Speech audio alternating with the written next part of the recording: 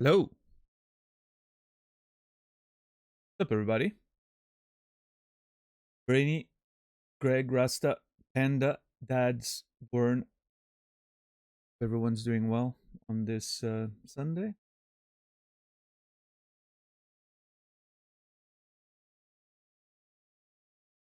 December 17th.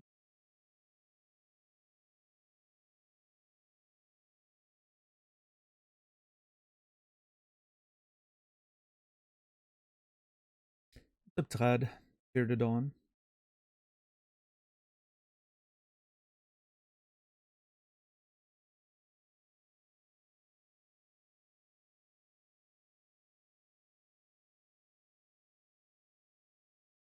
December 17th was my grandmother's birthday.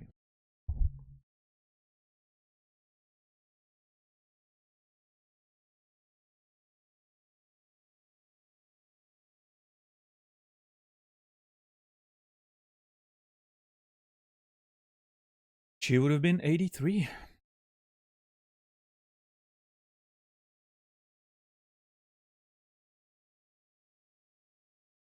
What's up, Beef? Mrs. Beef and I were watching your VOD earlier today. Got some good Kuno lore that we had never seen before. Interesting. Yeah. Yeah, we got some interesting Kuno lore in there.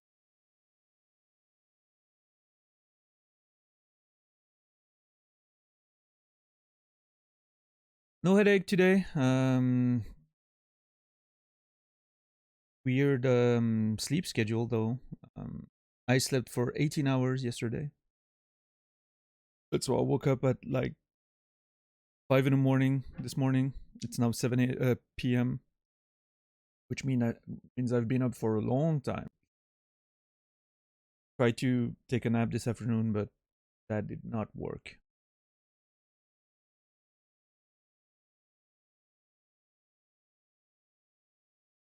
Hopefully, I'm not too tired, but oh, should be okay.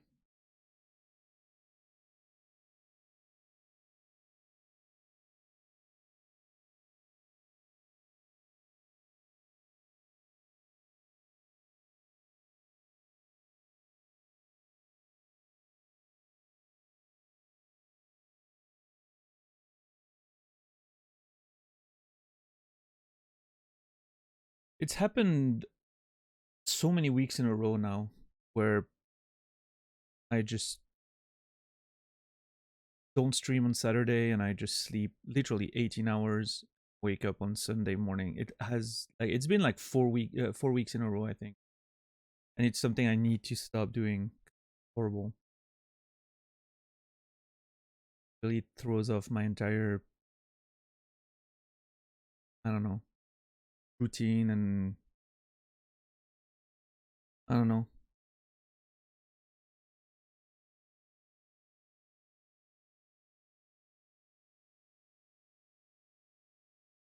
Time of the year maybe? I don't think so. Just I don't know.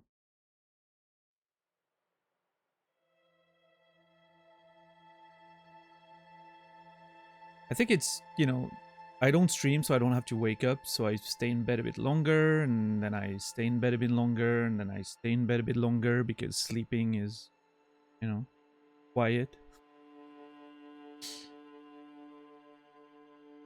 I get caught up in, I get caught up in escaping reality through sleep. What's up, Sorrow? How are you doing today?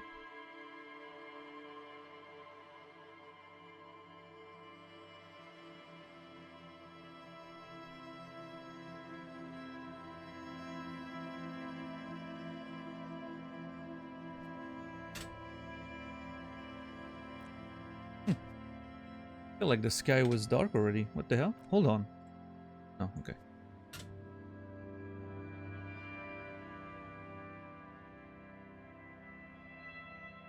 Yeah, I don't know. Maybe I should just not take a day off streaming. And just stream every day like I used to.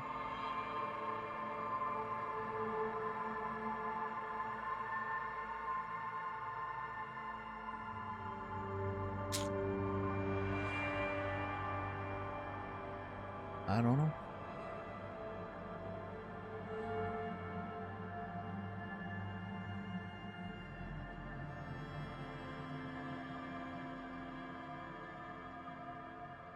But yeah, I hope everyone had a nice weekend. Some of you it's almost over.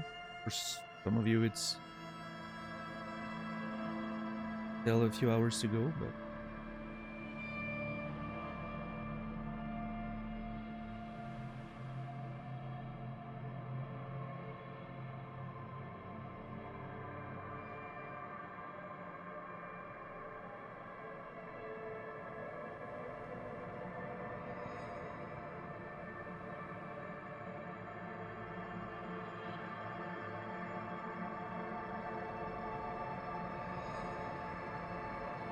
oh, hold on.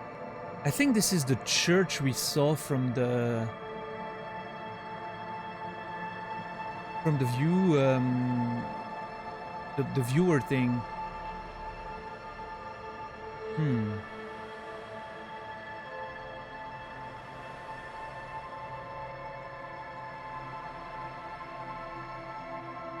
Rough day today? I don't know. Why'd you say that, Sora?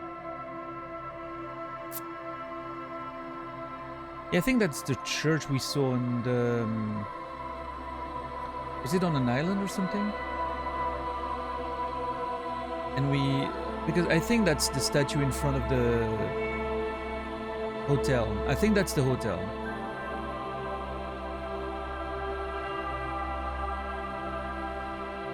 Maybe. Not sure.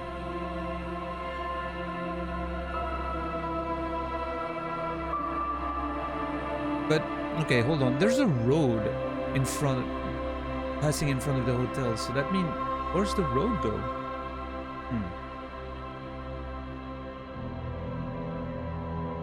Not too sure about the geography of this area. Where's the birch tree that was waving at me? Yeah, I don't know. That was in the ruins of something, right? Like the ruins of an old fort or something? Like relics of the war, you know?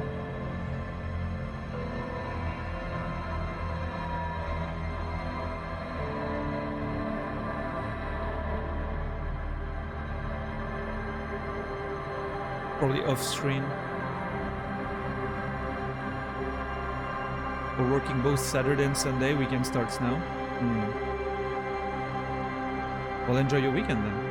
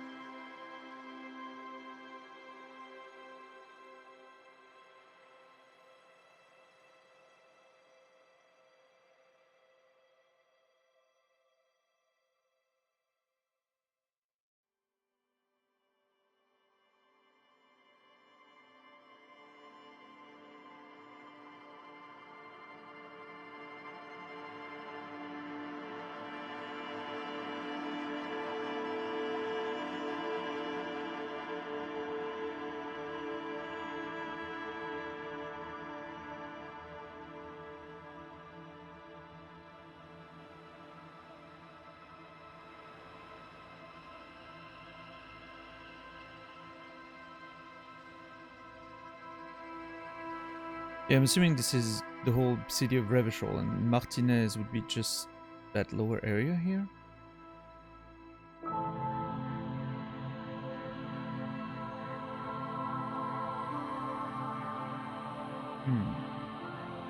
I wonder how much of this we'll actually get to explore. Interesting thought. I don't know.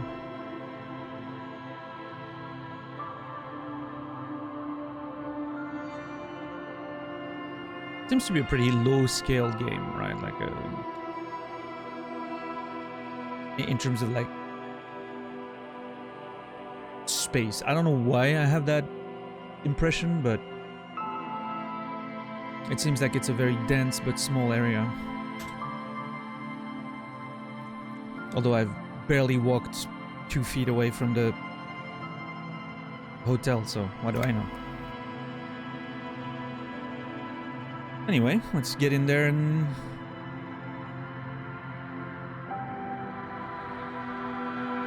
start playing again, I guess.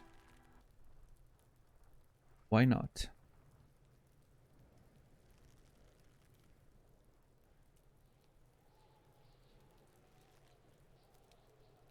This looks pretty awesome with the snow.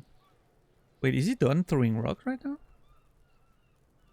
Look at him. He's not throwing up rocks anymore.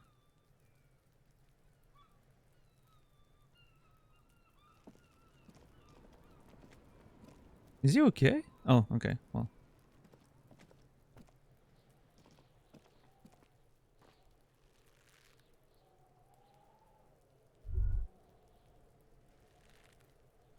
Oh, we have the key now. Hold on. Forgot about that. This trash container is locked. The sliding lid has a padlock that says, whirling in rags. Open the padlock with the key. With a well-oiled crack, the lock pops open. It should now be possible to simply raise the lid. Alright. Don't. Maybe you shouldn't.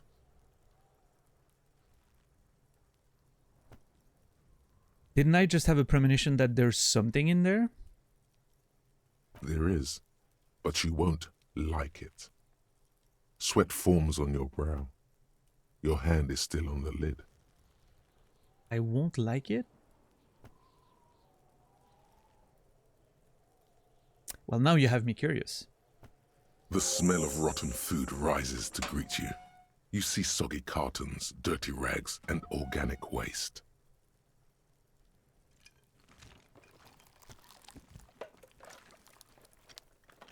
Oh, that's an unpleasant image. Continue. We're just in time. This hasn't been emptied for over a week. Look under the boxes of carton, pick at the rags, search the food waste. Let's look under the boxes, I guess. You see milk and egg rest with one broken egg in it. Some pasta wrapper. Picking up the soggy packages somehow feels familiar. Familiar. Uh-oh. A box falls into pieces in your hands. Batiste Soleil cereal. There are plastic pasta packages below, and turbo noodles. Nothing of note, however. Batiste Soleil céréales. Alright, pick at the rags. Among the threadbare kitchen towels, something catches your eye. A pair of denim trousers. Turbo noodles, yeah. For turbo nerds, yeah. The catchy tagline. Slogan, I guess. What's up, Timmy? Something catches your eye, a pair of denim trousers. Sure, grab him. As the legs of the slime-covered jeans begin to unspool from the garbage, a rank corpse smell fills the air. That's awful. The victim's clothes? Cadaverine odor is faint. If these belong to the deceased, they were removed when he was still in the early stages of decay. Cadaverine odor. That's beautiful. Little phrase there. In before, those are actually my pants, but they still smell like dead people. Drop them in here, officer. The lieutenant produces a black plastic bag marked evidence from his pockets. It's a bag of trousers. Guitar marked blue jeans. Pockets empty or empty. He wore them with a belt, too. A white belt. The loops appear stretched, but He looks into the container. the belt is missing. That's it. Do you see anything else in there? I have another bag here. Glorious police work? I mean, hey. You know, Fear the Dawn, it's not glamorous work, but it needs to be done, right? I'm the one with my hands in there. Thank God I have gloves. Something slimy catches your eye. Oh boy, reach for it. A drab, long-sleeved shirt, olive-colored, appears from the food waste, dripping with pus. Bag the shirt. This is a military-type overgarment. No label or serial number. This is the kind of rib-knit shirt that's worn over light armor to conceal it in an urban scenario. Anything more? Worn over light armor to conceal it in an urban scenario. Military type overgarment. I mean, from like looking at the body, he seems to have like, I mentioned the other day that the legs look like armor, so I'm wondering if it's sort of, you know. Yeah, I mean, it could definitely work. The rest of the rags are just kitchen variety waste. A yellow old mug that catches your eye. But other than that... Okay. Thrown out towel, a mug, that's all. All right. We should go to Gart again and ask if he knows who put the clothes in the trash. It could be as simple as someone from the hostel cleaning the yard. Or that one. I'd advise against confronting that force. He nods toward the red-haired boy behind him. We need to ask the kids who put them there. You think someone from the Willing might have been involved? Maybe. What's up, Sally? You know? You? Anxious? You as well? How are we doing today?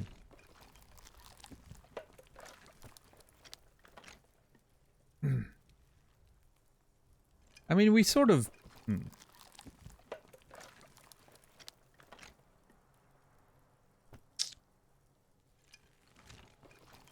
We sort of have been making good progress with Kuno, but not sure, no. Not sure he's gonna want to contribute much, cooperate much if we have to ask him questions again. Yeah, I'm alright, so, you know, thank you.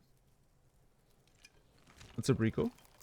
Got up on the VODs yesterday, nice, nice. We barely started. The only thing we did was open the container, so.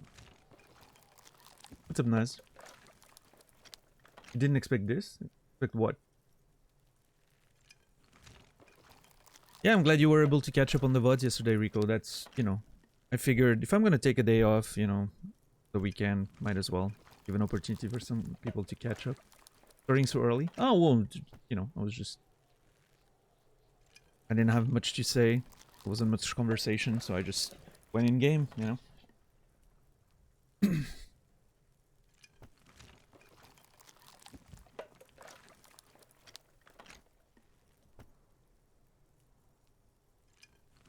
Was very sleepy the whole last weekend. Hope will fix your hope will fix your schedule. I know what you mean, but yeah, Naz. Trying to stay ahead. I mean, if you're struggling to stay ahead, it means you know.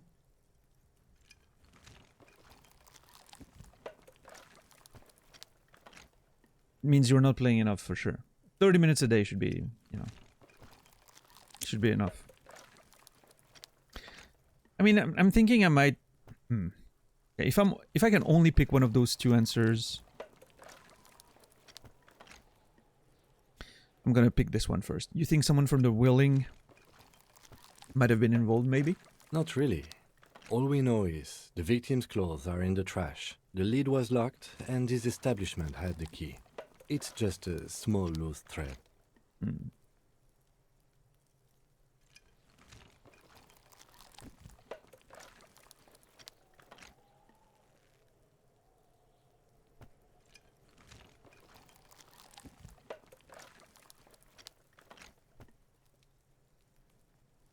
I mean, how could someone have put something in there without the key, right? The nature of the game doesn't make it easy. Yeah, I guess there's some like non-linear stuff, so yeah.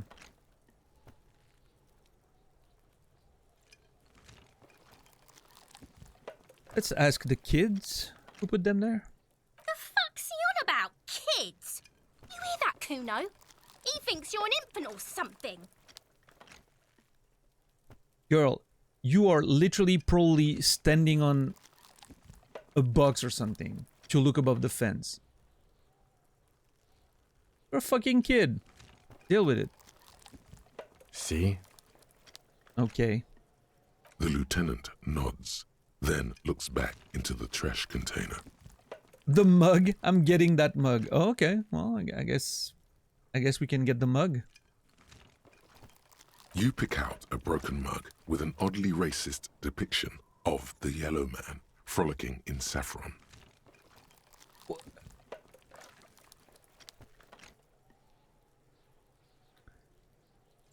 An antique? Only in its social sensibility.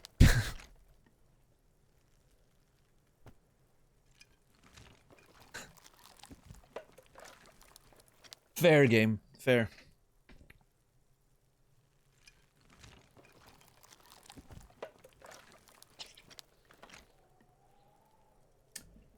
I'll take the mug. Why not? Mm-hmm. The lieutenant briefly glances at the mug, then returns his sight to the trash. You've acquired an interactable item. Investigate this item further by going to the Interact tab in your inventory.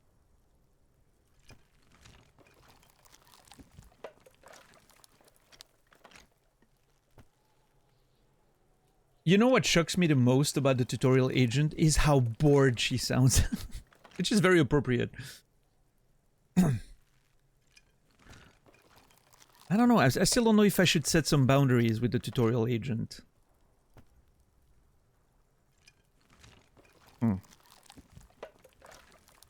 Search the food waste. It's just organic waste, cold and slimy on your hands. Apple and potato peels, mostly.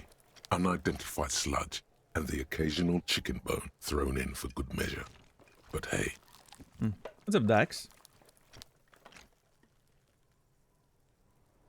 Chicken tinga. Apple, potato peel, unidentified sludge, the occasional chicken bone. Okay, well. It's a whole meal right there. Nothing. It's nothing. Nothing more to see here. Oh boy. That tells me there's something more to see here. What's this? Elbows out, there's nothing more here. Okay. What? A blue piece of plastic sticks out from the apple peels. It's shiny. Looks like the corner of something. A blue piece of plastic. Pick it out. Something larger. A clipboard. A blue plastic clipboard with moist papers hanging from it. They look badly damaged, but you can still make out forms and notes, written in a man's handwriting. Ooh. Plastic clipboard.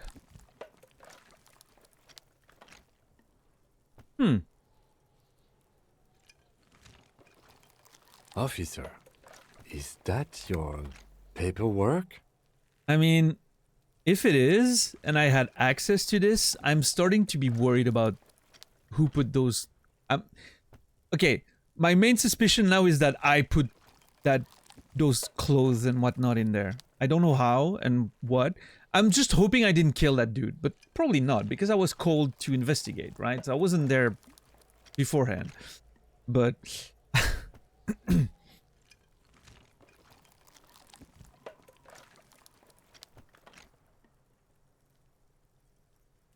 Is that your paperwork? No, it can't be, or I don't know what this is. I don't know what this is. It is. Look. Oh my The god. plastic has the RCM street grid on it. You've even got an autopsy form in there. A miserable looking slip of paper sticks to the board. Okay, hold on. There's a chance I just threw that in the garbage in the hotel and someone threw that in the bin later, right? There's a chance.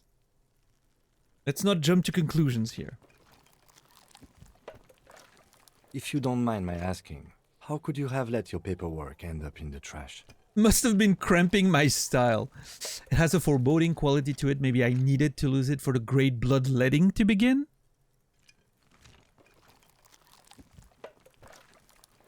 What the fuck? I think I didn't want to be a cop anymore. That's why I tried to flush my cop life down the toilet. I'd rather not talk to about it now. I'd rather not talk about it now. I'd rather not to talk about it now? Wait, what? That's why I was thrown away. Thrown off by the sentence. That "to" here shouldn't be there, right?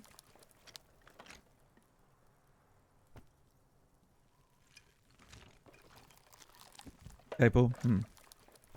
It shouldn't. Okay.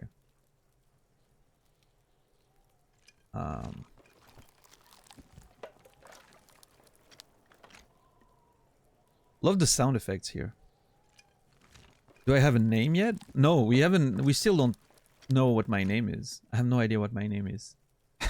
Just very funny. Last time we talked about my name, it was too... It wasn't time yet.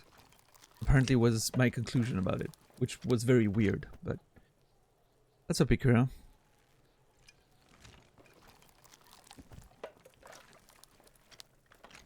For the great bloodletting to begin.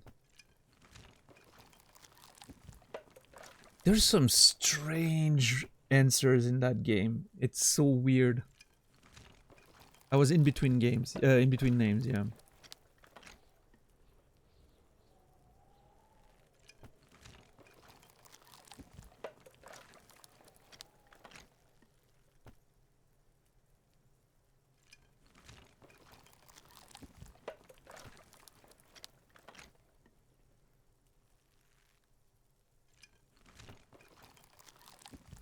I mean, I don't know. I'd rather not talk about it right now, I think. Understood. He nods, reverting his attention to the container still stinking in front of you. Okay. Hey, Kim is very respectful of boundaries. I appreciate that. Be untroubled. If anything, this small moment has made him respect you more. Cool.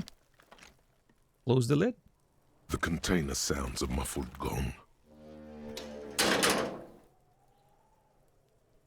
Alright. That's one thing off the list. I think we got it all. Open the lid again. Okay. You said you didn't want to talk about the ledger. However, now that you have it back, it would not hurt to start taking notes on the case. Officially. I have. Outside of the game. Alright, let's see. Can ask a couple people. Read your ledger and name the case. Go to your inventory, interact with the damaged ledger to give it one. Yeah, see, we didn't need the tutorial.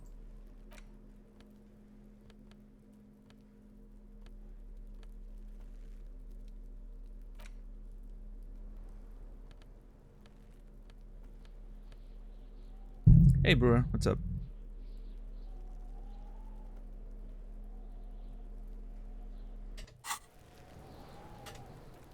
I'm tempted to ask the tutorial to shut the... Where's the tutorial?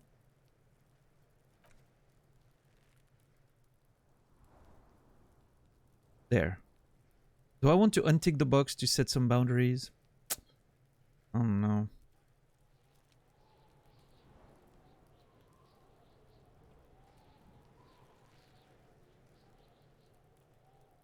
Hmm.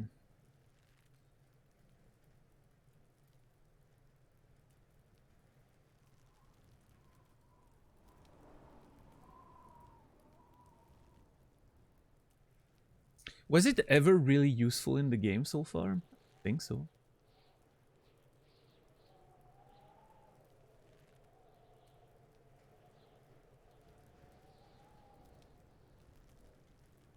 You know what? I'm removing the tutorial agent. It's the only sort of immersion breaking element of the game. I don't like it. Alright, let's see. This broken-eared mug. Yeah, you cannot see it, but now you can. Somehow made its way into the Whirling in Rags dumpster. It depicts a person of Samaran descent, frolicking in a field of saffron flowers, buck-toothed and grinning feeble-mindedly. Seems to be a cheap knockoff of some colonial-era antique. Yeah, I see. What about the interaction then? It's just a racist mug. What's there to read here? Not much. There's quite a lot to read into here, actually. Look at all that content. Oh boy, here we go. What are you going to say about a broken, tossed-away mug that you dug out of the garbage? Why does the narrator sound so judgmental? Jesus. The mug is an example of prejudice. I'm going to use it as an example of what not to do. I'm going to push this into the face of every merchant I find and tell them, this is your inane ideology. Oh, jeez. The mug will be useful. By announcing it, I can earn political capital to mask my badass hustling, i.e. fraud and embezzlement. The mug didn't belong in the trash. It was just a funny mug. Can't anyone laugh anymore? Oh boy.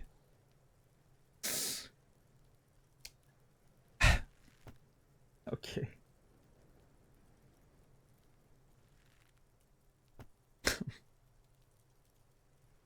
You can really play an interesting character in this game if you want to. A whole lot of interesting characters.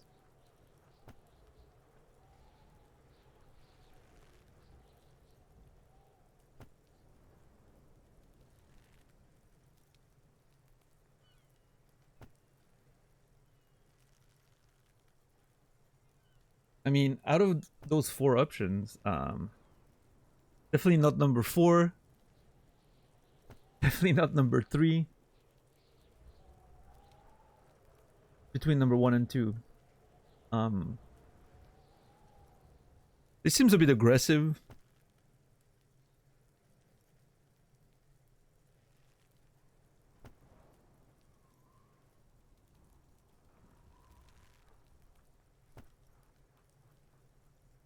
Sure, let's go with number 1. This mug is an example of prejudice. I'm going to use it as an example of what not to do. But it was in the trash. Why not just call it out when you see it? Or do some volunteering work. Just finish your case, detective. All right, point taken. Yellow man mug.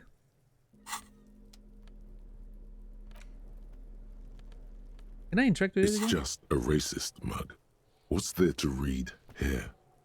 Not much. I want to get into that mug talk again. But it will not happen. The mug talk is exhausted. It is time to return to work. All right. No detour here. No time wasting for me, I guess, huh? This is the ledger you found in the trash. It's full of notes written in a man's dense cursive. A closer look, maybe it can be salvaged to start keeping notes on the case. Alright. It's the ledger you found in the trash. A pitiful cabbage of white and yellow papers hanging from plastic board, barely held together by a metal clip. This sad display is made complete by the faint smell of urinal cleaner. Urinal? Urinal? Urinal. Urinal. I don't know.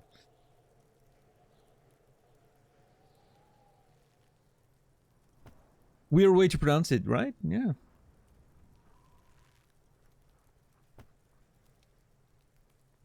Britishism? Or maybe, yeah. Anything else? There's a piece of toilet paper, or is it cleaning tissue? No, it's toilet paper, desperately sticking to the back of the blue plastic clipboard.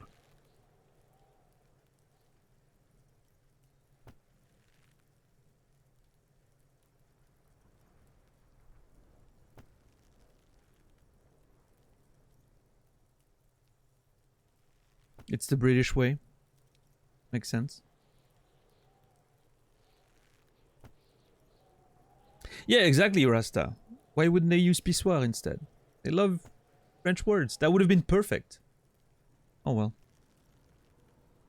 Desperately sticking to the back of the blue plastic board, okay? It's a metaphor for you. Wow. Jeez.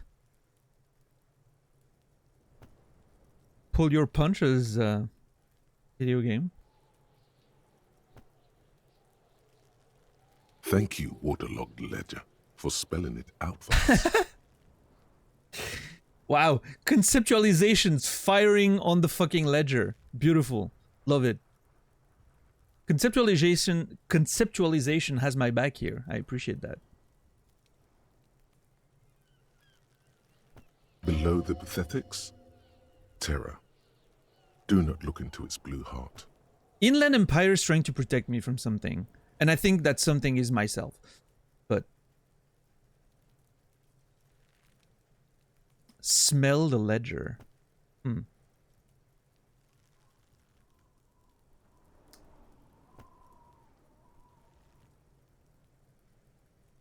I'm gonna smell it. The acidic stench of rotting food is rubbed off on the cellulose. It now forms the base of the experience. This base surrounded by a faint air of spoiled meat, the stuff of death itself, and then sprinkled liberally with the citrus zest of toilet cleaner. That's how I like my meat. Rotten and zesty. The lieutenant observes you, raising and lowering the toilet water-logged mass under your nose, trying to get a good whiff. A good, analytical whiff. Excuse me, I just have to ask again. How could you have let this get tossed out? I think I didn't want to be a cop anymore, so I flushed my career down the toilet, literally. Must have been cramping my style. It has a foreboding quality to it. I'm picking up dark vibes. Maybe I had to lose it. Still don't want to discuss it.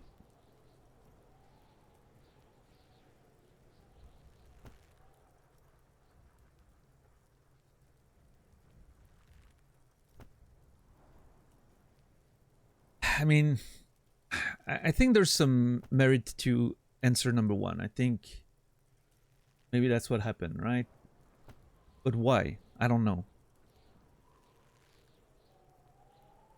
I think I didn't want to be a cop anymore, so I flushed my career down the toilet, literally. I'm sad to hear that. For a moment, he doesn't know what to reply. He's sorry for you. Thank you, empathy. I figured that out because he literally said it. In any case, we are lucky you found it.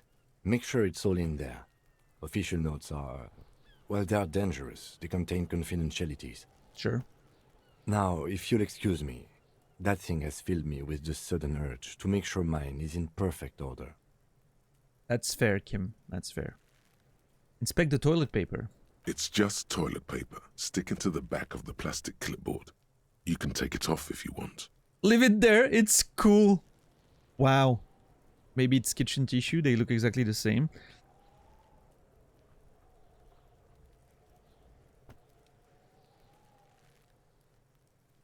If you want it to be kitchen tissue, it can be kitchen tissue.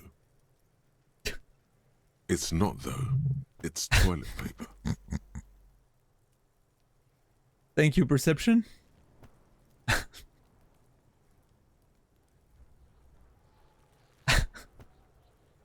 I love that it specifies which aspect of perception actually triggers. In this case, smell. Okay, take it off. Still wet, the toilet paper, I mean kitchen tissue, sorry, peels off the plastic easily. All you have to do is shake it off your finger and voila, the ledger now looks marginally better. I love that it corrects itself because you want it to be kitchen tissue, right? So it like respects your choice. It respects your desire for this to be kitchen tissue. Love it. So funny.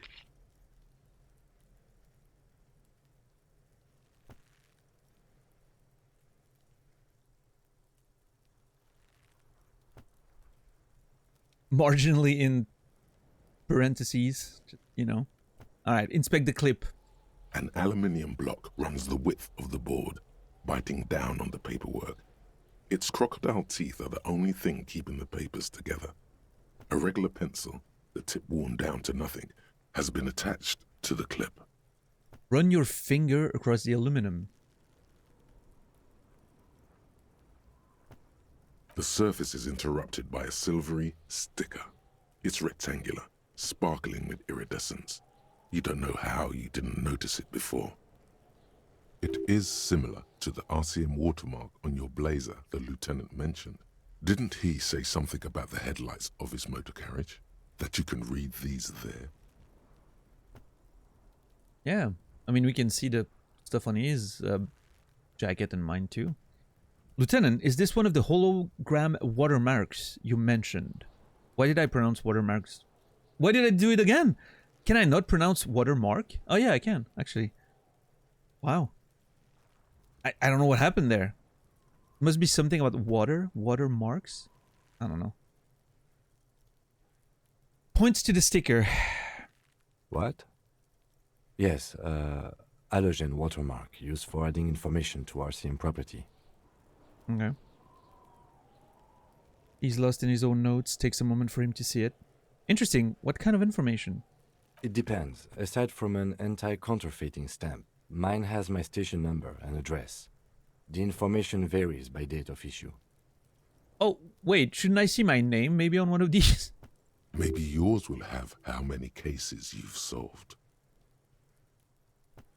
Maybe?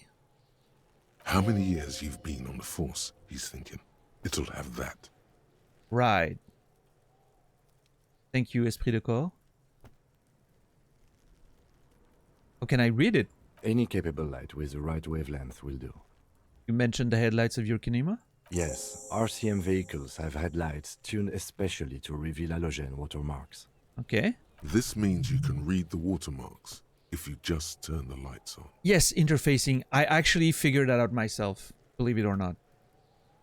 That's all. Thank you. Okay. He returns to his neatly kept notes. While a bunch of sodden papers sag from the clipboard in your hand. It's a sorry sight. Browse the white papers. Let's see. Actually, you know what? Look at the clipboard first. It's made of dark blue plastic, hard enough to beat someone to submission with. The edges are rounded, however. The U4 size board feels thick and heavy in your hand. Light shimmers on its wet surface. On the back, you see the embossed letters, RCM. What did you say the color was? Dark blue? Blue. The blue heart. Don't look into it. The blue heart? Don't look into it. Again, with that. What the hell? Inland Empire is onto something, and I'm not sure I like it. Shake the ledger. Something rattles inside, ever so lightly. Is there a hidden compartment? Mm-hmm. Permeables. It's not hidden per se. The compartment is made for permeable materials that would get damaged if something happened to it. Okay, peek inside. The plastic shimmers like lapis lazuli, but it is not see-through. You cannot see to its center. How would I open it? With your hands, U4-sized pages hang from the clip, screwed to the top of the board. How?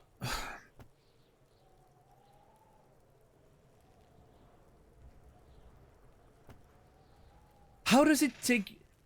How can I only have 28% chance of opening a fucking hidden compartment?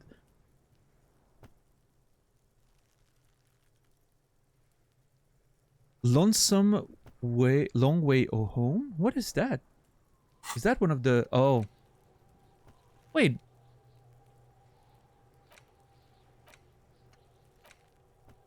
Why is that giving me -1?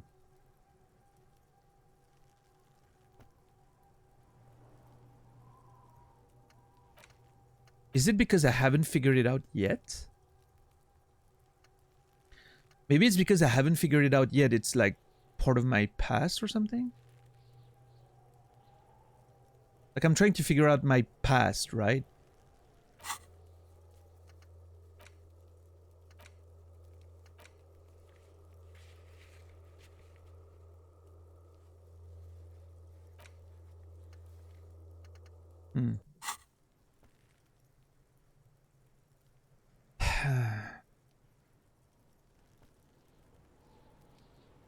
I mean, I could try.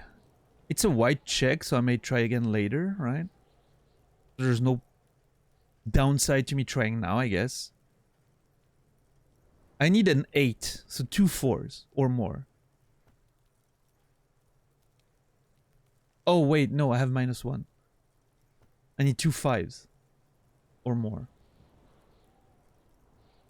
Wait, is my interfacing on 2? How come? Oh, item? I got a +1 from an item. Ooh. Sure, let's try. See what happens. Is not what you end up doing. You squeeze the plastic to slide it open, but nothing happens. Then you bend it some. Then crack it. The goddamn thing is stuck. The ledger quivers in your hand. As it shakes, the pages rustle. This pathetic mess, suddenly afraid of you for some reason. Maybe I should have waited until the... I should have waited. until the thought was done. Maybe I can try again after it's done. We'll see. I'm not sure exactly how the rules are for white checks yet. Because it says put skill points, but I was able to retry some that I didn't put skills in. But then items were not enough on their own. Like I needed something else, but yeah, we'll see. We'll see. Anyway, browse the white papers. They're not exactly white. They're yellowed in patches by sunlight and alcohol and covered in dense blue handwriting. Ink escapes into watercolor patterns, reaching its tendrils across entire pages. The paper itself is checkered with faint red lines, forming short paragraphs.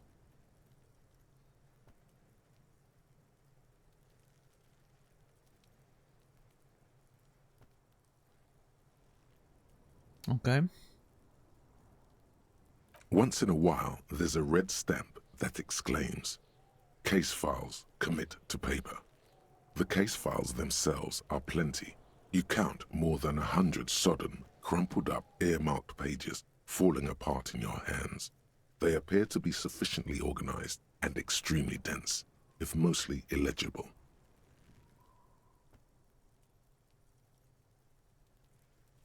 What is in there? What are they about? Work, strife, poverty, the Jamrock Quarter. These are handwritten logs of investigations dating back to January 51, this year. The exact number is hard to estimate due to missing pages and an odd naming convention. But there are at least 20, maybe 30 cases undertaken, not completed, mind you. Been working on a lot of cases. What's up, Sam? Are we Pemong the dumpster? Yes, we Pemong the dumpster. We have already. We've closed it, actually. It's the middle of March. You have attempted 2 cases a week on average. Is 2 cases a week a good case load, Lieutenant? We certainly did, Nasrallah. There was mention of a naming convention there. Count the pages. How to open an official case. Is there room? Not inspecting it. Okay. Let's, is 2 cases a week a good case load, Lieutenant? I'm assuming I'm going to be able to do all these, but... Okay, let's imagine I can only do 1. Mention of a naming convention? Yes, it appears you employ a, shall we say, robust yet literary system. Each investigation has its case number written on the margins. Yet, still more tellingly, most are accompanied by a name. Catch on the VOD. I mean, we haven't done very much, I can imagine. Mostly trifled through some garbage. Found some closed, you know, nothing huge. A title, one might say even. One that draws inspiration from Snoop fiction and Vespertine cop show staples. Oh my, and they're written capital letters too. Yes, all caps. One is called The Next World Mural. Another, The Square Bullet Hole Murders. Another yet, The Unsolvable Case. Very dramatic, I like it. More? Others appear more light-hearted. The guys on a couch in an unexpected location and the murder at the hookah parlor. Even the rare article-free collapsing tenement. Murder features prominently throughout. Collapsing tenement. Good one. It's going to take an effort to piece these case files together, but it can be done. Once you're done inspecting them up close. Okay. Is 2 cases a week a good caseload, Lieutenant? Huh? 2 complex cases to undertake is a lot, yes. You really have to push yourself. I would not suggest it, lest you start making mistakes. 2 cases a week appears to have been my load, Lieutenant. I'm not sure I completed them, though. 2? That's a lot. I didn't mean to say you are making mistakes, by the way. That was presumptuous of me. I'm sure I made plenty of mistakes. I burn out all right. Well, a nice brisk pace, the way I like it. Yeah, sure, that's me. Number 3 is me.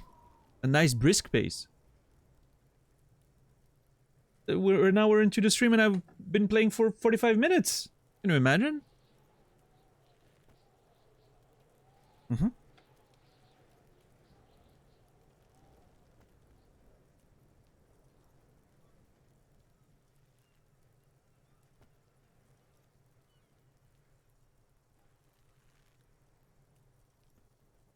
I guess, I mean, I did burn out alright. That's okay. We all do, sooner or later. Aw, Kim is so nice. A bit, you know, a bit snarky sometimes, but is mostly nice. Like a fan of gills, the checkered papers dry in your hand.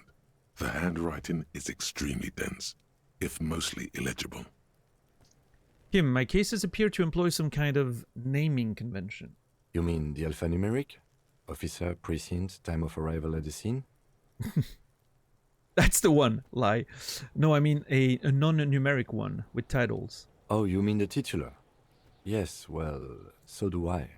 In our defense, almost everyone in the RCM does. Why is that? It's a holdover from the early days of the RCM, right after the revolution, when the organization had little idea how to do things. It persists in an unofficial capacity. Officers use these titles to refer to their work among themselves. Sure. I seem to have named a case the Square Bullet Hole Murders. Again, in your defense, I seem to have named one the man with the hole in his head. That was a real person. His death was real.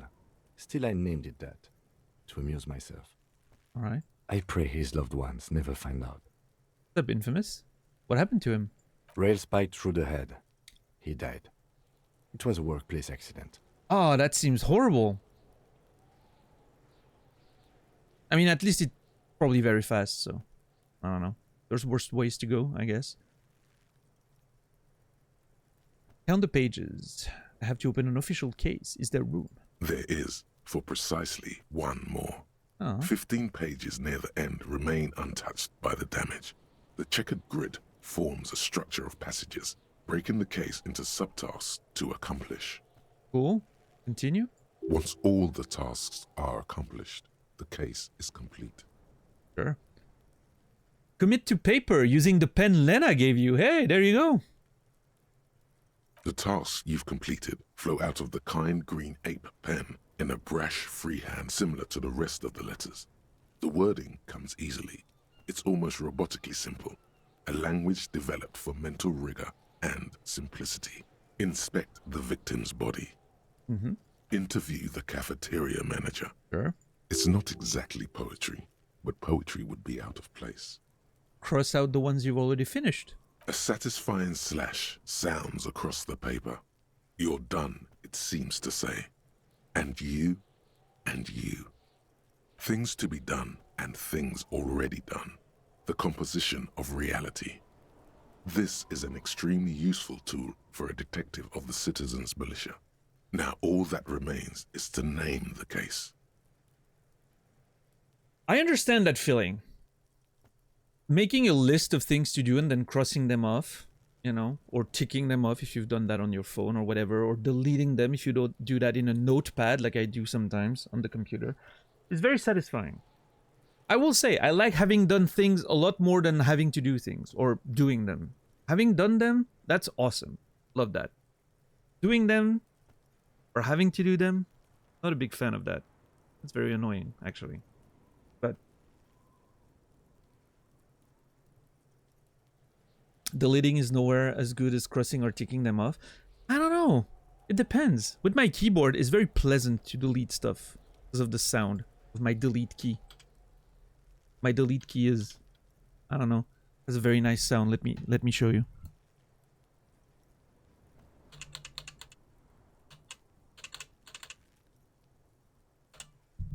I don't know, it's a very satisfying delete key. I like it.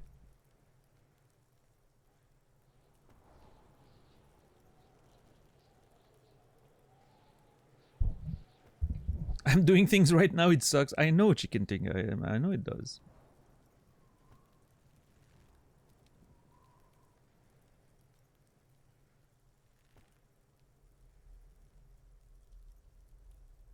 Good to have the record of finished things. Yeah, I mean, I guess, sure. I can see that. I can see that. Mm.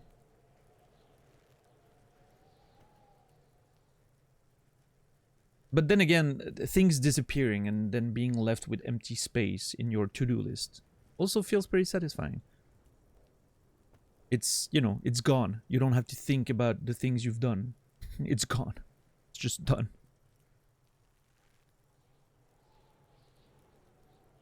Never made lists. Lists are daunting. It's interesting. For me, lists are very reassuring. Very often I find myself stressed because I feel like I have a lot of shit to do and stuff that I need to take care of, and then I'm like overwhelmed. And then I make a list and I'm like, huh, it's not as bad as I thought. There's not that many things on that list, or, you know, it shows me that, yeah, this is manageable, right? This is just a list of things. I can just do them and then I'm done, right?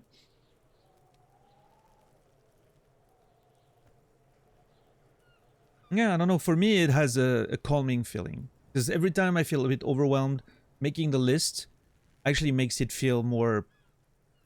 Yeah, it feels like there's less than I expected, because my brain makes it worse. Not knowing exactly what I need to do, but like feeling like I have a lot of stuff to do. It just like my brain goes away with it and makes it, you know, catastrophizes the whole thing.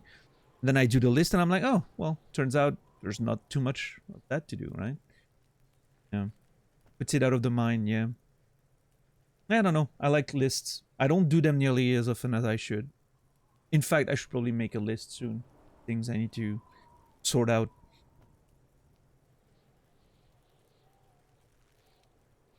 Same as journaling? I guess so. You should make a list of the lists you should make. Yeah, maybe just, you know, number 1 on the list, make a list, and that's it. Yeah. And then you start from there.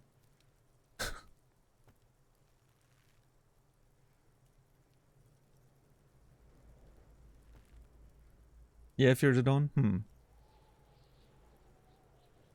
Yeah, I mean, here's the thing. I can totally distract myself, right, from the things I need to do.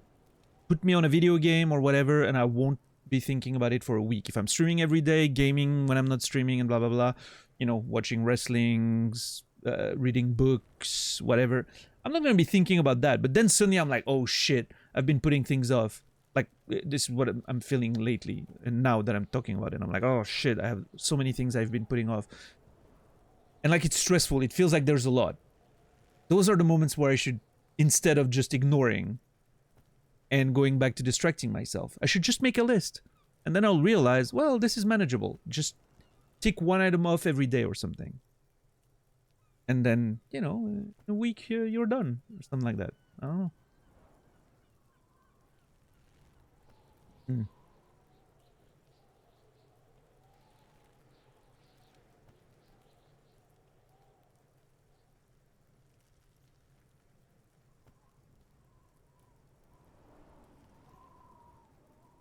Well, procrastinator, it's my number 1 stressor in life, so am I, yeah. No, absolutely. What's up, Goose? My favorite Wikipedia page is list of lists of lists. Yeah, I love those pages too.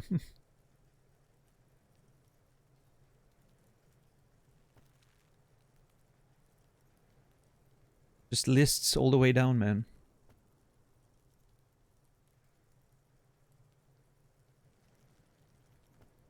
I have this weird thing happening now with the word list. You know, when you repeat a word many times, suddenly it loses its meaning and becomes weird somehow? Absolutely. I realized the first word that was like that for me when I was a kid was the word, and only you, Soro, will probably know that word, because you speak French.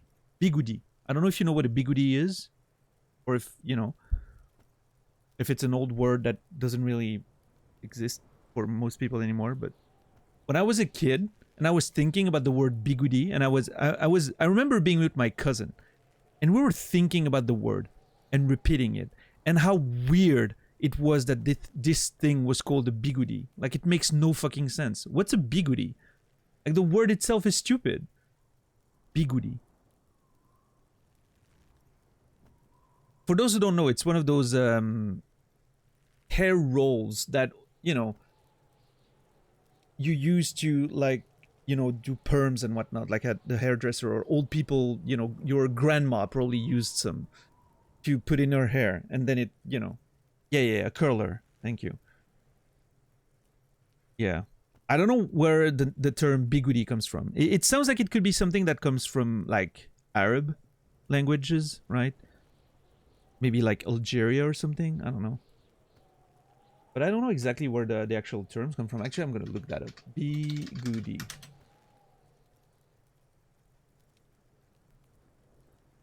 Why is it called a fucking bigudi?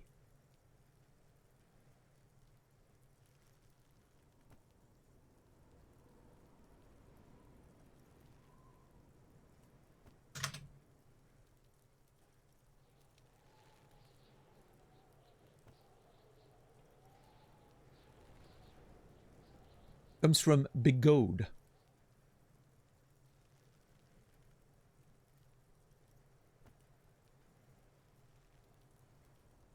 Apparently it's Swiss.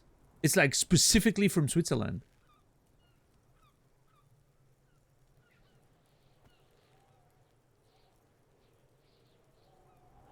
Obscure origins. Okay, well, that doesn't help. Oh, maybe not. Maybe not. Okay, it seems to be used in France as well. Huh. I don't know.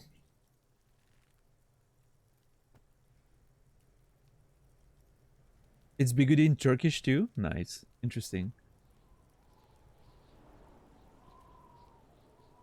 Just like trad road, except with an O before the U in French.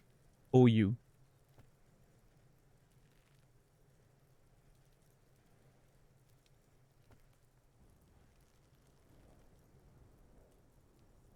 Okay, as we're unknown origins, yeah.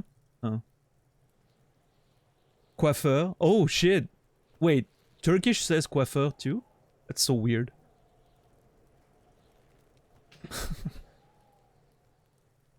Yeah, that's so funny. What the hell?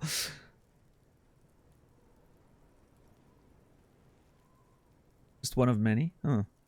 I have Turkish origins. I should know that shit, but I don't. Lieutenant, have you by any chance... Suddenly I'm from Texas. I don't know. Chauffeur for driver, yeah. Interesting.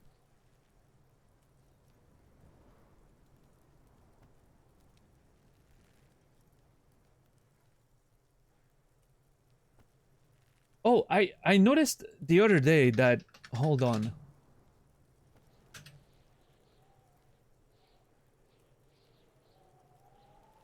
What word was it?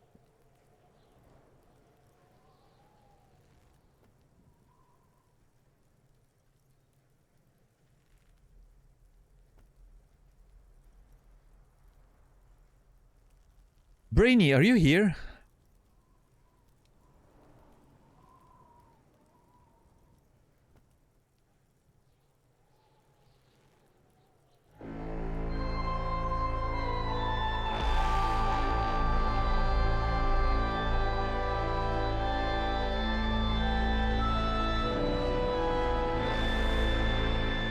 Yo, $10.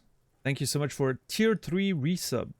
19 months. That's a whole lot of months, and that's a whole lot of support. Thank you, thank you. Appreciate it. $10 you will be remembered. Thank you.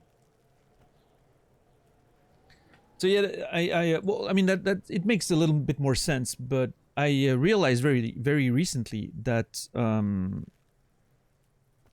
Dutch people, well, I mean, rather Belgian people that speak Dutch, right, use ça va, like the French ça va, in their day-to-day conversations, which is very interesting, I think.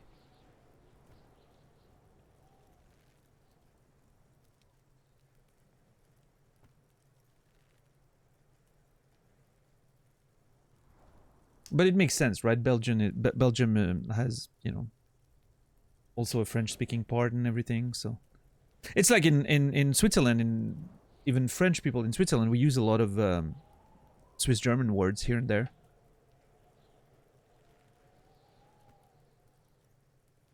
And likewise, Swiss German people have a few French word there, but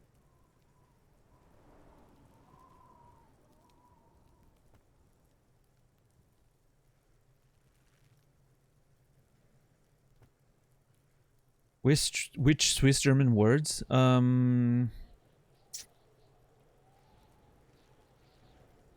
me think.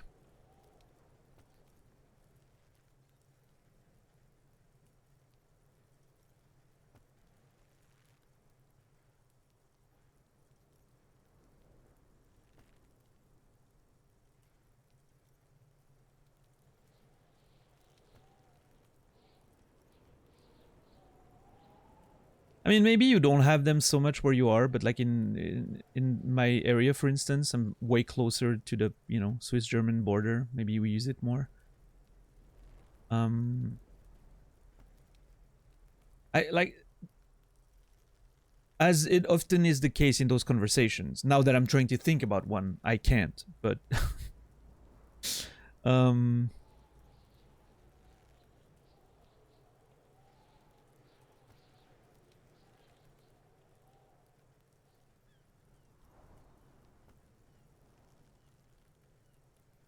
yeah, that's a little kitchen cabinet in Swiss German. Yeah. Don't try to make sense of it. Swiss German's weird.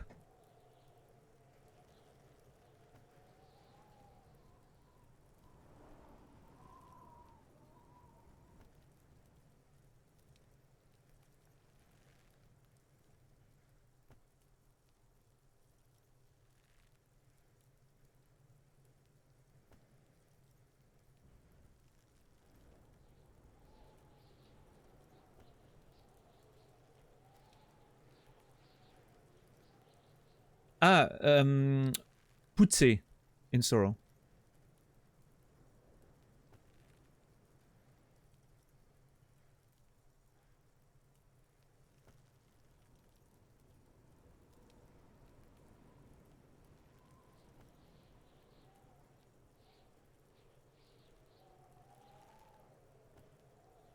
Well, rosti, yeah, but that's like, that it's like that's a food item. It's not really the same, right? Like it's like saying spaghetti. We say spaghetti, it's Italian, right?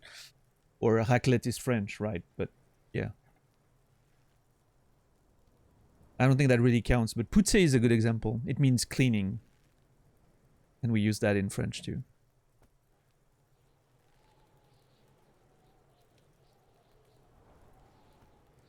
Putzen in German, yes. Swiss German at least. I don't know if it's if normal German people use it. I don't know, but anyway, I'm not sure how we got to that conversation, but oh yeah, lists. That's how it started. Lieutenant, have you by any chance named our case? No, actually. Any ideas? Well, there you go. The Hanged Man, very literal. The Furies are at home in the mirror, very dramatic. The Setting Sun, poetic. And Shit on a Stick.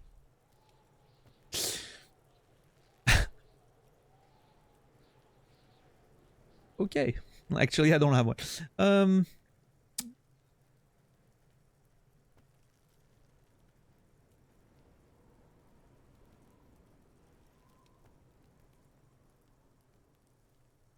List makes no sense in my brain. You guys broke it for life. Nah, it'll be fine tomorrow. Don't worry.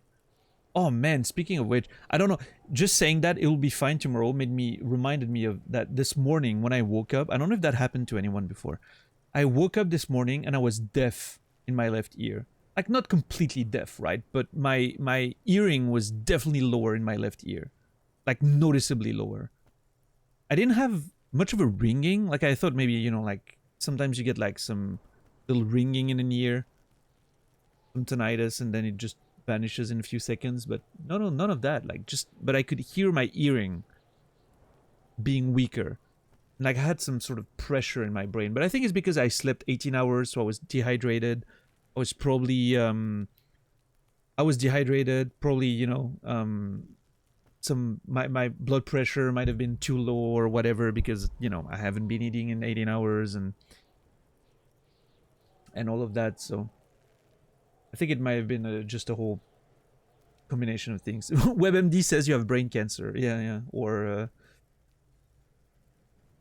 first stages of Meniere's disease or something. I don't know. WebMD says you're pregnant. Oh, wow. Nice.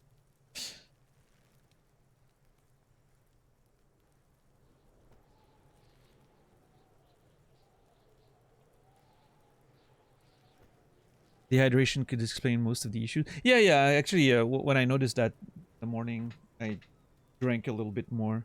Because I had my breakfast and everything, and I was drinking a bit, and then it wouldn't leave, and I was still feeling it. So I was like, hold on, I haven't been drinking enough, even after breakfast and all that. So I just drank like half a liter of water, and after 30 minutes...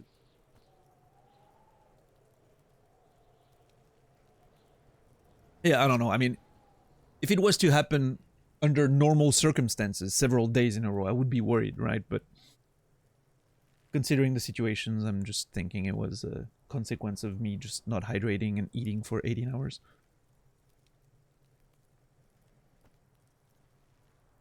Yeah.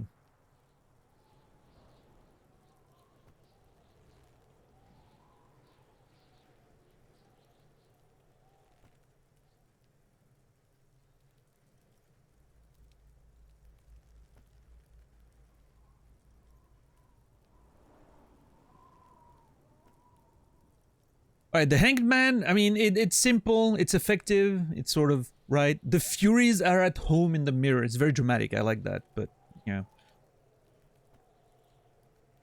The Setting Sun. I'm not sure what the Setting Sun could, be related to. Shit on a Stick is great too, but the Hanged Man, I mean, it's simple, effective, right?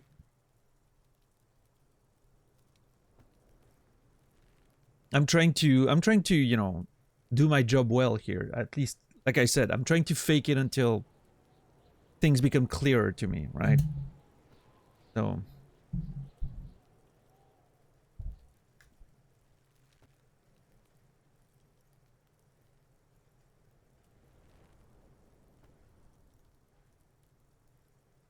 Yeah, how about the Hanged Man? Great. That's great. That's actually what I was thinking too. The Hanged Man. Good, strong name.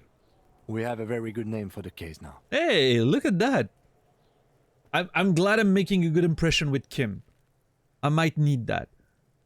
I'm gonna maybe need a place to sleep tonight. Hopefully he can help me with that. So I need to make a good impression to the only friend I have in this whole... I'm going to start calling it the Hanged Man. It's good we sorted this out. Alright, I'm killing it. So much XP. Jesus. I'm almost done with the almost get another level. We are so good at this video game. Look at the list of how many things we figured out. See that beautiful list? Crossed and everything. Although the list of things to do is still longer, but... Alright, I'm done inspecting these. Close the case file. You don't exactly close them, so much as distance yourself from the smelly papers. They're a little further from your nose now. Can I read the case files now? Kim explained the system. I have a very high chance of doing it. Well, hold on. What is this? Arson, petty theft, spousal abuse. Handwritten logs on dozens of investigations date back to January 51. Stamped case files. Commit to paper. These are your last couple of months in Revachol, Precinct 41, Jamrock Quarter. I feel like the text here is different than the one before, but maybe not. Maybe because we spent so long talking that I forgot. But you don't exactly close them, so much as distance yourself from the smelly papers. They're a little further from your nose now. It feels like sometimes like clicking twice on something can give you a bit more information.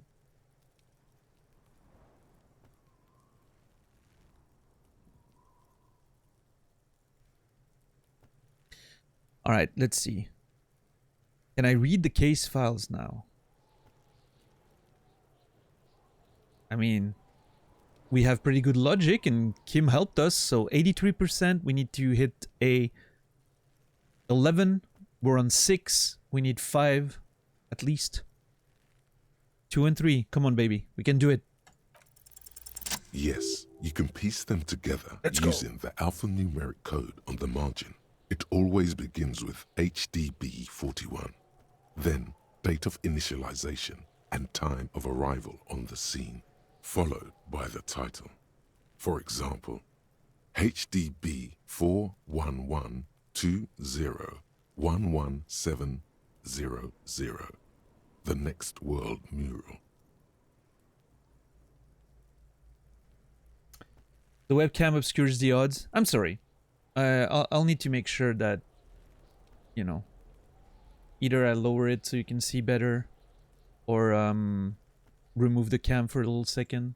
But yeah. Yeah, I'm sorry about that. This game seems like there's no really good place to put the webcam. It's a weird one, right? There's stuff everywhere, so.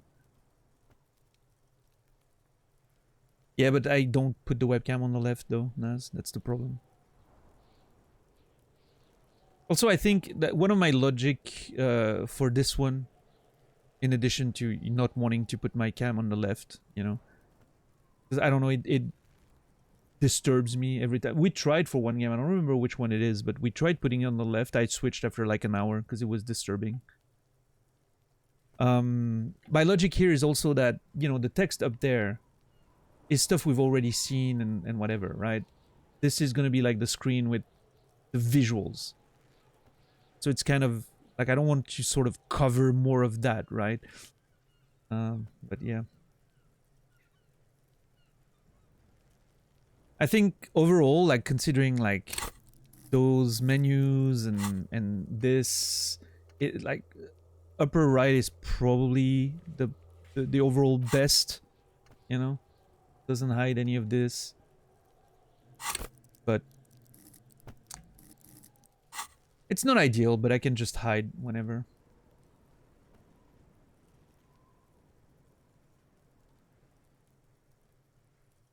And I would need to flip the camera, and I don't know, it looks weird. I don't like it. I have it on the other side in reversed on my like Magic the Gathering scenes. And it doesn't bother me because when I'm playing Magic, I don't really care. I'm not, you know, those streams are a bit different, but...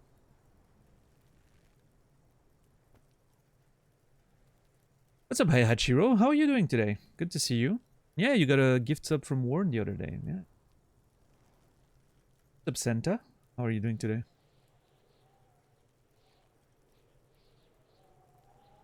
Yeah, I mean, you know, I've been thinking about it quite a bit. I think this is probably the best location. I'm like, you know, even when there's a character talking to me, it's like next to my face. Like, it seems like we have a dialogue. It feels like I'm actually reading the text. I don't know. I think it's pretty cool. I like it. The only thing that's annoying indeed is when it covers the text, but I can just make sure that, you know, I lower the text before, or I just disappear with the camera for a second. I don't know. But yeah, I think up there is fine. Yeah.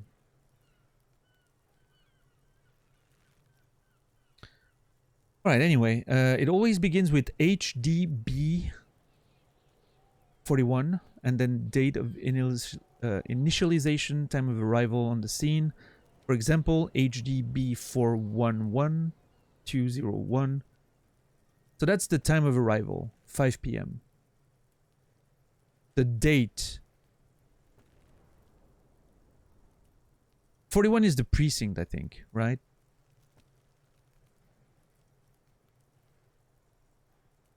And then 1201, so that would be 12th of January. Or 1st of December, but I think it's European.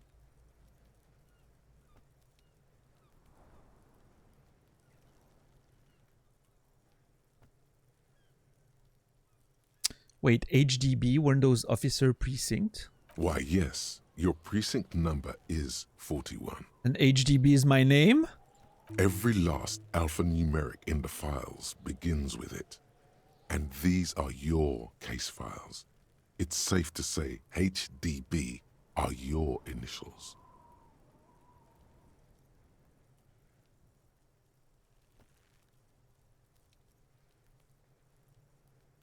Horace Debbie Berenger? Ram Darjan Binzikin? Well, those are names.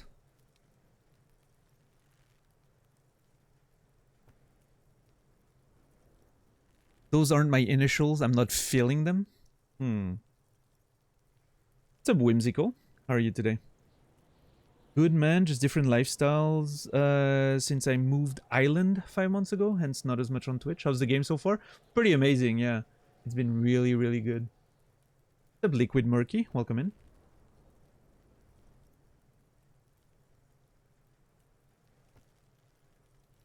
Yeah, the mods are real. They're like actual people. With a mouse and everything.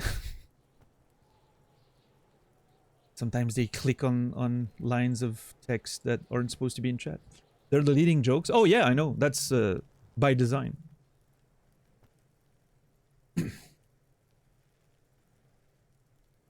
For a bunch of different reasons.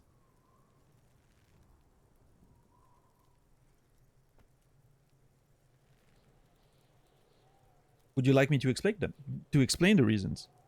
I could.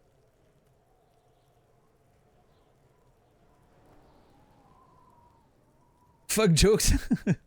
No, jokes are fine. Jokes are fine in general. Jokes about the game? Not so much.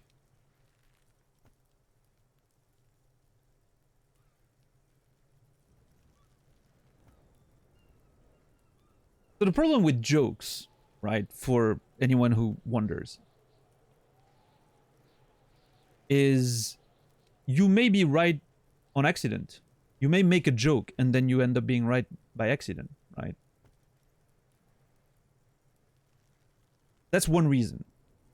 Second reason is, if you know you're not right because you've played the game before, then you're, by making a joke, you're eliminating a possibility from all the options of possibilities, right?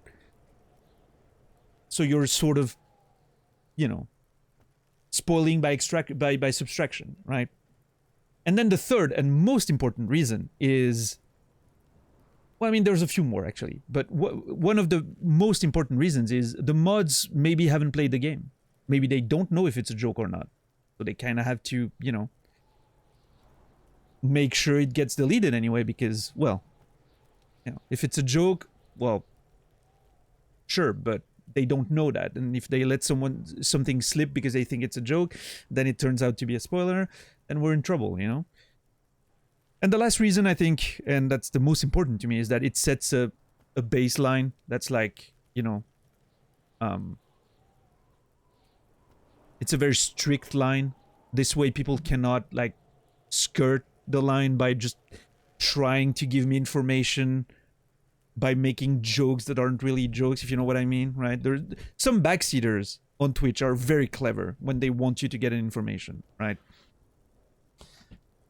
They can really skirt the line sometimes when they want to deliver information to you without not you knowing, you know. So yeah, they're the worst. They're the worst, Chad. So at least when we have a strict line, you know, it's easier for everyone. It's easier for the mods. It's easier for the chatters. You know where the line is. It's, you know, at the lowest possible bar.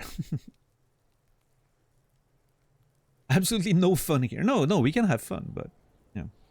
Who puts that much effort into backseating? You'd be surprised, Chicken Tinga. You would be surprised. And the worst part is, it doesn't need too many people to do it. It only needs one asshole to do it, and it ruins the game for everyone. So, what's up, Jesus? Otaku, welcome in. Ram Darjan sounds like something you put on a salad. Kind of.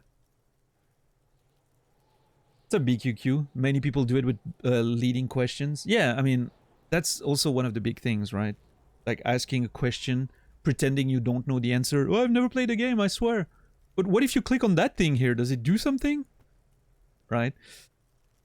But yeah. Or some people like to sometimes make jokes for like foreshadowing stuff, you know?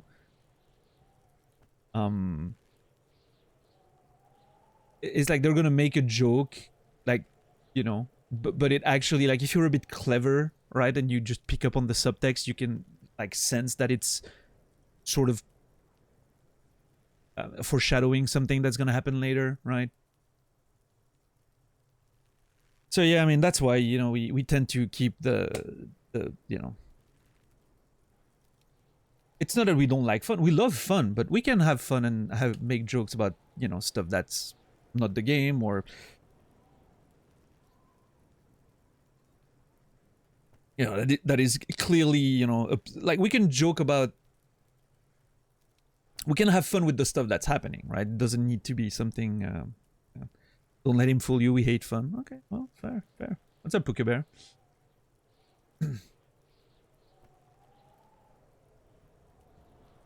And yeah, to what Rico is saying, Liquid, Murky, you don't have to worry about being deleted here. It doesn't mean anything. Nobody's mad. Like, it's not, you know, it's not seen as a punishment here. It's seen as a protection for me, right? To protect the experience and for everyone to be able to enjoy this, you know, pure and non-influenced playthrough, which is very hard to get on Twitch, but that's the way I like doing it, right? I like offering viewers an experience that is just as pure as the one you got when you played the game, right? You played on your own, you didn't have a Twitch chat, you know, giving you hints or spoiling you stuff, and, you know, I'm trying to replicate that to the best of my abilities, and thanks to my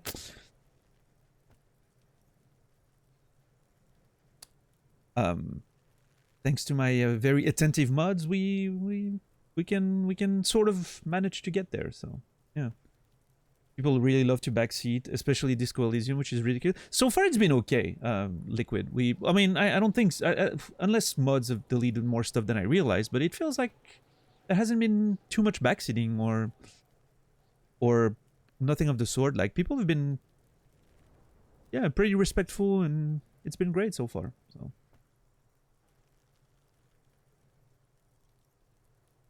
Start playing this game because of this playthrough. Thanks for ruining. Yes. Well, I mean, Puka, I'm sorry, but it is what it is.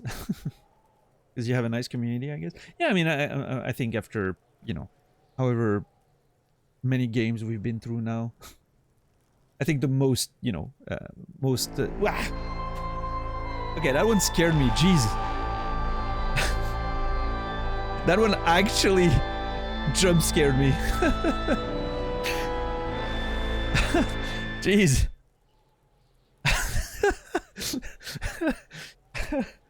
That sound I made must have been hilarious. But yeah, I mean, after quite a few games, I mean, my core community is very used to the way I do things, so yeah, everyone's being very nice.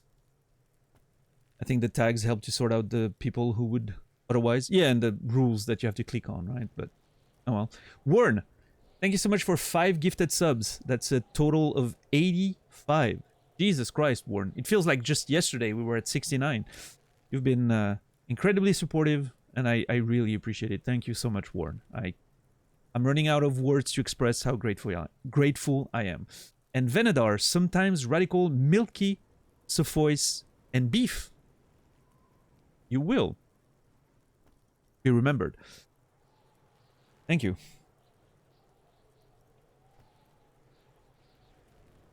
All right, so I don't think any of those names are my name, but HBD are my initials.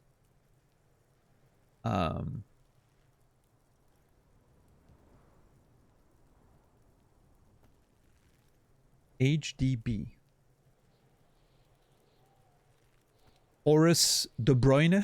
I don't know.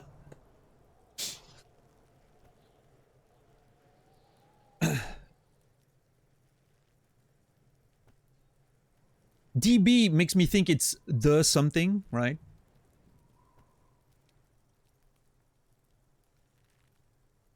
Hold on, what was the name of that other dude? Guillaume Le Million.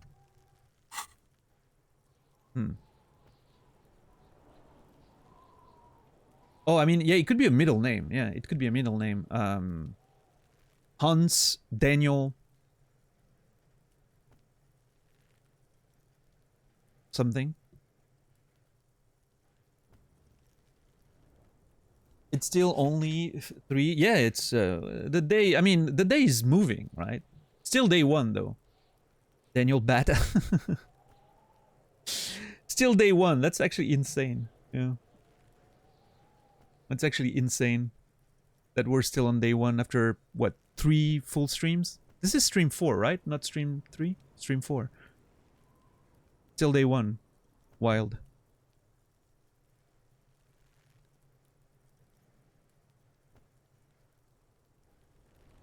For some reason, I'm really enjoying the way you pronounce Guillaume Le Million. I mean, it's the correct pronunciation, right? Guillaume Le Million. Hmm. I mean, you speak French, Soro. Why is it... I mean, would you pronounce it differently yourself? Those aren't my initials. I'm not feeling them. Wow, I don't know what to say. Okay. Not sure how to approach this.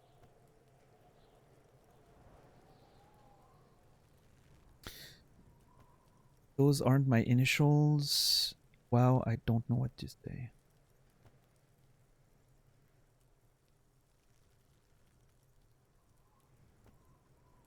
I mean, I have no problem with those being my initials, right?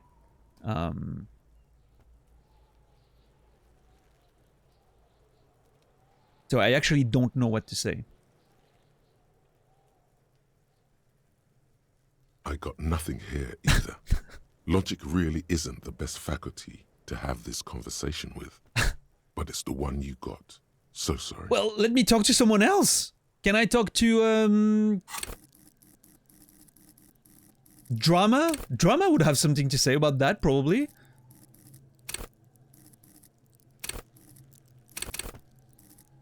Conceptualization, maybe, right? We could come up with names. For myself.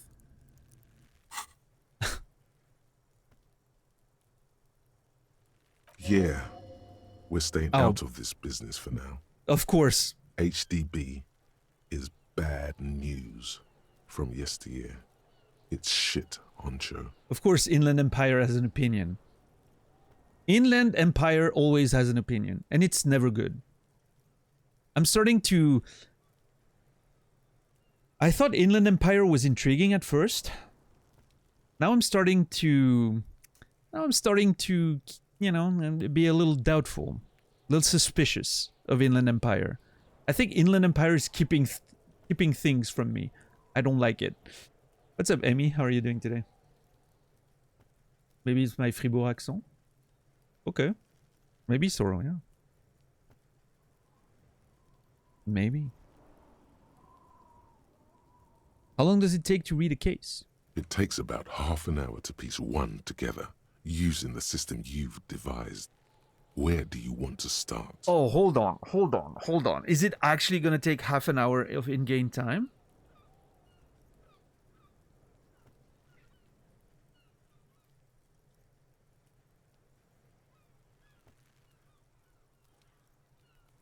Is Kim just gonna wait there? Hold on. I can revisit this, put the case files away. And it's something I could do like later in the day, maybe when, you know, if there seems to be like, there was mention earlier of when Kim isn't here, right? Which makes me think that there's an end to the workday and then I can chill and do other stuff, right? But I think I need to try. I need to at least try one to satisfy my curiosity, I think.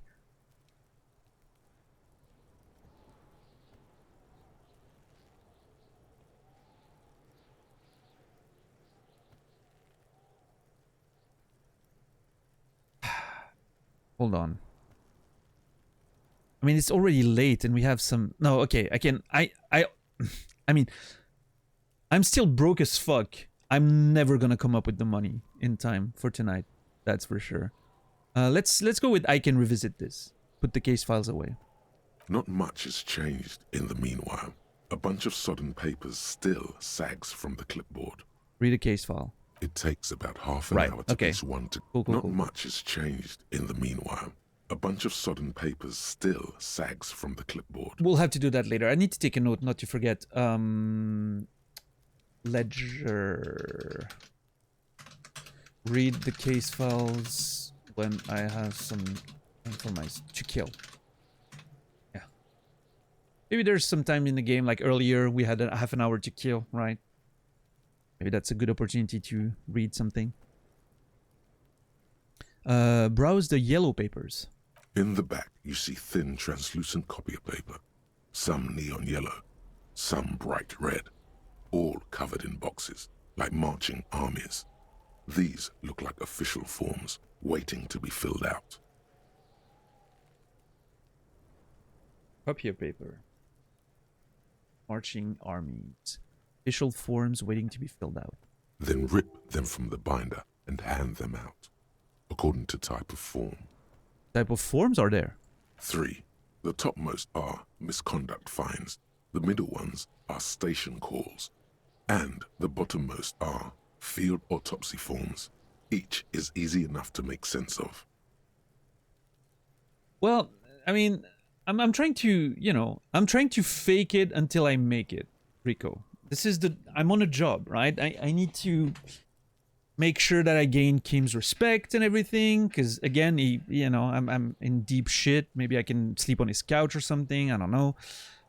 And there's a time element to this, right? It's not like Hollow Knight where I could literally just go wherever I wanted, and like there's a time constraint here. That makes me very concerned about doing things, accomplishing things, right? But yeah, I'm trying to avoid getting sidetracked too much. I'm trying to get the work taken care of, you know? You don't have to be an intellectual giant to do police work. Okay. Game's shooting on policemen right there. For once, it's not the other way around. But, yeah.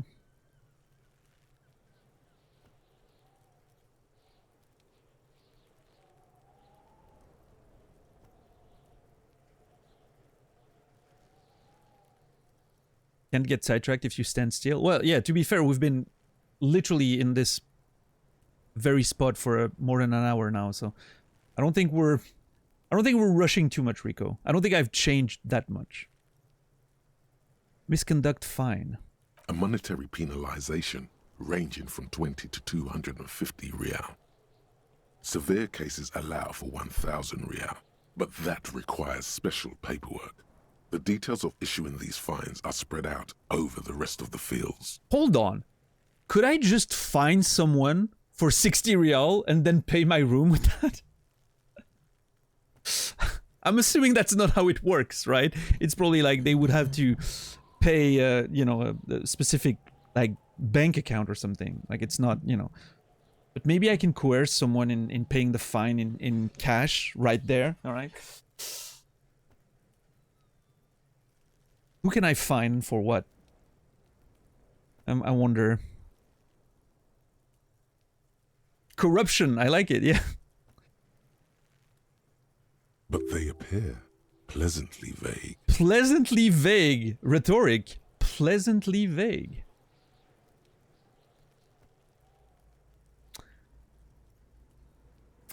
I like that. Pleasantly vague, right? Station call. These are quite sinister in tone. They give a date and time for the person to appear at the specified precinct police station. Below the call are the criminal charges you risk by not appearing. Okay. Field autopsy. A dozen pages of thin copy paper, bright red in color. You see the parameters of a deceased human form waiting to be filled in. Age, sex, condition of internal organs. That's great. We have a body to inspect. That's why we're here. I found that ledger right on time. Yes, all that remains now is to fill those forms and hand them to people. Fines for wrongdoers, interview requests for bad guys, and field autopsies to dead guys. All right. What delicious power hid within this pathetic mess? You feel better. Wait, hold on. That healed me? I mean, I only have 1 health, so... Feeling the power I have over people healed me.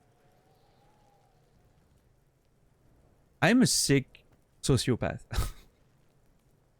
The rest of the stinking cellulose is much worse for wear. Being sandwiched between the board and the rest of the paperwork must have spared the fragile copier paper. I love that every time I come back to like the main menu sort of the ledger, it's a different description.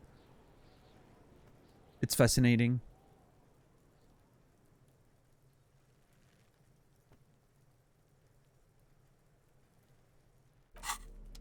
All right, put the ledger away.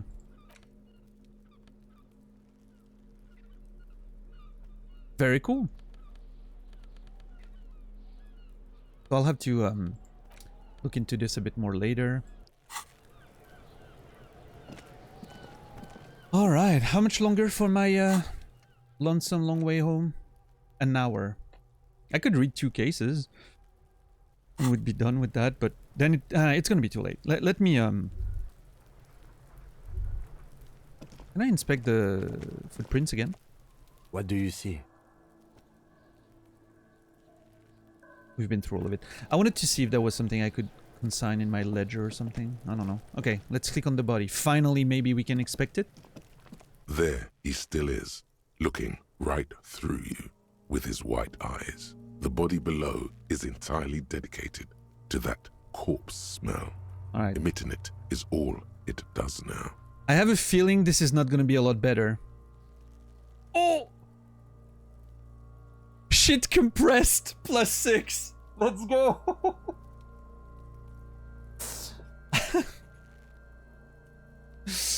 I got my shit together. It's compressed. +6. I mean, it's still only 58%, so... Oh, brother. If I miss again, what do we do? I can't...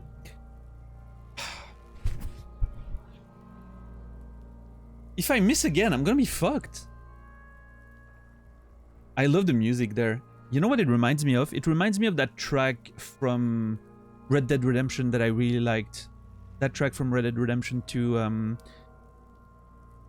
in Le Moine, I think. It sort of reminds me of it.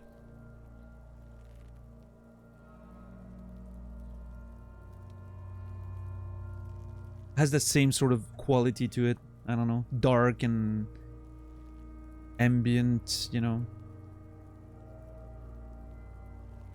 Yeah.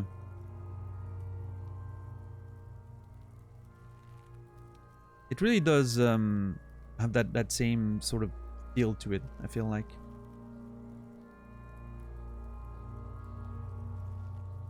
I like it.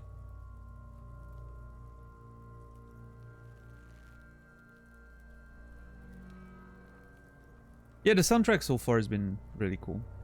I like it. How do you compress your shit? Very carefully. Takes half an hour of really thinking about it. Hold on.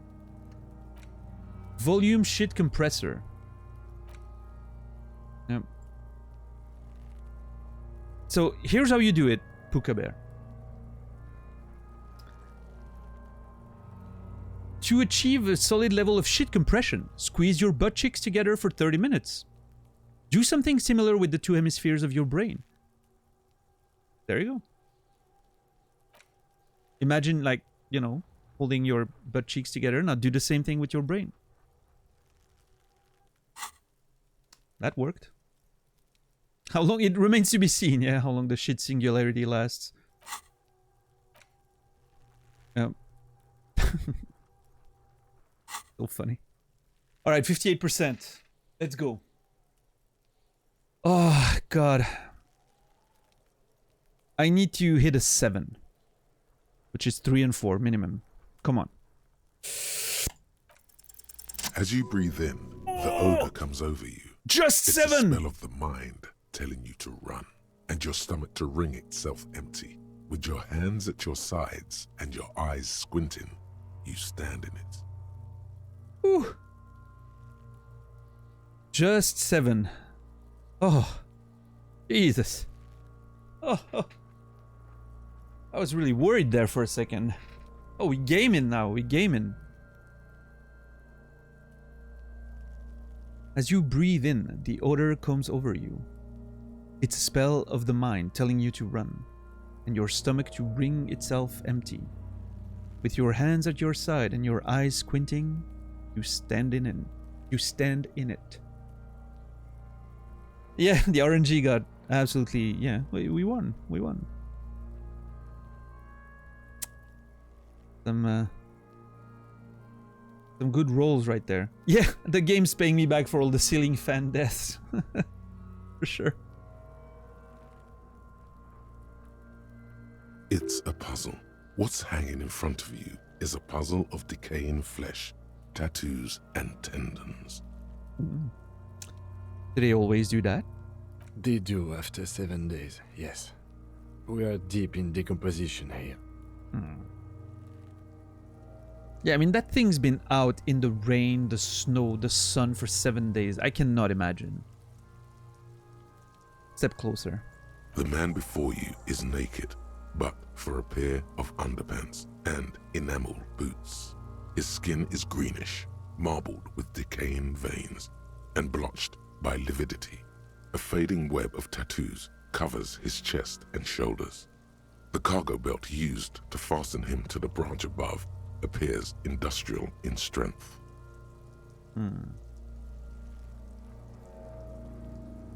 Okay. Inspect the boots. The material appears to be ceramic. Its clean white stands in stark contrast to the decaying flesh above the knee. The man wore thick polymer socks, probably for padding. A fine array of interlocking plates covers them. Ceramic boots? That's so fucking weird. Was that supposed to be like a, I don't know, like a military armor of some kind? Delicate and fragile, they feel alien to the world around you, out of place somehow.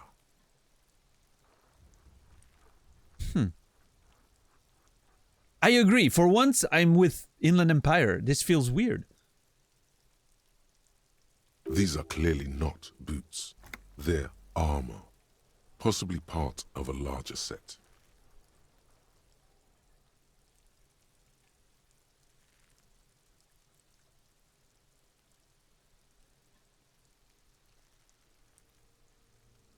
Like, my first... It's a weird reference, but my first instinct when I saw those boots were those... I don't know if many of you are familiar with the anime Saint Seiya. But instantly my brain went to my little Saint Seiya's action figures when I was a kid. And they had, you know, pieces of armor you could put on the characters, because that was the main thing of the show, right? Of the anime, was that the characters had armor that they could put on, and, you know, for fighting and all that. And so my first instinct when I saw that was like, it looks like the pieces of armor on my Saint Seiya action figures when I was a kid. Interesting. These aren't just boots, are they? This is the armor he was stripped of. Indeed. Technically speaking, these are sabatons, not boots. Sabatons. Isn't that a metal band? There's a metal band called Sabaton, right? Yeah? I never really listened to them, but the name is familiar. Thanks for the well, actually, nerd. Yeah, Kim's a bit of a nerd, but, you know, we like him. We'll like him. We'll like him. Historical metal? Interesting.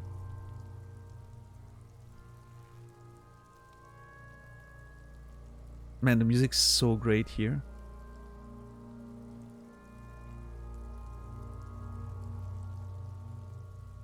Oh, the lieutenant uses a memo technique A6. That's not just any notebook. It's a classic. Encyclopedia is super hyped about the fucking notebook. I thought he was going to tell me about the boots. Yeah, forget about the notebook. Tell me about the armor. Thanks. Super useful to know. I would... Oh, man. It's so tempting to clap back to Encyclopedia. But I'm worried about losing information about the armor. But it's so tempting to clap back. Like, yeah, thanks. Super useful. Oh, yeah. No, we're nailing it. We have a lot of... you know... Encyclopedia's on 6 right now, so... We're killing it. Forget about the notebook. Tell me about the armor. It's clearly some manner of super armor. Or future armor. Super future armor. I'm useless. Come on, is Encyclopedia having some... Is Encyclopedia having a crisis right now? Like, what...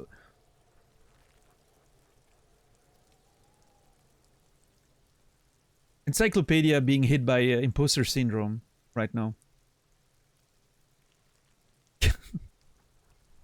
Super armor.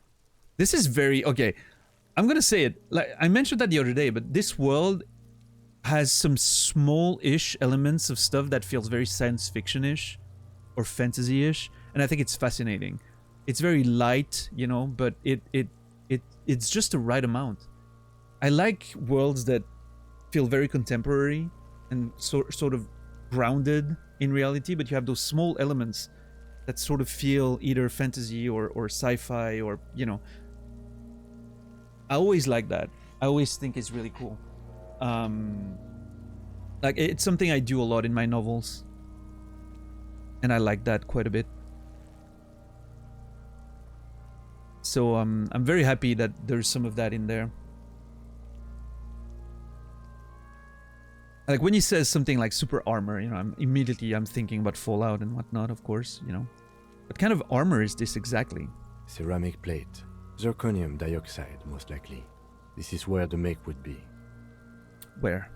Under the hill. Fair weather. Fair weather model T500 VE. I'm guessing that's vitreous enamel. This is advanced stuff.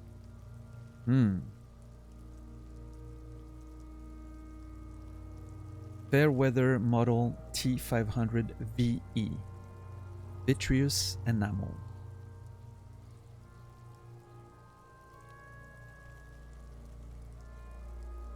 Where's the rest of it? Scavenged by the locals? The material looks out of place here. Knock on the boot. Pull the boot off. I think that's a bad idea. Back off and look at the corpse. I'm worried about that idea of pulling the boot off. It seems like it would be... I'm worried the leg might come with it, to be quite honest.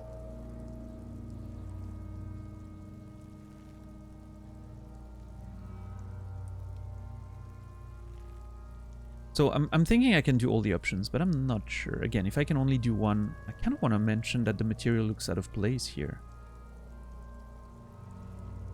Enamel. It doesn't seem like... I don't know. Is enamel a typical material you would use for armor? I don't know. I mean, I guess, you know, vitreous enamel maybe is something like fantasy or sci-fi-esque. I mean, enamel is your teeth, right? Your,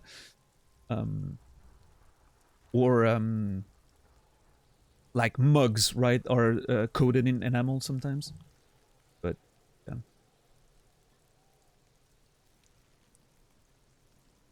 No, Hayachiro. Well, I mean, Switzerland had 3 different languages, right? For the show, but no, Senseiya wasn't called Senseiya. It was called Les Chevaliers du Zodiaque, which means the Knights of the Zodiac, right?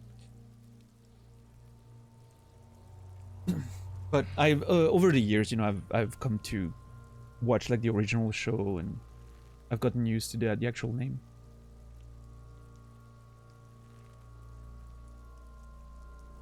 Yeah. The material looks out of place here. It is. It's expensive. The lieutenant draws a line in the condensation on the ceramic with his index finger. We've requested similar material for our tactical units for years now. The constabularies deemed it too costly. In that time, we've lost 6 men to semi-automatics.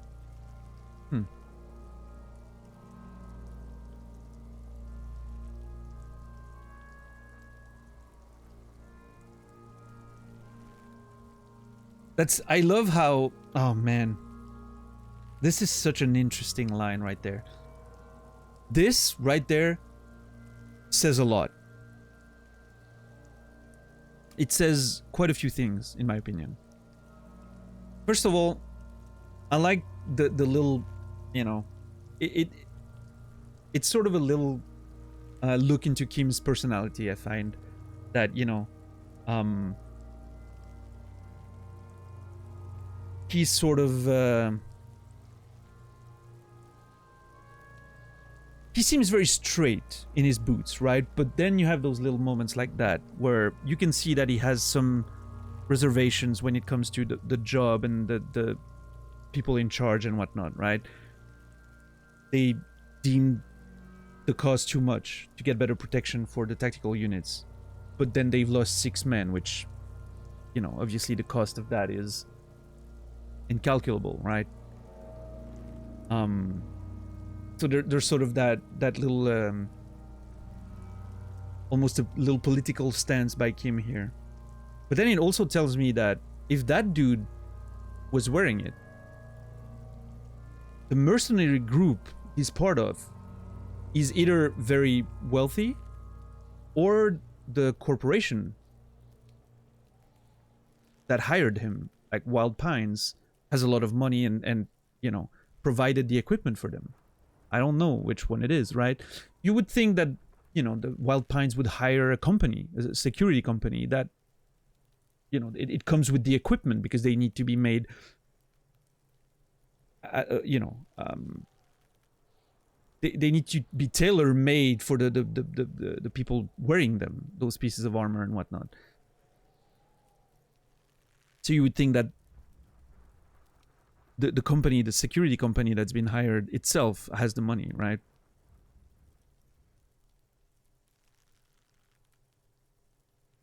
So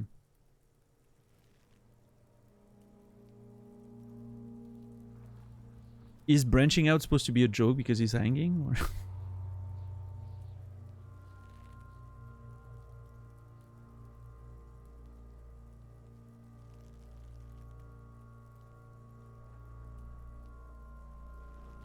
Pine?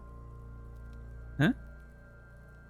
I was talking about Wild Pine, the corporation that owns and operates the harbor, of which I'm assuming this security guard was, you know, it was guarding. I know there's suspicion that the Union murdered that man, which means that this dude was protecting Wild Pine's property, right? Or whatever. At least that's what my suspicion as of right now, right? Obviously, I don't have a lot of information about the game, but that's what I seem to have picked up on. So again, either Wild Pine hired a very wealthy security company, very expensive security company that have a lot of great equipment, or they, you know, provided the equipment themselves. But armor with a massive Amazon logo on it. Hey, you know, if it keeps going this way, corporations are gonna need very efficient security. If it, you know, if society keeps collapsing and people eventually get enough, you know, and start trying to actually eat the rich.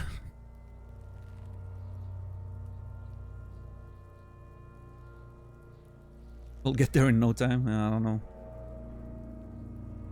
We're unfortunately very easy to distract with video games, movies, music, and whatnot, and TikToks, and, you know, private standing armies. Yeah. It's happened before in the past. It did. There were less distractions, though, which I think is a big factor, a huge factor, in fact. As long as they can keep most people doom scrolling on TikTok and Twitter and whatnot, nobody, you know, it's going to take a lot more to get to a revolution.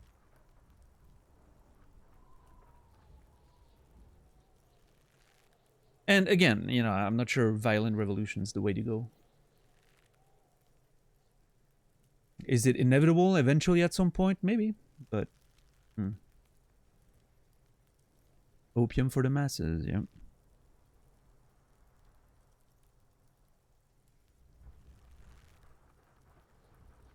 But yeah, I mean, it's always it's sort of, I don't know, I don't remember where I read that, and I don't know how much of it is true, but it appears that a lot of very, very, very wealthy people are already building themselves very advanced underground facilities for them to hide in when the world on the surface becomes impossible to live on anymore, right? They're already ready to go hide underground.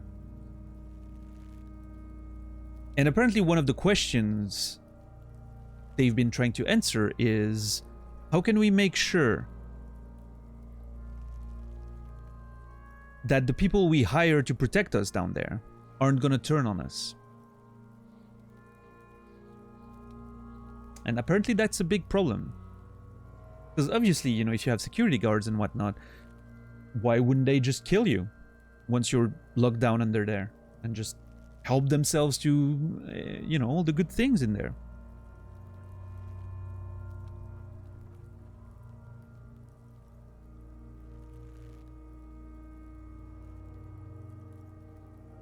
What's up, Zia? Can get video tours of them on YouTube.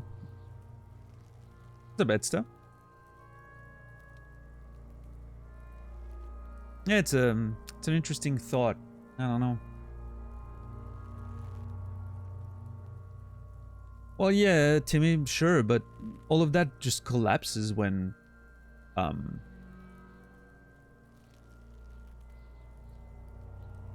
society collapses. All of that just disappears, right?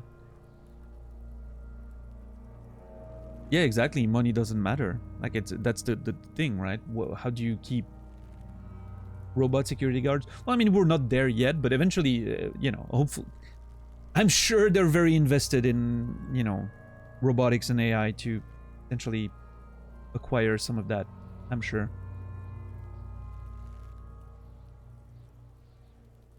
That was their concern during slavery.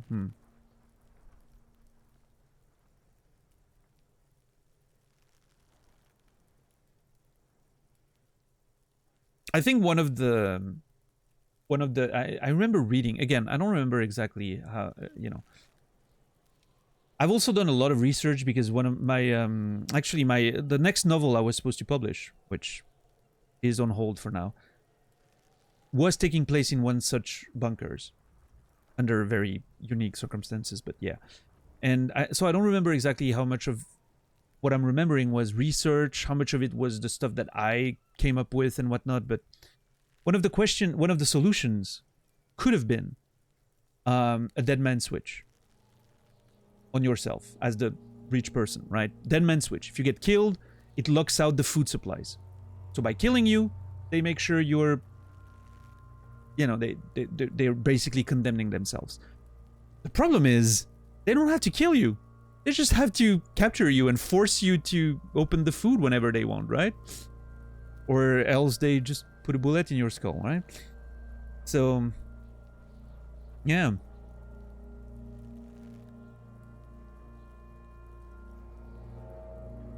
Which could be even worse than death, you know, depending on how you look at it, so.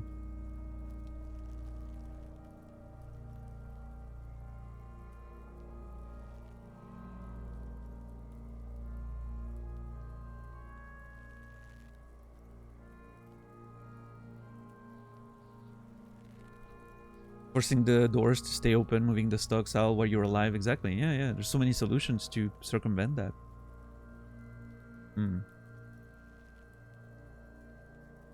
Yeah, I don't know. You know, I'm not a billionaire, so I don't have to worry about that. I won't be in one of those bunkers when that happens. I'll probably be dead by then, right? Hopefully, because otherwise it means that it's gonna happen sooner than later, which I'm hoping I'm not alive anymore when the society collapses to that point. But honestly, at the rate it's going, I don't think it's gonna take that much longer. And, you know, my life could... There's a chance I'm not even halfway through that fucking thing that is life, so...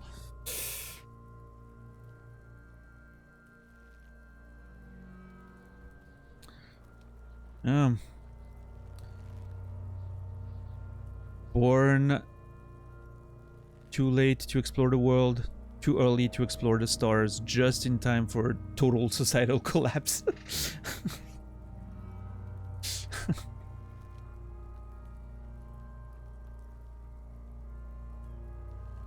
You may still come into wealth. Not sure about that. Hey, no one's safe from success, you know, but... I don't know, every day that passes I feel safer and safer.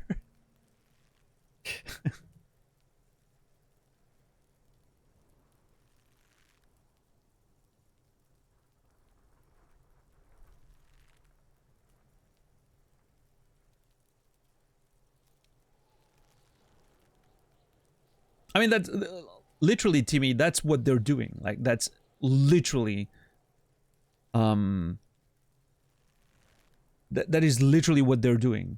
Like the, you know, Fallout vaults is pretty much the sort of underground facilities they're building now, except smaller. They don't care about getting too many people in there, just care about themselves. The authors of Disco Elysium were broke writers before this game. You never know. No, you're right. You're never safe from success. I'm definitely, hey, I've definitely got the broke writer step covered. I've got that one covered. I'm ready for the next step. And they also got screwed out of the game they made. True. Yeah.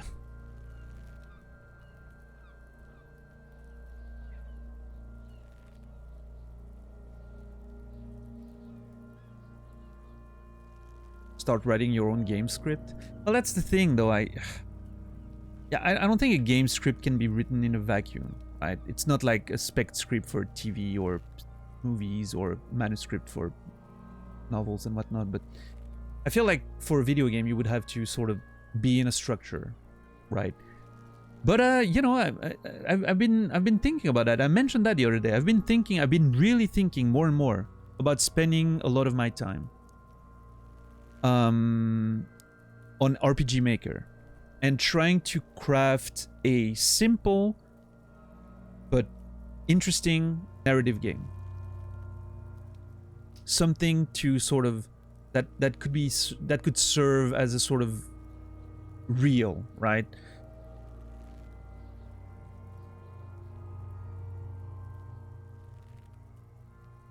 Maybe something, you know, like I don't know. I don't know exactly the kind of resources I could come up with and how much I could do by myself. Pretty sure I can take care of the music to some extent by myself. I have quite a bit of knowledge in creating music. Man, I wish I still had... I used to make music that was meant to sound like RPG music back in the day. Back in, you know, like early 2000s. And I had a couple tracks that I did that were so incredibly good, and I was so proud of them. And I lost them in a hard drive failure. And I'm always so sad that I lost those couple tracks because they were so freaking good. But yeah. Always remember Hollow Knight developed by 3 people. Yeah, well, you know, it's I don't have any I can make music, I can write, I can program whatever I need to program when it comes to RPG Maker. I've done that quite a bit back in the day. The only thing I'm not skilled at is the art part of it, right? The visual part of it. I have no knowledge of visual art and whatever, so. But, you know, it's not necessarily the most important, I think.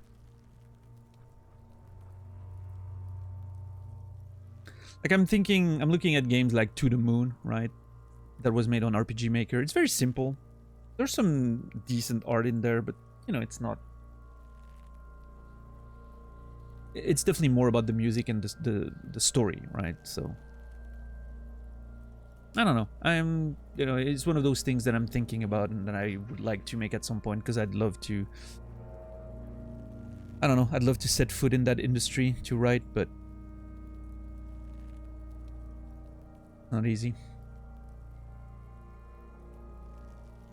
But yeah, anyway.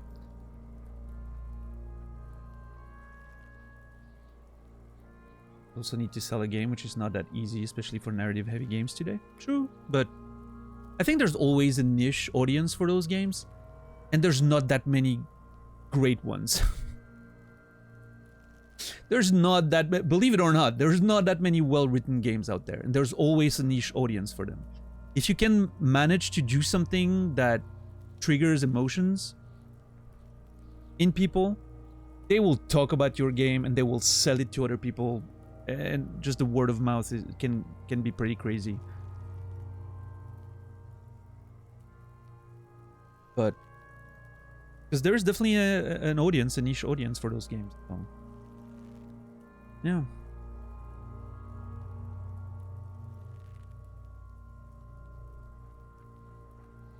Who knows? We'll see. Anyway. So how much are we talking about? For a full set, about 4 years of wages. Ooh. 4 years of wages for a set of armor that could be damaged. Everything. That is expensive.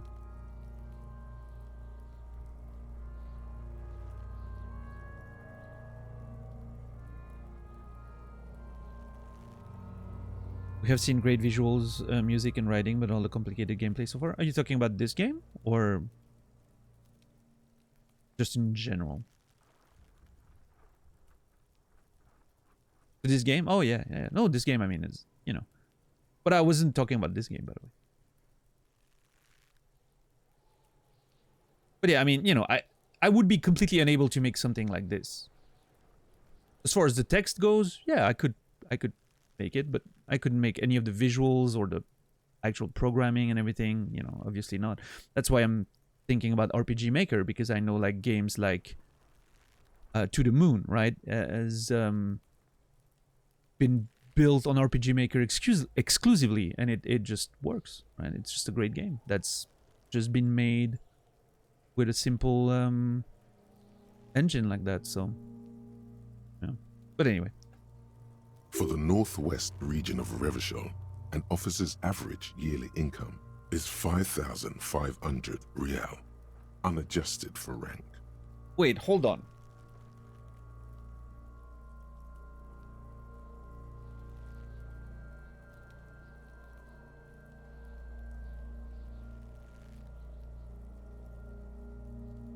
Okay, an officer's average yearly income is 5,500.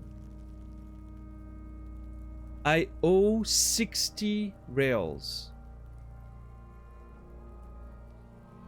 which would be roughly 1% of my yearly salary.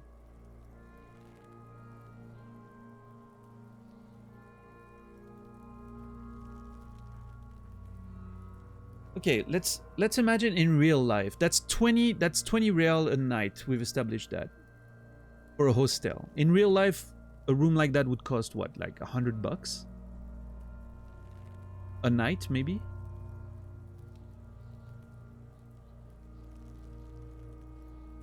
Maybe less. I mean, in Switzerland would be $100 a night, probably. So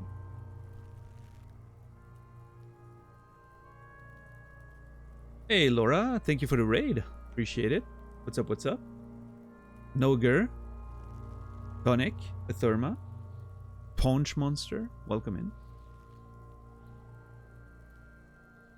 How are you doing today? What were you baking? What were you doing?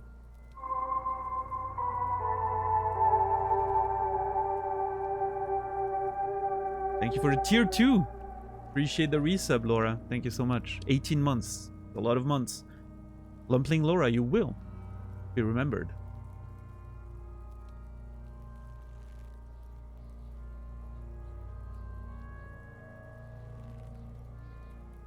Made a bunch of Christmas cookies.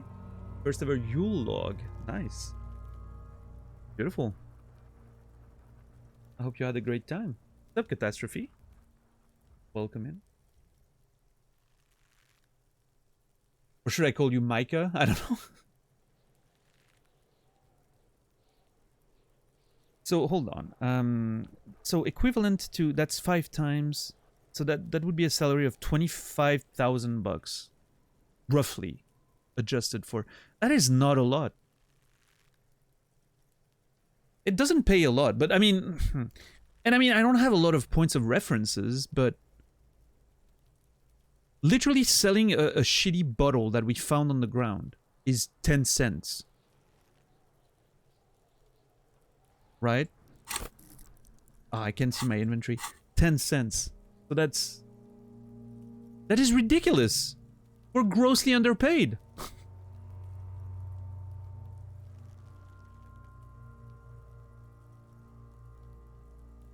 Micah works? Alright. Outrageous. I mean, I don't know. I'm just converting with the few information points we have, which is not a lot of information, but yeah. Wait, my yearly pay is 5,500 reals. Not too much, yes. Pathetic. I need to hustle more and hate less. Sounds punny, no wonder. Puny? Punny? Puny? Puny. No wonder I can pay my hostel bill. Or it's enough. No, it's not enough. Puny, yeah. Not everyone values public service like you. Yeah, I mean, sounds puny. No wonder I can pay my hostel bill. It's a sorry situation, I agree. I was hoping you would offer to help. But apparently Kim's generosity doesn't extend that far now. We'll see. Where's the rest of it? Scavenged by the locals? Piece by piece. He's been out here for 7 days. It would be odd if they didn't. With what salary? Well, I mean, maybe he's better with money than I am. Right, Ferdinand? So.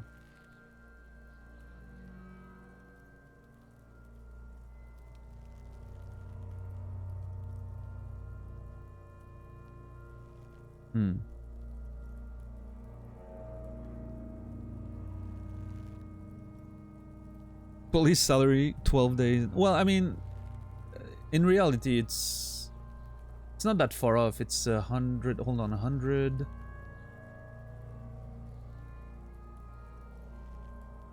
It's actually not so bad. You could almost spend a year living in the hotel if you only spend money on that. No food, nothing. You could almost spend a year living in the hostel.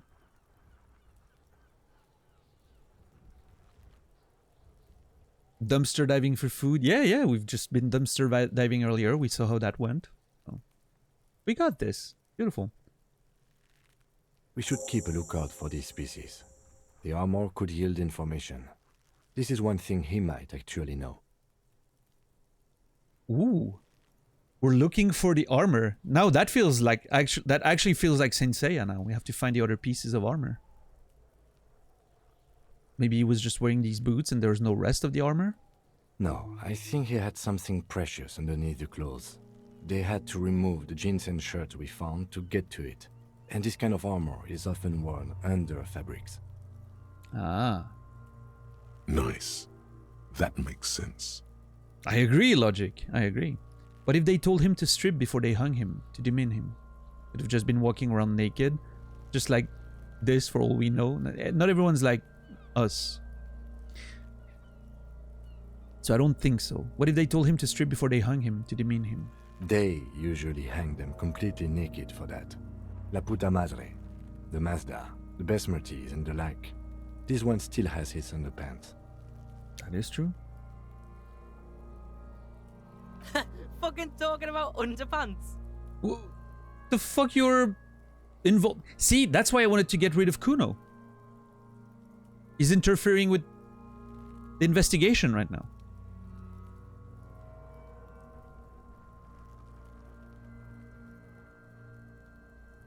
Clearly, Kuno would like to interject something here, but there's not enough for him to hold on to.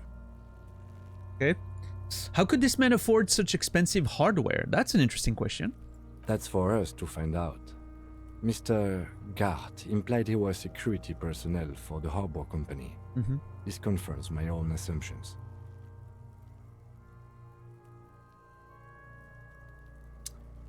These look pretty advanced for a security guard. I agree. This equipment is way beyond what a guard can afford. See, I was right. That's Hold on, for I us wanna- to find out. Yeah. Mr. Gart implied he was security personnel for the harbor company. Initial This report. confirms my... Just something I scraped together from my station. An area report on Martinez. I'm sure you did the same. He's not actually sure of that. He's just being tactful. Thank you, empathy. Yeah.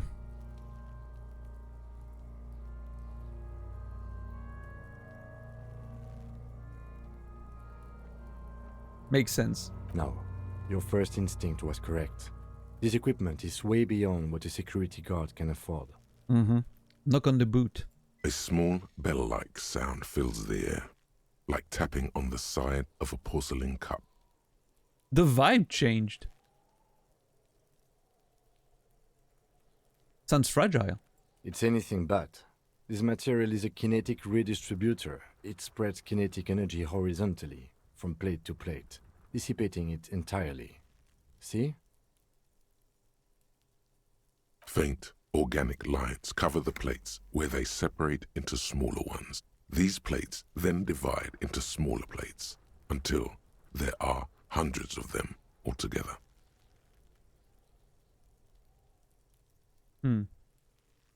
Like whirls of floorboards, the design looks organic, influenced by highly resistant wood materials, like lignum vitae and ebony perhaps. Lignum vitae and ebony, perhaps. I mean, I know ceramic is used in real life armor, right? Like you have those ceramic plates, and it's meant to disperse kinetic energy, just the same, right? But interesting. What does this remind me of? If trees were made of porcelain, this is what their cross-sections would look like. Interesting. Run your fingers over the line. The smooth, glossy surface fractures into ever more intricate interconnections, peaking on the right sabaton, where you notice. Ooh, we noticed something. The smooth, glossy surface fractures into ever more intricate interconnections, peaking on the right sabaton where you notice... The whorls are in the shape of a letter and number combination, E50, 100, 1000.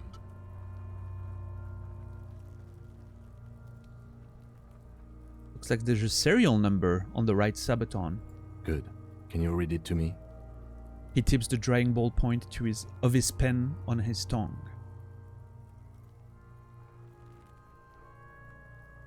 What's up, Friar? How are you today? Ceramics can be very strong. They can, yeah. It's most of my experience with that comes from Escape from Tarkov, right? You put those ceramic armor, which protects well, but is sort of fragile, if that makes sense, right? Like it's gonna protect you once, but then it's broken. As opposed to stuff like synthetic materials, right? What's up, Shinimas? Welcome in.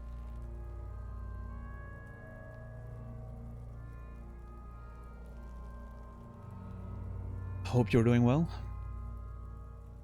please mind the rules, I'm assuming. I haven't seen your message, but...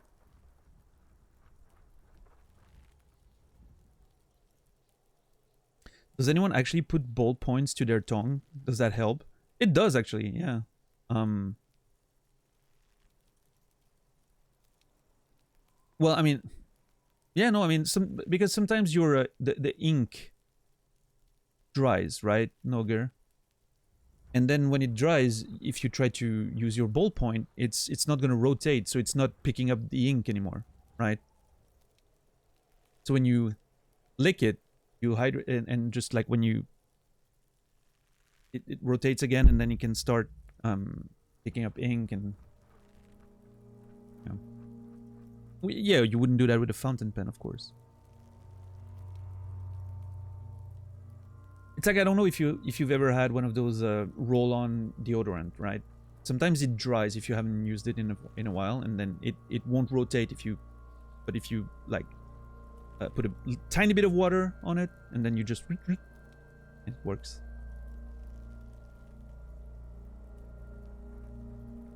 No, you don't lick the deodorant, Noger.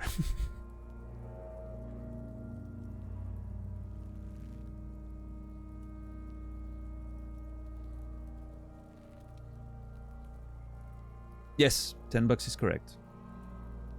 Talking about, you know, real life armor or protection stuff is fine, but let's not talk about the game's armor or compare it to the game's armor. If we talk about like real life stuff, that's fine, but that's the line, I guess.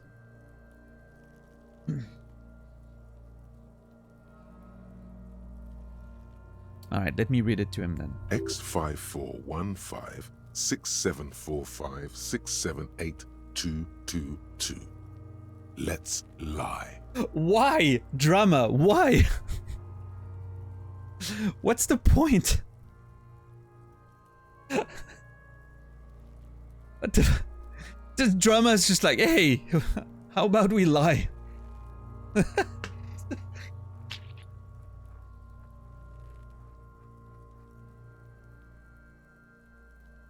Drama is my intrusive thoughts. Terrific thread.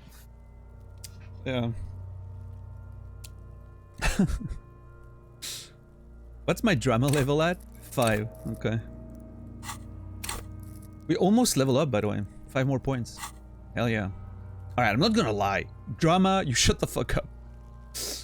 We have a make and a number. That's something. We can use the radio in my kinema when we're done. Either station can chase it for us. Nice. Pull the boot off. I think that's a terrible idea, but I'm gonna try. This feels dangerous. Are you sure?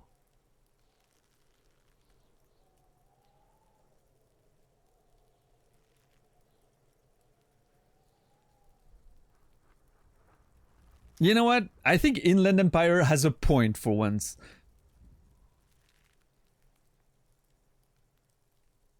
Why did I have to pick Inland Empire as my signature skill? I mean, I guess it's pretty funny. I like it.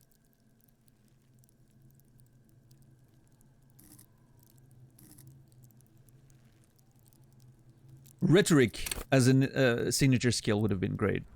I can see it. But I mean, each of these, like, even I can imagine a drama. A full drama playthrough. Can you imagine, like, the kind of shit you can pull? If you can lie about something like that, like, just... I'm just imagining the kind of shit you could get into. It has to be hilarious.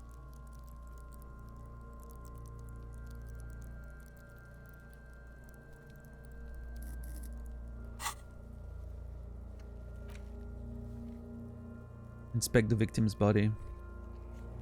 Okay. Where's the rest of the armor? Yep. Run the armor's number. Cool. Oh man, do I try or not?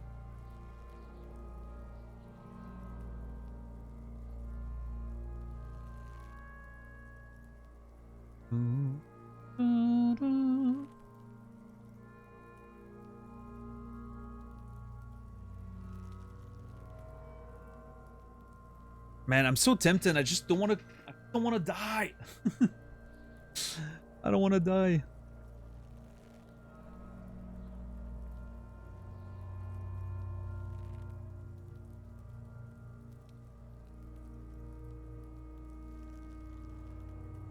So, what's the worst that could happen?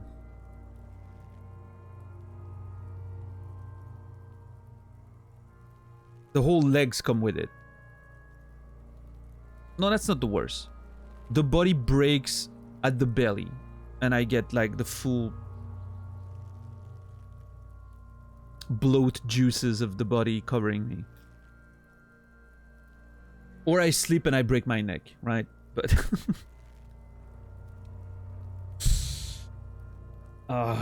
what's up, J-Bong?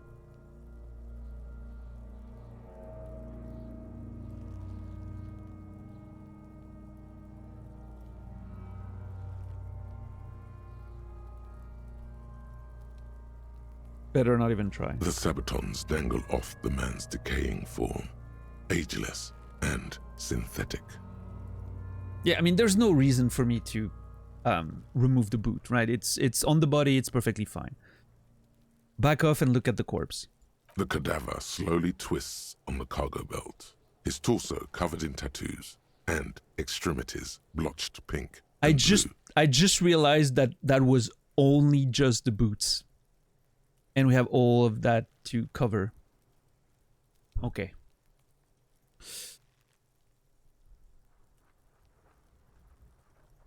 Inspect the belt. The hangman's knot is pulled tight by the weight of the corpse below. Yellow, hard-edged polyester cuts into his neck. Above, a sliding buckle ties the belt to the branch.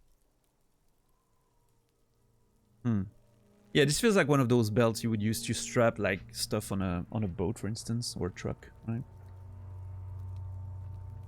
Playing this game for the next 5 years, yeah. Out of curiosity, Emmy, how long did it take you to reach sort of this point? Were you there in the first stream? I'm assuming you were there in your first stream, right?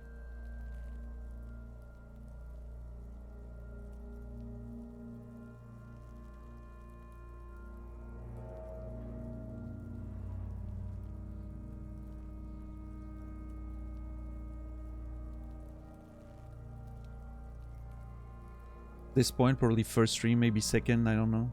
Would have to rewatch.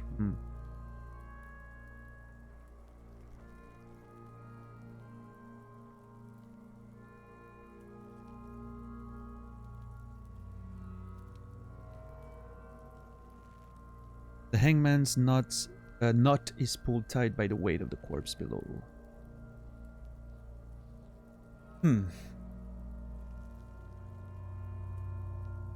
Been a long time reading each stat.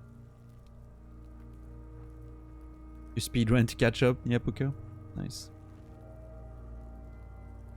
I mean, I did read each stat as well, so... That only took about, what, an hour? Yeah. I didn't realize those were tattoos at first. I thought it was like a t-shirt, but... Sense now.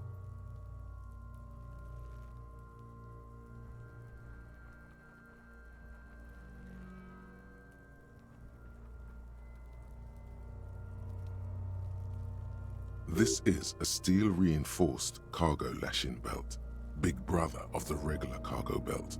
It's used for tying cargo under 6-rotor airships.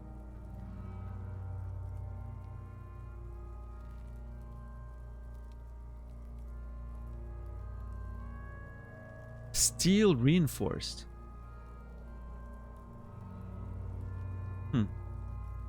Don't ask me how I know, but this is a lashing belt used for airlifting cargo. Airlifting? I thought it was used on lorries for strapping cargo to them. Apparently this is the reinforced kind for air transport. My brain tells me so.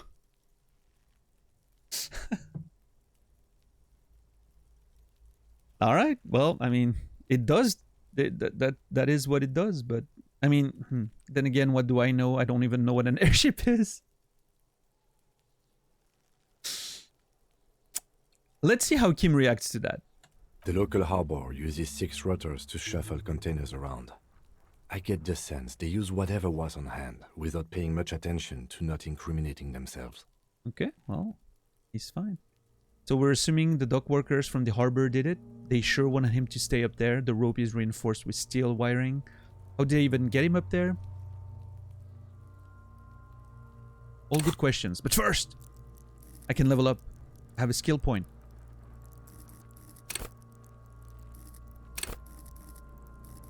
Okay, so we put a point in Shivers, we put a point in Perception. Is there any other skill that is very low that I would like to sort of make sure I have a minimum? Compensate a bit for my weaknesses. Endurance, of course, was one of the ones that I was thinking of. Having an extra HP could, you know, allow for a little more freedom here and there.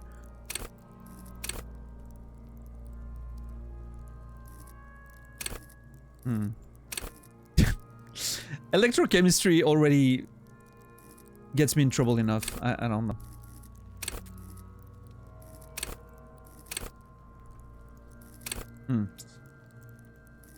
Helps you not to die in a fan to a fan 5 times in a row. Yeah. First stream, I mean. Okay. That makes sense. Or I can push some of my favorites up there, like rhetoric. Would be nice. Empathy is amazing as well. More Inland Empire, of course. Suggestion could always be nice. Volition, logic.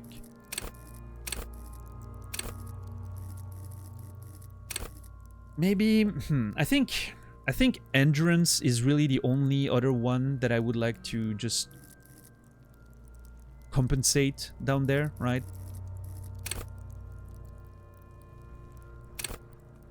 I mean, Half-Life could be interesting, but I think if I ever get the option to, you know, like endurance to upgrade it a bit more, I would like to upgrade a bit more Shivers, maybe a bit more Perception.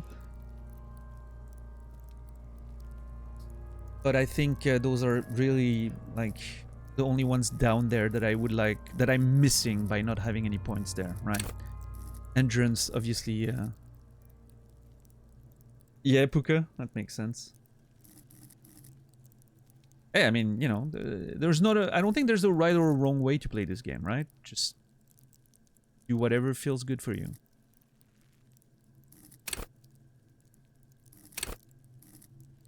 Leveling HP was... Well, okay, Panda. The problem is, if I have healing items readily available, it's fine. Because I can heal whenever I lose my only HP. The problem is, I don't have an healing item anymore because I lost the one I had, and I don't know how accessible they are, right? So I need to having an extra point could allow me a few mistakes without dying too much and breaking immersion too much by dying over and over. But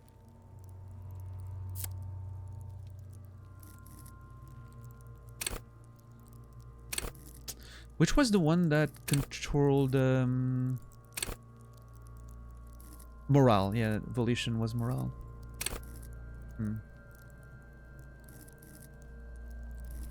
1 HP in a dream. Yep, that's what we're doing right now for sure. I really want to put points in empathy though.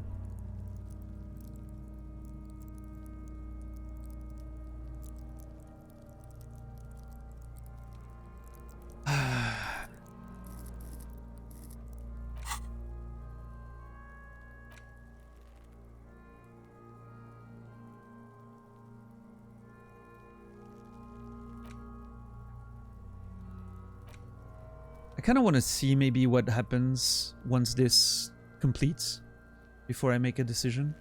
You never know. Maybe, I don't know, maybe it's going to unlock something like Shivers, or I don't think so, but who knows, right?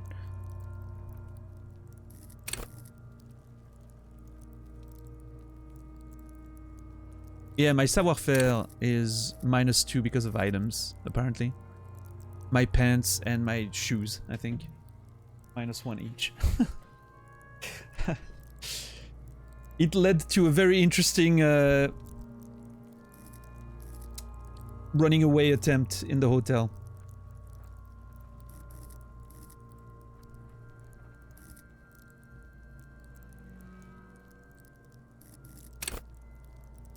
Yeah, you know what? I'll level up later. Let's see.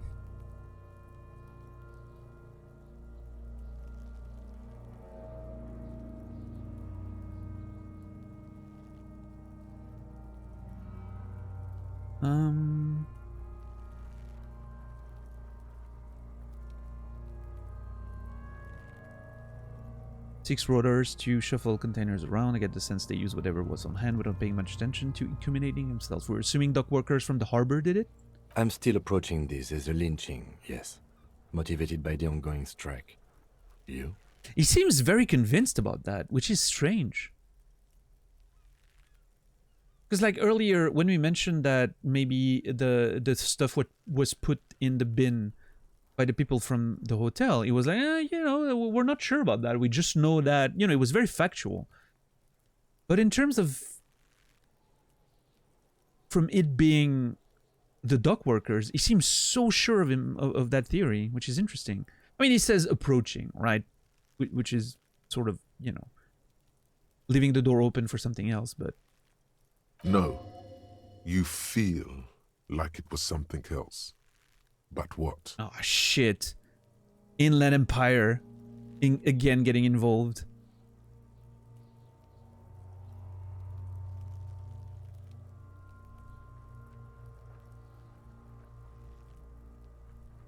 I feel like it was something else. I'm gonna share my opinion. I also think it's, you know,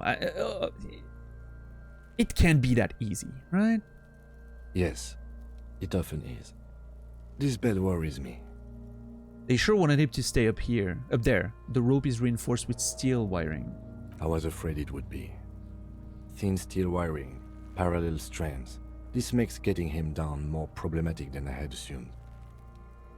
How did they even get him up there? A noose is one of those things that's easier to use one way around. He points to the buckle tying the belt to the branch above. Did they climb using the kid's ladder? Point to the other side of the tree. That ladder can't carry a grown man. I didn't see any splintering either, did you? I think they lassoed the branch, then pulled on the belt to close the buckle. Yeah.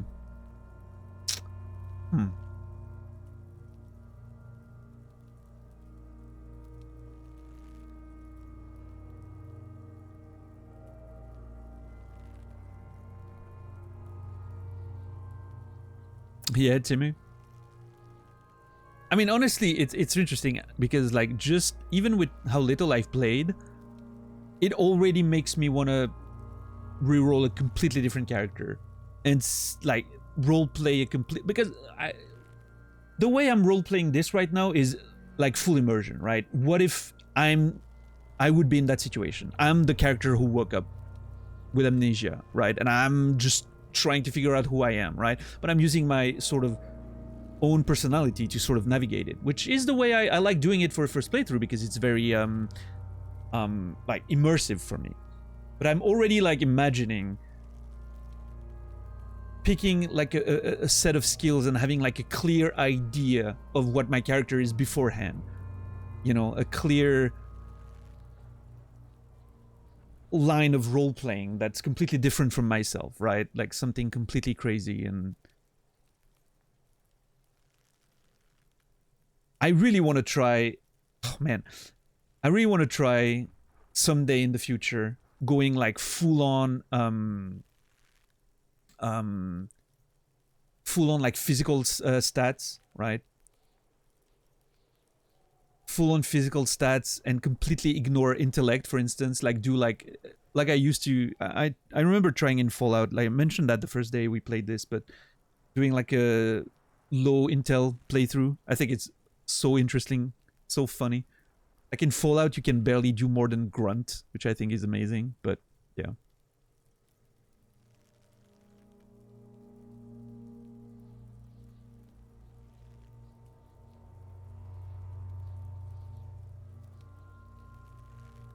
Yeah, I don't know, Timmy. I think one day I'd like to do like full physical, you know, one day in the far future. just for my own personal interest.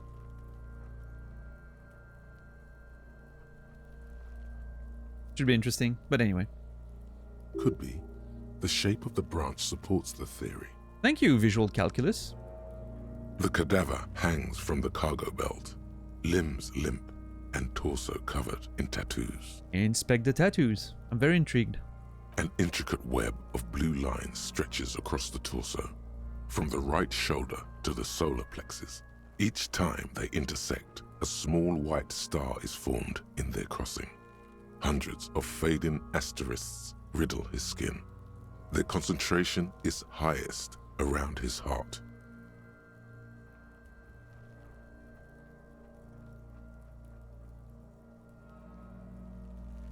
Blue lines. They look black to me, but okay. Blue lines across the torso from the right shoulder to the solar plexus. Each time they intersect, a small white star is formed in their crossing.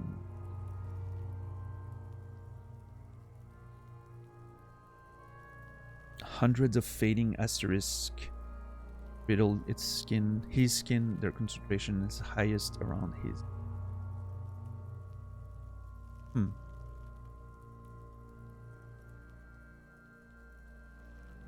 Yeah, Puka, nice. Hope you're gonna have fun with that. His corpse is marked by stars. His corpse is marked by stars. What a weird sentence. What will mine be marked by? Alcohol and heartbreak. Wow. Thanks.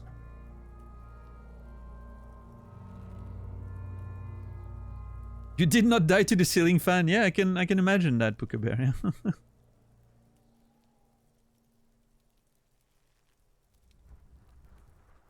Is this a map of the night sky? Is this a microelectronic system? Is this a national pattern?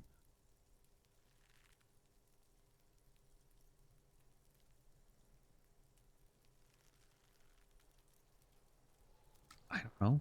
A map of the night sky? A map of the stars. I do see some similarity to astronomical charts. Great Century Messinian, maybe. But this seems more particular. Customized somehow. Encyclopedia? As if someone left Nope. out most of the night sky, filtering it through personal choice. The principle of this filter remains unknown to you. The thought dissipates, and you feel as though you were only half right. Man, this is so mysterious. It's there's something off in this game, and I can't figure out what it is. There's something off. Like, I feel manipulated by the game in a weird way that I've never really felt in a video game before.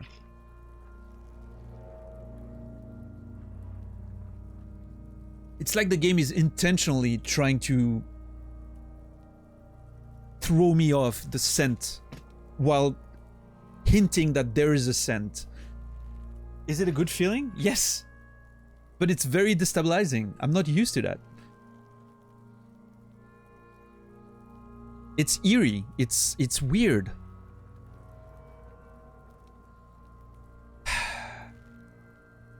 What's up, Chris Link?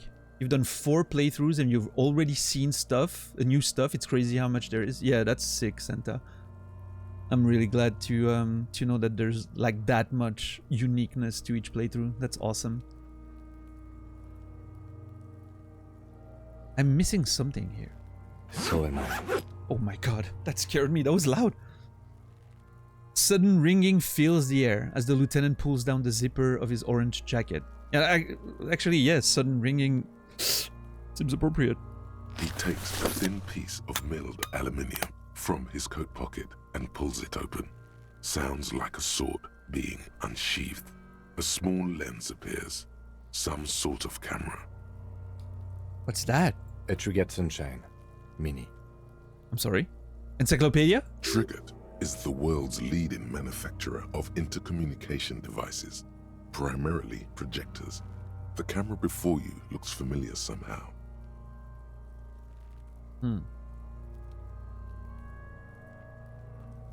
Interesting. You know, actually, I've been thinking. It reminds me a little bit of.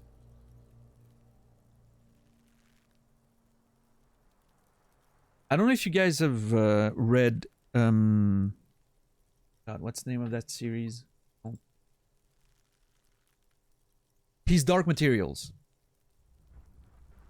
I don't know if you guys read His Dark Materials by Philip Pullman.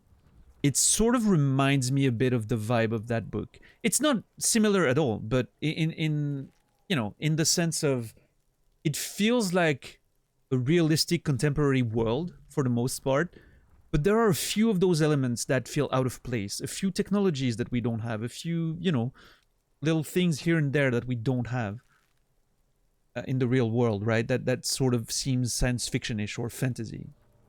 Is that good? It's pretty great, yeah. It's, you know, it's...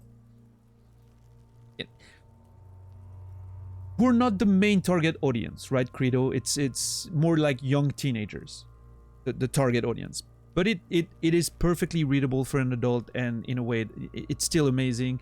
And you pick up on things as an adult as you wouldn't when you're younger, so... Yeah. I would highly recommend it. It's awesome. I think it's one of the best... You know,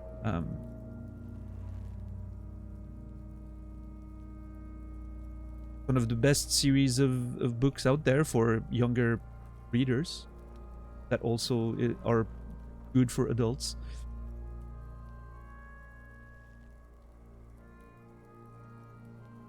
Yeah. Actually, just thinking about it makes me want to read them again. They're so good. Anyway, continue. Shit, Kuno! What the fuck is that? Oh my god, I always forget they're there. An instant color camera. He produces two metal-capped ampoules and clicks them into place on the side of the apparatus. A thin sludge shines there. This is the first time he openly acknowledges the kid's existence. Oh yeah? Interesting. Why is that significant though? I have only 2 ampoules, so nobody move. I don't want to waste one. Points the camera at the corpse, peering into it. The lens needs adjusting. And then... A sound. Oh A shrill my... flash, followed by the breaking of a small ampoule of glass. You see streams of color pour onto the thick, glossy piece of paper, rolling out. That actually blinded me for a second there. Holy jeez.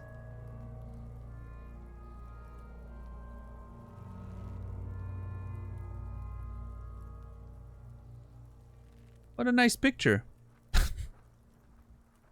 Get flashbang, nerd. Yeah. So cool. In case we need it. The lieutenant says and shakes the paper, letting it dry in the cool wind. On it, a color perfect copy of the dead man's tattooed chest. Basically a Polaroid, right? But yeah. Cool machine. What do we need this photo for? I mean, it's evidence for a case, like what... Yeah.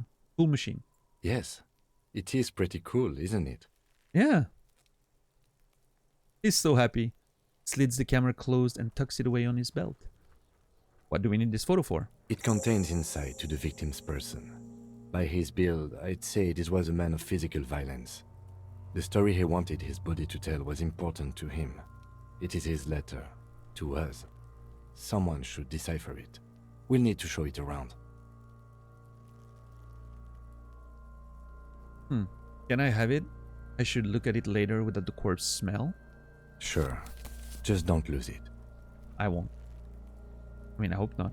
He hands you the piece of rolled up photo paper. It's no larger than a pack of cigarettes. The glassy-eyed corpse looks by, his mouth mute and his skin as colorful as the chemical rainbow on the photo paper, teeming with opportunistic organisms. It's crazy. Like, every time the description is different. It's insane. Like, you don't have to do that, right? You don't have to just have a different description every time you come back to the fucking body, right? But they do. It's unreal. Ask around about the tattoo's possible meaning. Who would know that, though? I don't know.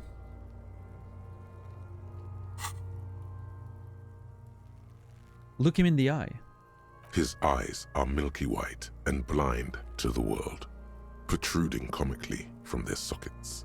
There is no one home, just subaquatic terrors there.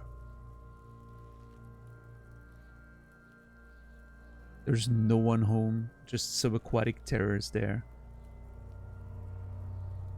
What an interesting way to describe this.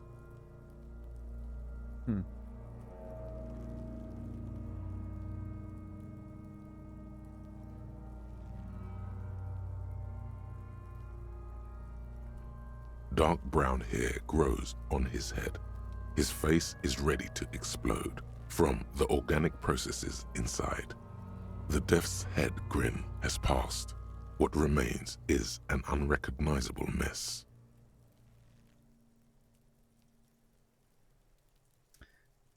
Inland Empire, I'm assuming? Underneath the curdled meat there is an expression, not carried on his features, but below, inside, an expression of pleasure. This man was experiencing joy at the moment of his death. What?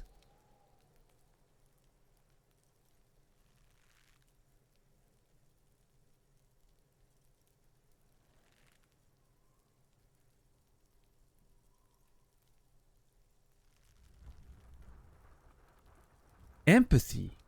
Interesting. This man enjoyed the moment of his death. Or Inland Empire. 82%. Obviously, our signature skill. We need an 11 and we have a base 7. Oh, brother. Huh.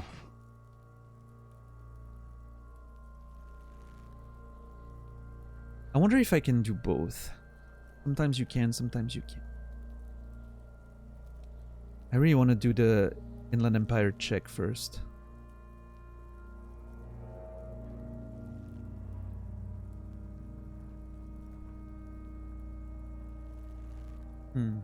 I have not read I've not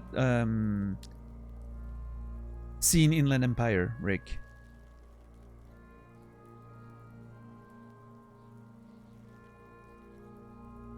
It's the only David Lynch I haven't watched yet. I don't know why. I've been waiting on it. It's the last one he made too. You know, I sort of I don't know.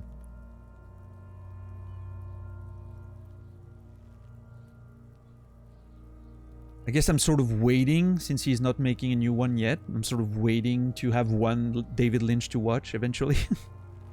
Like Tarantino, you know. I haven't watched his recent ones because I'm worried he's not going to make more. Because he said he was not going to make that many, right? So...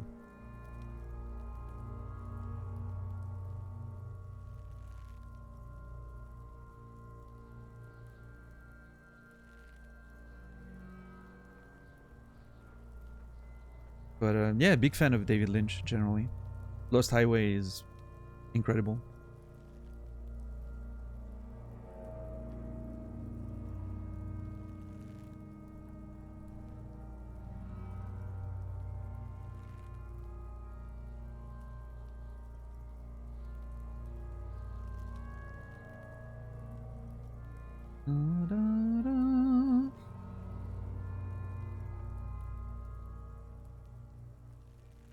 Yeah, Credo for sure. The soundtrack was incredible. Now I feel dumb because when I made that statement, I was actually thinking of Lost Highway. Okay. Yeah, Lost Highway's soundtrack. That actually, when I first watched the movie, was because of the soundtrack, because the Smashing Pumpkins had a track on there. And I was like, hell yeah, I'm gonna watch it. And so, yeah.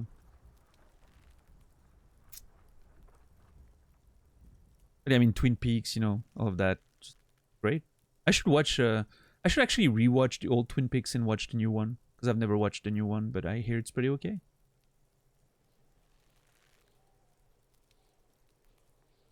Yes, absolutely. Thank you, Rico. No, absolutely no sort of information, Murky, whatsoever.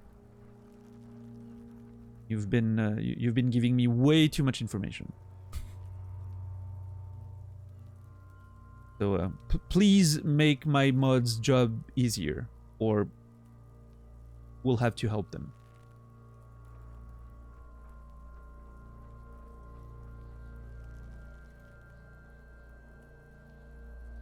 Mulholland Drive. Yeah, Mulholland Drive was great. Yeah.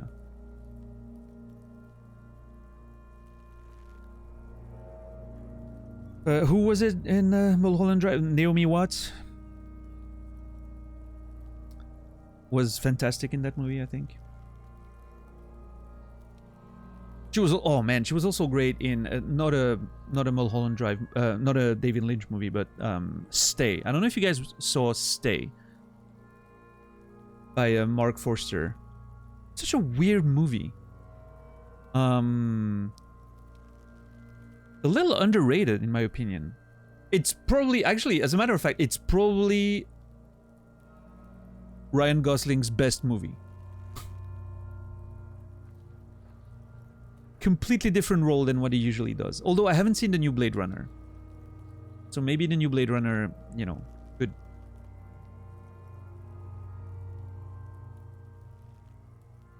compete for that, but yes, Stay was amazing. If you haven't seen Stay by Mark Forster, highly recommend. Naomi Watts, Ryan Gosling, Obi-Wan Kenobi, what's his name? Ewan McGregor. I don't know how you pronounce his name, but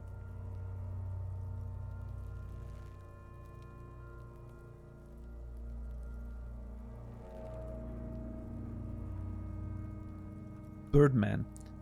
Birdman's with Michael Keaton, right? Or am I confused? Ewan McGregor? Yeah, that makes sense, actually.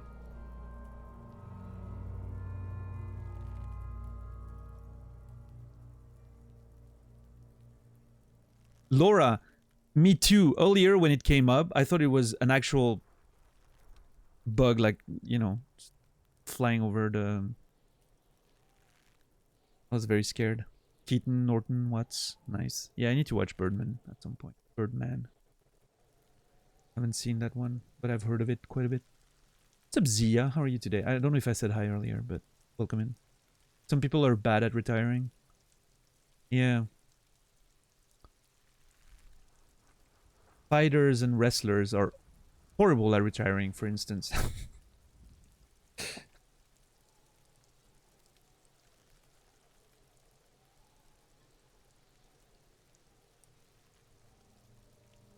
And a very young Emma Stone in Birdman?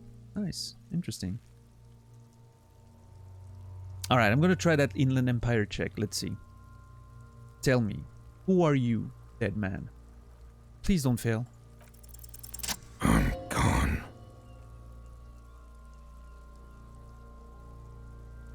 Am I actually... Hold on. I hate you, you stink, and you're boring. Hold on. Where have you gone? I can see you're gone, but who are you? What is happening? I hate you, you stink, and you're boring. Why were you feeling pleasure when you died, or enough? Oh my god. I'm like... Is this actually happening, or is it just my imagination?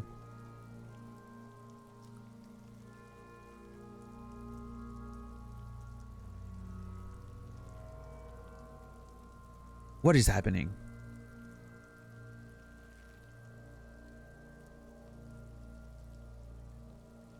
What do you mean? I'm talking to you. It's the power of your... Black frothy liquid starts bubbling on his lips. imagination. Alright. Yeah, man! Don't be crazy! Inanimate objects and dead people can't really talk to you! Your wild imagination is doing this. Ask some more of those questions you love so much. Alright, necktie. He loves those. Oh my god.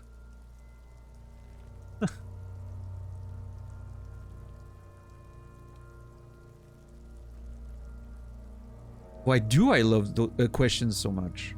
Because you're a copperoonie. Look at all of them go. Do you want more questions?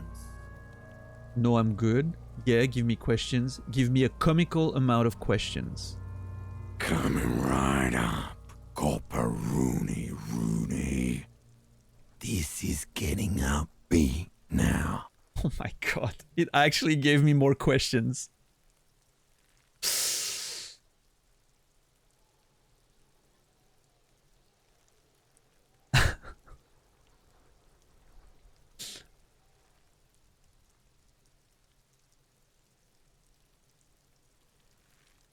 Wait, is my name Rooney? Fuck no. You're no Rooney. Rooney is obviously not who I am. Between you and me, your name is probably Harry. HDB? Harry?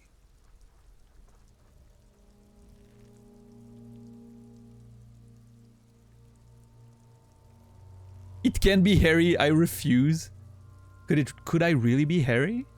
I feel like I've been getting a lot of Harry lately.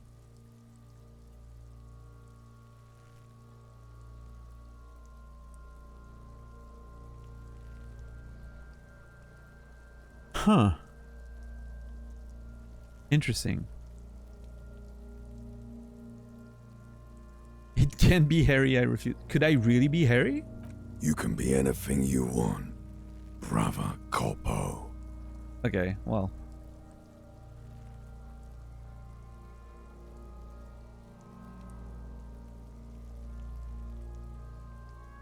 Can you ask me a question? Sure, Lobo.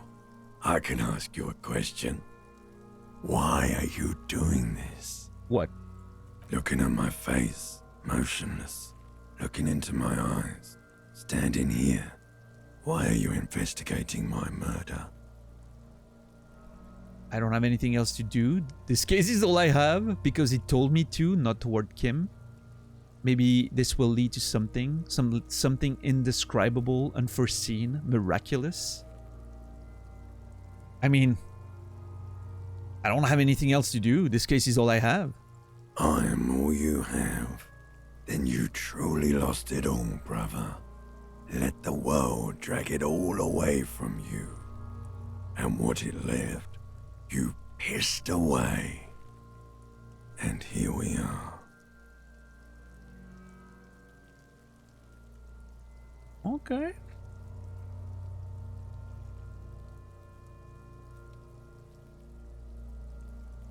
Huh.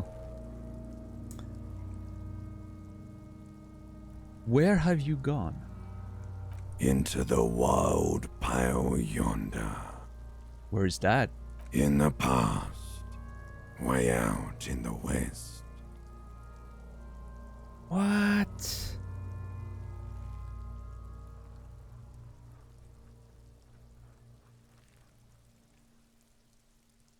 In the past, wait.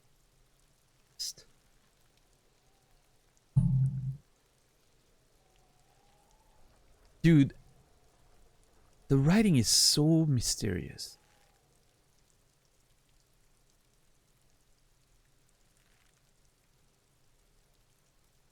Past, way out west.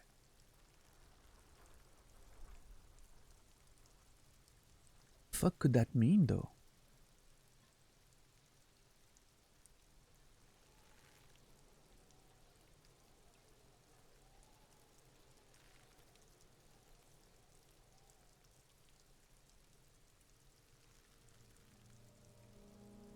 Yeah, anxious.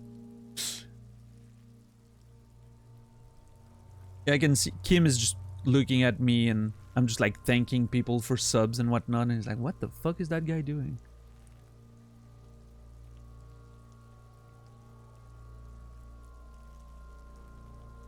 Like, I'm telling you, Twitch chat is actually canon in this story. It's part of my imagination. That would be in character, yeah. It's actually canon.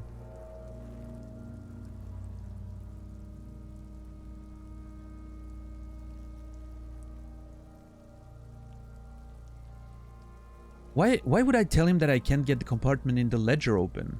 I mean, I'm going to ask, but I don't know why he would know anything about that. The blue heart.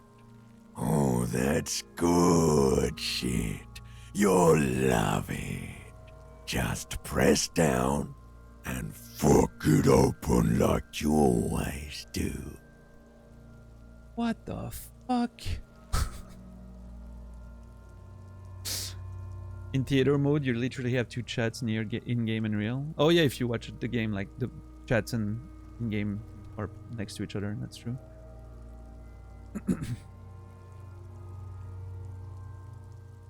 Okay. Fuck it on.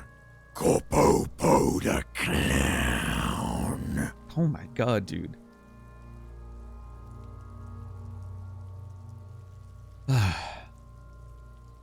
I can see you're gone, but who are you? I'm a joke. Look at me. There's nothing funny about you, or you are now, but who were you when you were alive? Yeah, you are now, but who were you when you were alive? A killer. A motherfucker. And a killer. I have another question for you. Go ahead, Cobo. Why do I feel like I've forgotten something terrible? No, wait, who killed you? Love did me in, brother Cobo. It was love all along.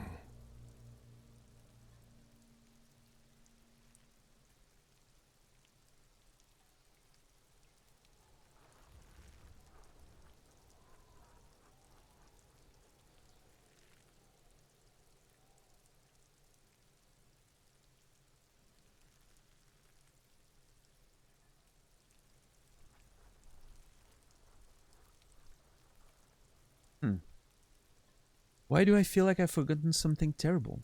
Because you have. Oh, thanks.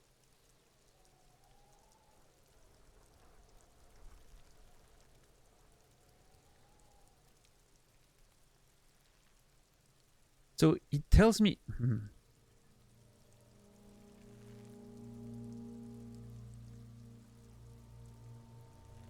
Where have you gone into the wild pale yonder?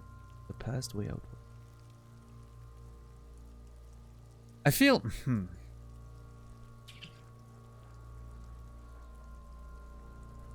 What's up, Malichaz? How are you doing today?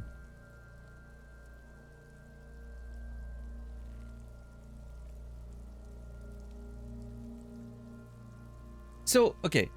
Obviously, as far as I can tell, I'm not actually having a conversation with a dead body. This is all Inland Empire stuff. This is me imagining this conversation. Meaning it's a figment of my subconscious. Meaning most of this is projection. Right? When he says, I'm a joke, right? I feel almost like I'm talking about myself. He knows how to open the compartment. Or at least he has an opinion on it. You truly lost it all. You let the war drag it all away and you pissed it away. Here we are, right? It feels like that's pure projection. So if that's the case, the line that really has me like worried is this one. Were you a killer?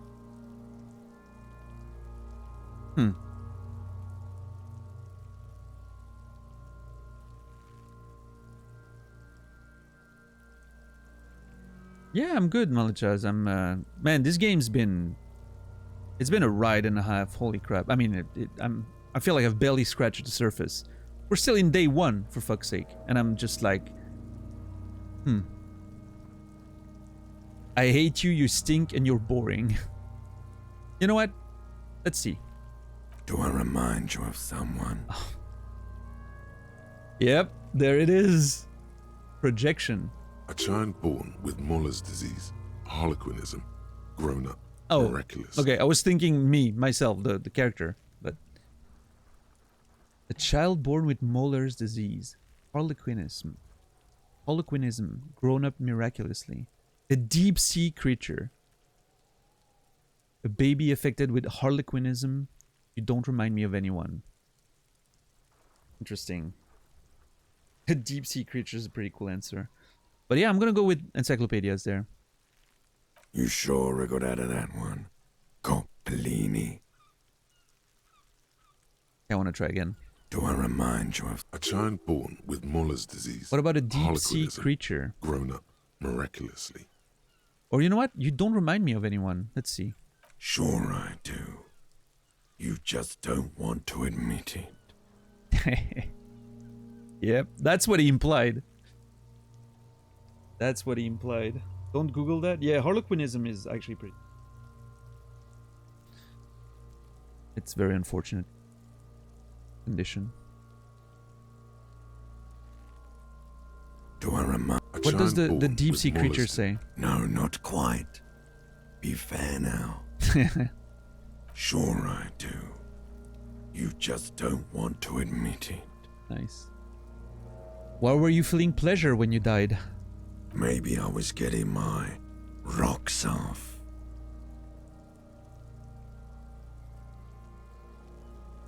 Do you have to speak like that? What dialect is that?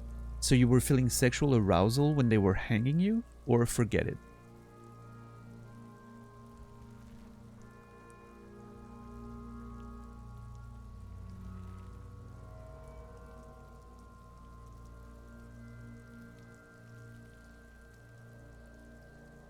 Do you have to speak like that? What dialect is that anyway? It's a mishmash, Coppabolo. You think I'm Messinian, don't you? For you, this is how people from Messina speak like. I'm not even sure what Messina is. Well, I'm not from Messina, am I? My hair is too light a shade of brown. Trust your inner racist. I always trust my inner racist. It shows me the score. What the hell? What are you, racist now too? You think I am. You think I was a racist because this lump looks military and has tattoos. That's called profiling. Sure. Were you feeling sexual arousal when they were hanging you? Do I look like an erotic auto-asphyxiation type to you? I don't know. Yes, no, maybe. I know what it is, so I don't have to ask, but... I mean...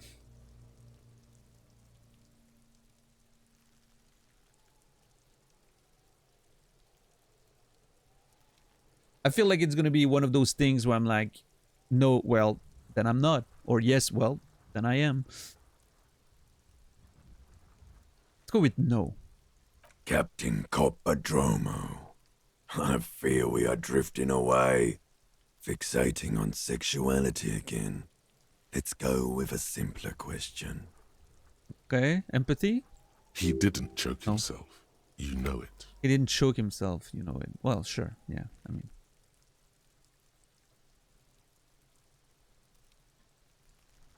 Enough.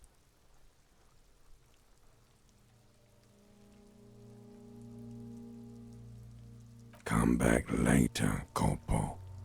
Amuse yourself with my frank manners and my memento mori features. If possible, also, see me in your dreams. Very different text and voiceover there.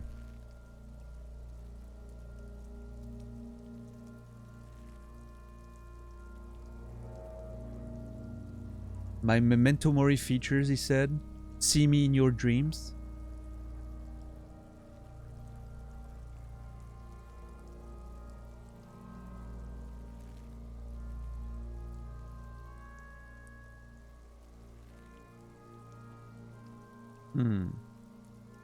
Squint and take a step back.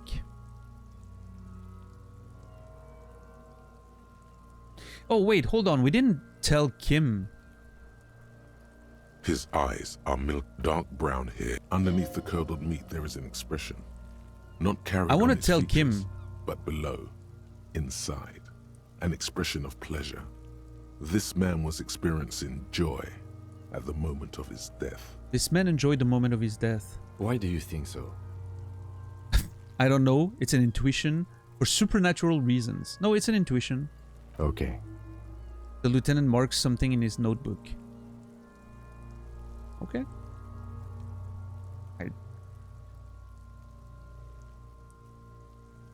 I feel like Kim's notebook is going to be full of observation on me almost as much as the case corpse itself. Looks right through you as you distance yourself from its stench.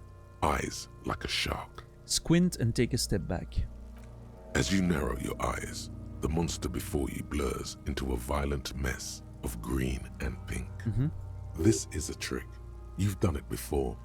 Pink is where the blood settled in the first hours post-mortem. You can use it to see if the corpse has been tampered with. Does his position at the time of death match the discoloration? Oh, interesting. Observe. Only the lower extremities are pink with a dash of blue. His fatted hands, thighs, and his neck, just above the noose. The rest of the corpse appears dark green in the cold spring air. His face and hands are pink, thighs too. I see it. His neck too. The lividity goes right up his chin. We have good, well-pronounced discoloration here. Relax your eyes. The monster comes back into focus, an explosion of color, coursing with dark marbled veins. His stomach appears pregnant with something. Black liquid streams down his thigh and onto his boot. Well, So, what do you think? I think he's dead. I think it was up right after death. His hands, feet, and neck are discolored.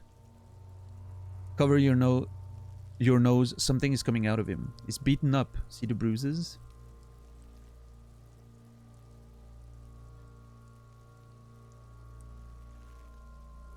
I think he's dead is a very interesting answer.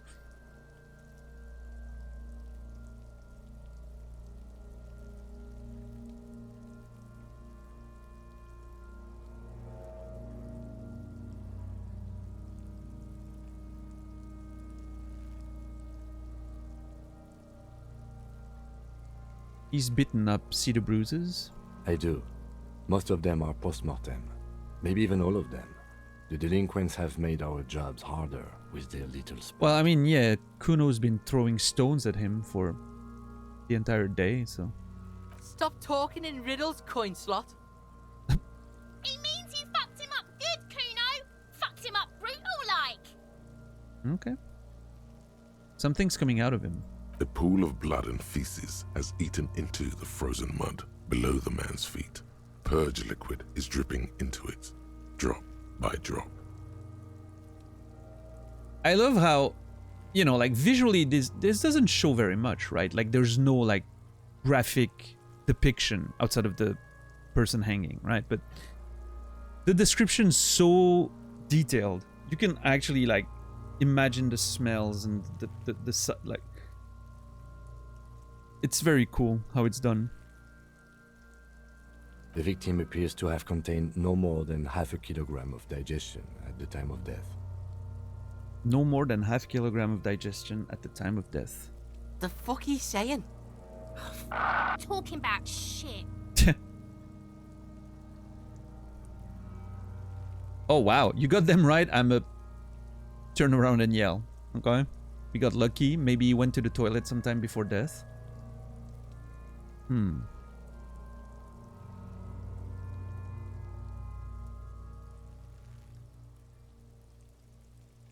Yeah. Maybe. He doesn't really want to dwell on it too long. Okay. I think he's dead. I agree. There are crow's feet in his eyes. He's laughing silently. Yeah, we got to Kim. Nice. His personality is no longer a part of the world.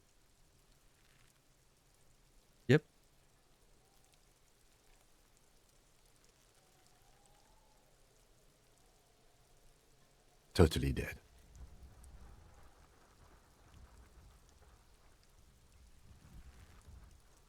The world no longer stores its personality in its composition. There was a time for that, and it ended 7 days ago. That is one wild way to say that someone's dead. Yeah, Fiordon, me too. Like, sometimes I realize that for, you know, a long period of time, I'm just looking at the text here in the chat, and I'm completely not looking at the art itself, right? Like, I'm in my imagination, so to speak. Like, it's funny because we haven't seen... We haven't really seen the inside of the container. We haven't really seen the camera. We haven't really seen the boots and the serial code on them. We haven't really seen the ledger and the detail of the pages and everything.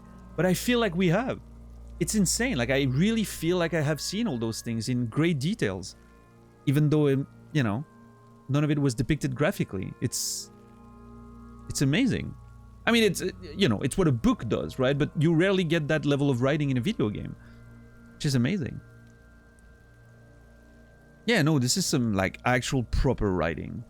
And it, you know, different games call for different writing styles, right? But for a game like this, they've nailed exactly what they needed to, and that's awesome.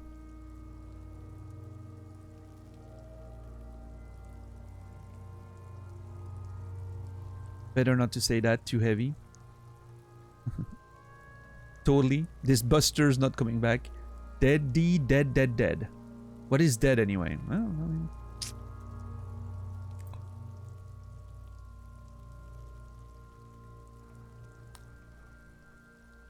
Totally dead. Totally.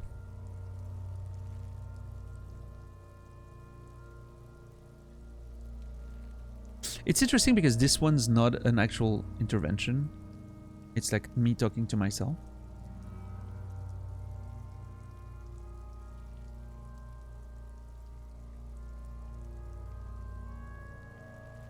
Yeah, I'm not sure, Warren.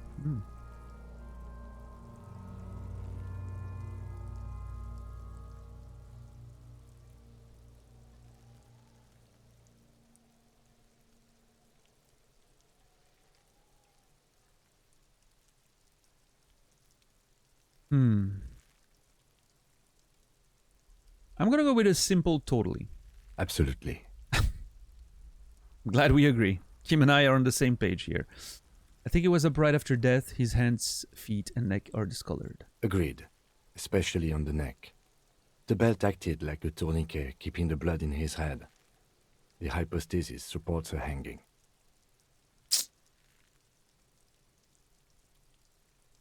Seems like a lynching to me. Could it still be he was moved after death? Question mark. There's always a chance. We should check for ligament marks on his neck to see if they're in tune with the belt. We'll have to get him down first. Back off and catch your breath. But there is no breath to catch. Only the cadaver filling the air and your nostrils. He slowly rotates before you, decomposing. Incredible. So how do we get him down? Very nice transition. Are you sure we finished the preliminary examination of the cadaver? We might miss some of these things once he's done. Step back and have another look first. The cadaver slowly twists on the cargo belt, his torso covered in tattoos, and extremities blotched pink. I have and blue. something I need to know, corpse man. Of course. Okay, enough. Come back later, Corpo. Yeah. Amuse yourself. Oh, that's with the my one I had frank before. manners and my memento mori features. If possible, also, see me in your dreams. Yep, preliminary examination is done. Let's get him down from here. The steel reinforced belt presents Nice. a unique challenge. I brought chain cutters, but I don't see a good angle of approach to the belt. Yeah. Oh my god. If we have to climb this shit. Oh boy. Oh boy. Continue. He doesn't actually think the challenge is unique. He thinks it's frustrating, annoying, and harder than he thought. The cadaver is a good 1.2 meters up. Neither one of us can reach the belt without assistance. And even if we do, there's the question of cutting the airship strength material. Maybe we should shoot him down? Oh my god. Yeah, let's not do that. Can someone else do it? We could saw the branch, yeah. Seems like a lot of hassle, let's not do it. Maybe we can ask for help. I'm out of ideas, let's have another look at him.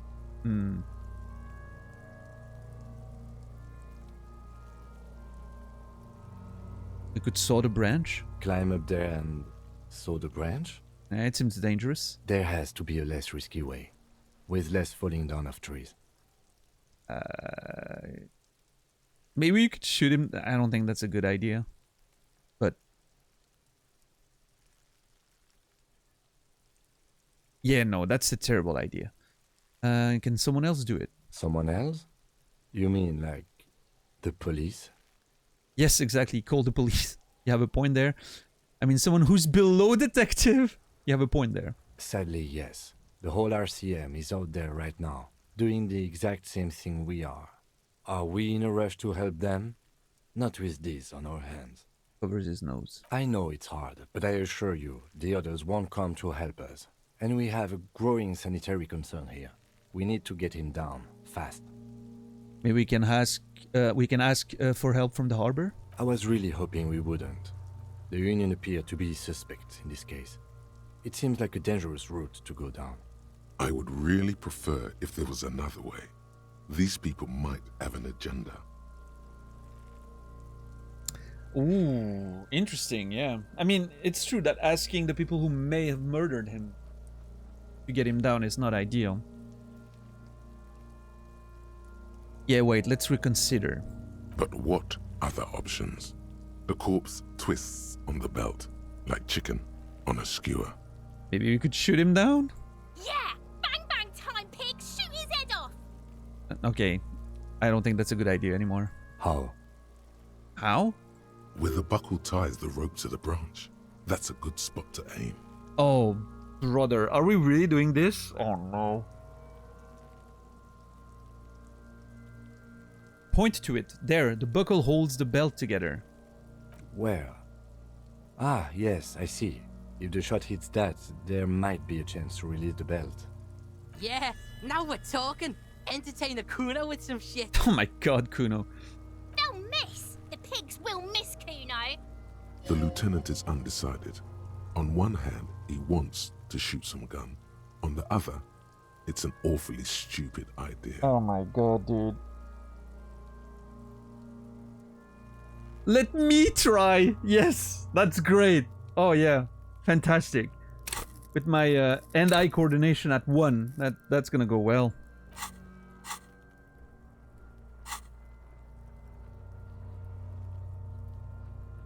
Say nothing, let him choose. Take the shot, Lieutenant. What's the worst thing that could happen? Well, yeah, what's the worst that could happen? Discharging a gun in the middle of a city, right? Actually, don't. It has bad idea written all over it. Say nothing, let him choose.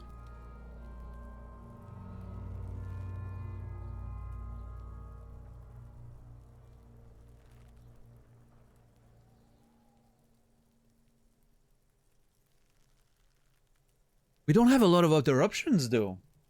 It's that or the fucking nerds, the dock work. Sorry, the dock workers, right?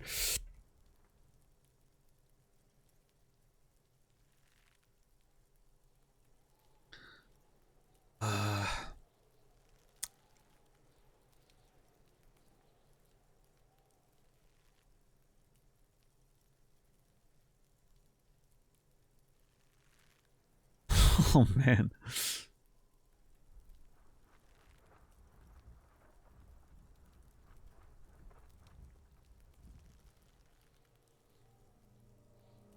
Suggestion thinks it's a stupid idea.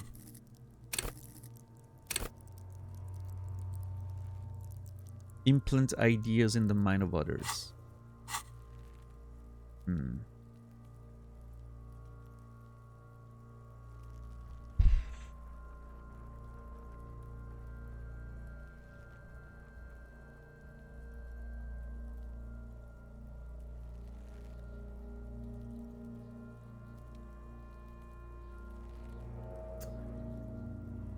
I'm really torn.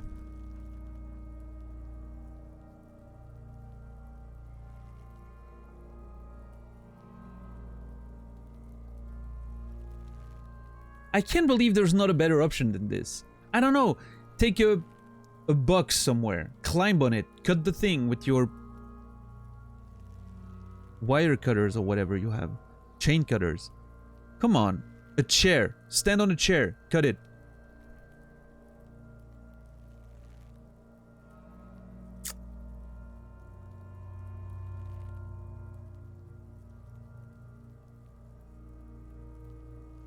You know what? I'm gonna let Kim choose. Let's see what Kim thinks. I don't want to take the responsibility of, you know.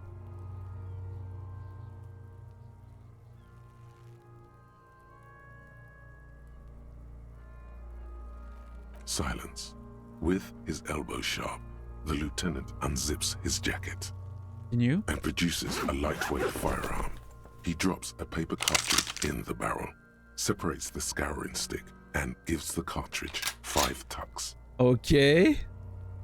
That's a Kiel A9090 Armistice, mass-produced muzzleloader, ascetic, frugal, one of the most common firearms in the world. He then steps back and assumes the fellow's desk position, taking aim. The corner of his eye twitches. His finger is on the trigger. Oh my lord.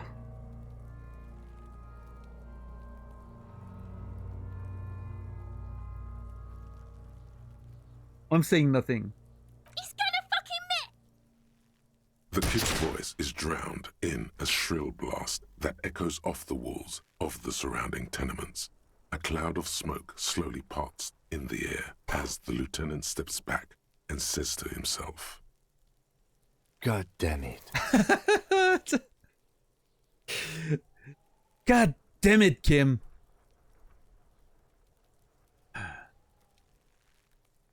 he feels bad about it, about his eyes mostly, just having bad eyesight, probably from a young age. Whatever you do, do not console him. fucking idiot! Muckabat asshole!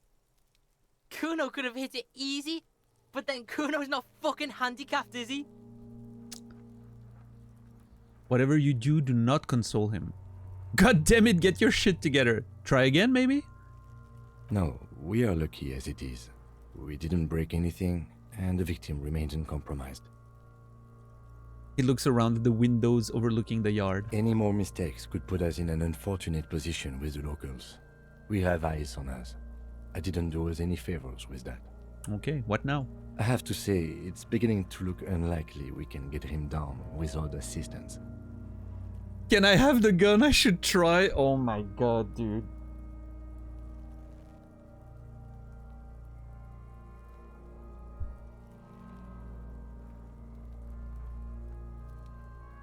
There's no way I'm doing it.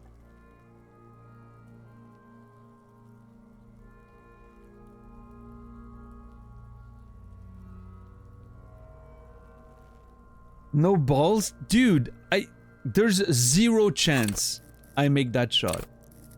0.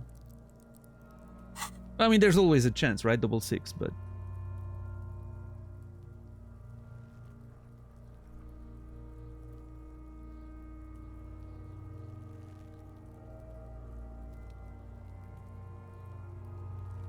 You're saying it, yeah, either I get it or I don't. 50-50, right? What's up, Cinex? How are you doing today?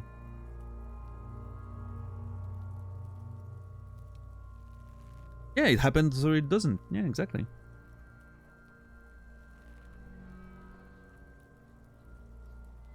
I mean, it's tempting. It is tempting.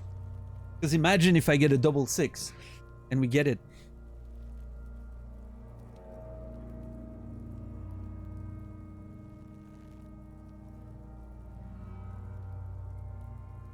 Can I have the gun? I should try.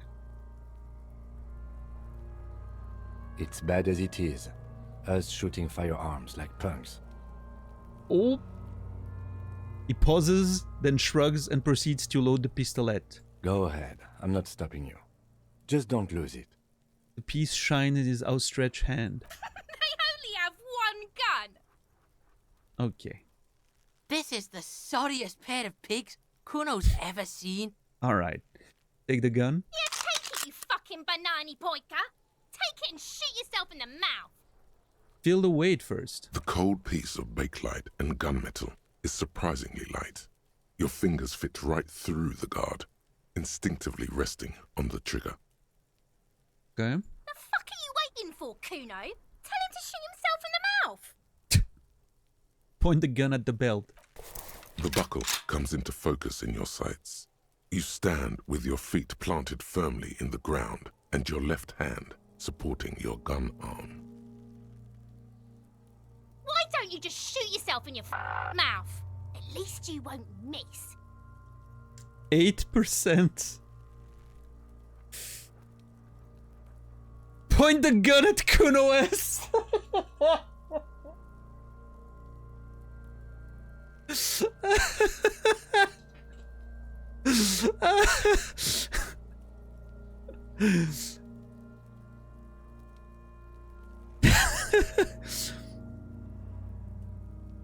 Close your left eye first. Is that gonna do anything?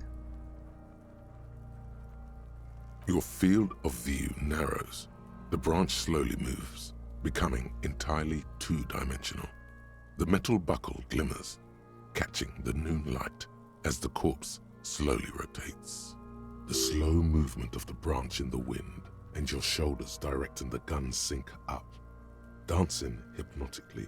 Hell yeah. As you wait, your breathing slows down. Oh. Some mosquito-like organism buzzes in your peripheral. Huh? Look, he's crying. You gonna cry now, fucking faggoty? Oh, up to 28. Let's go.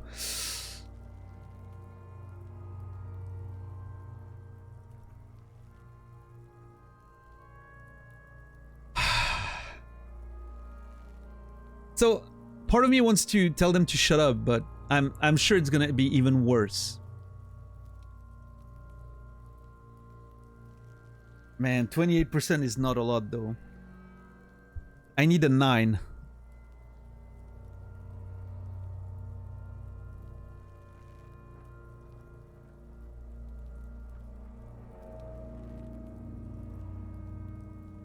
I'm really worried that I'm pretty sure that telling them to shut up is gonna make it worse. They're gonna, like, you know, be even more obnoxious.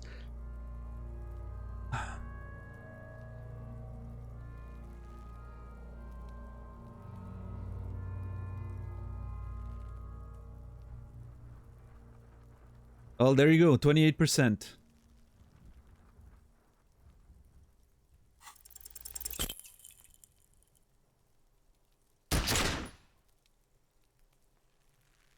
A plume of smoke erupts from the barrel. Your hand goes numb from the explosion. With your ears still ringing, you lower the weapon to see what happened.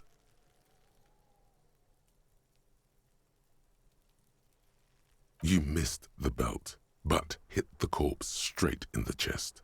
Bits of ribcage protrude from the skin. No blood, only a murky sludge dripping down his belly. The sudden stink makes your eyes water. Dude, I rolled a 1 and a 3. Jesus Christ. Oh my god, he's gonna fucking cry. I knew it. What a mulko.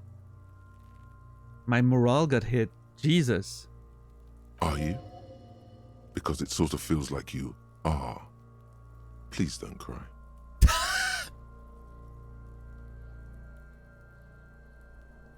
There's something wrong with your weapon, Lieutenant. It keeps missing.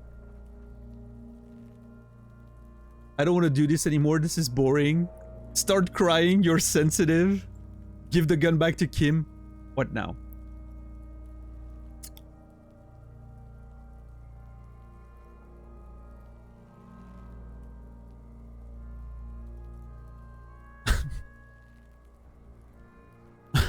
Number one's so funny.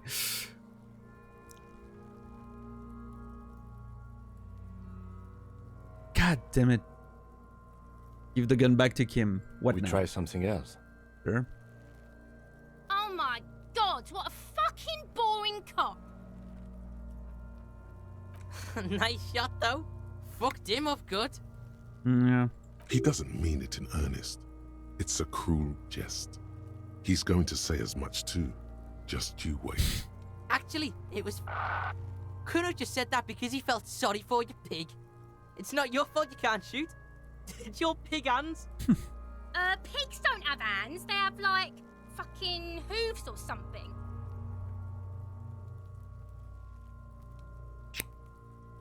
God damn it.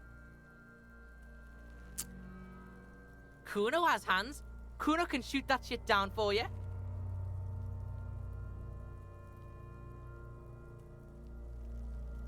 Hold on. Hold on. Oh my god, dude.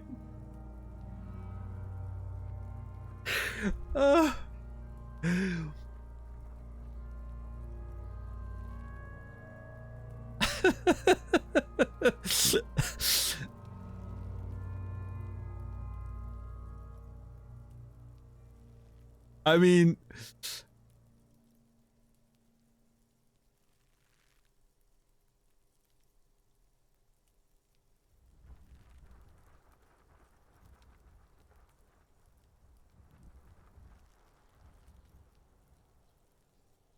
it's a terrible idea, right?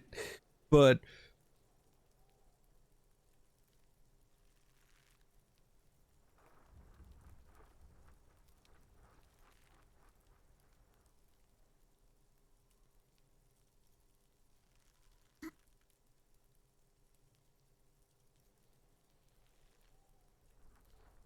no, come on, that's...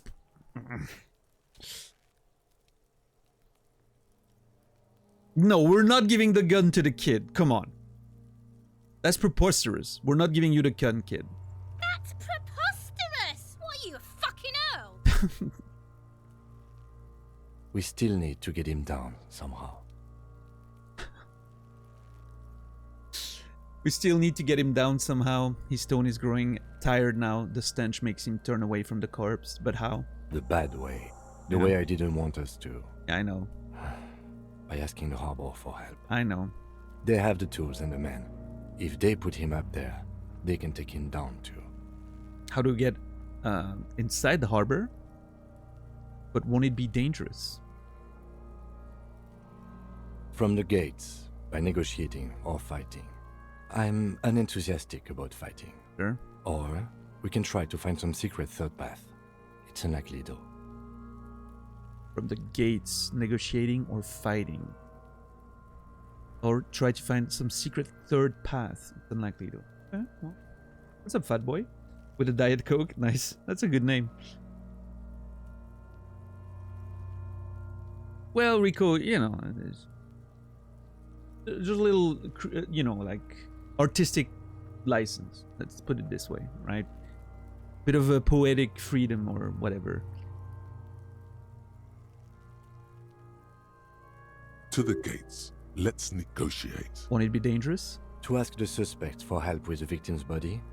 To be indebted to Evrard Clare? Very much, yes.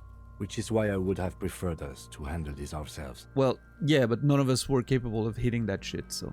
Clearly we can't. Yep. Suck my dick, bitches! What? Who's Evrard Clare? The leader of the Union. Yeah, we talked about him before. Dangerous and corrupt man, from what I hear.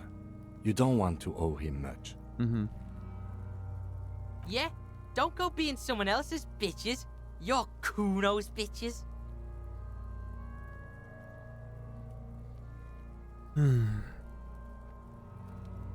Let's get to it then. Lonesome. Long way home. Here we go. Home awaits. Walk past Station 41 and through the market, past the Boogie Street spearhead to the other side of the lake, the frozen eye at the center of the district. Then past the video rental store on the corner. There, at the end of a street lined with pine trees, a small house no larger than a matchbox, 11 Voyager Road. You no longer live there. Those times are gone. And so are those people. Why did you come here? Why are you still here? And where's the dealer? You have to get back to work. That's all you have now.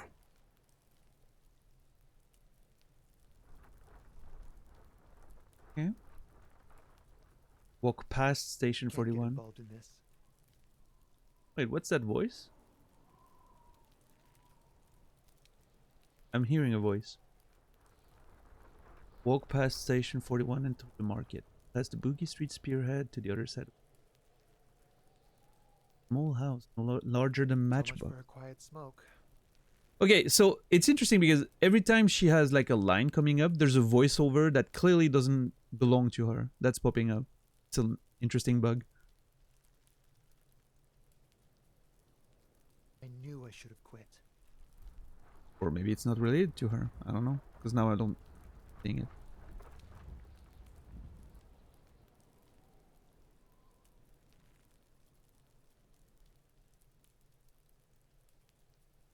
You no longer live there. Those times are gone and so are those people. Why did you come here? Why are you still here?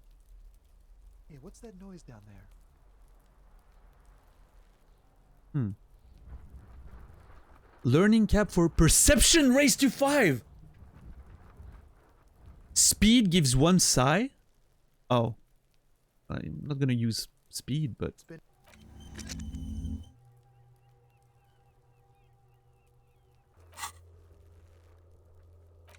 Alright. Man, we have a fucking list and a half there. Oh, look at that. Now we can boost perception very much. Oh, man. I hope we can do the same with Shivers. That'd be great. This is really a cool way to, like, fine-tune your character. I like that.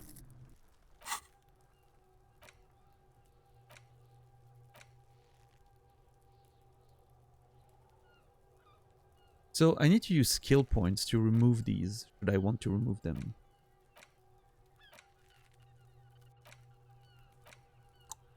Interesting.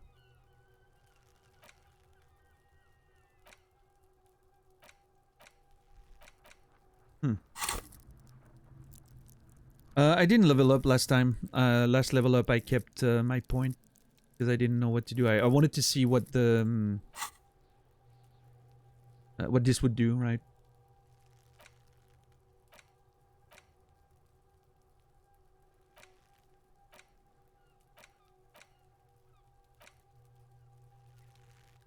So, I wonder if I should try one of these now.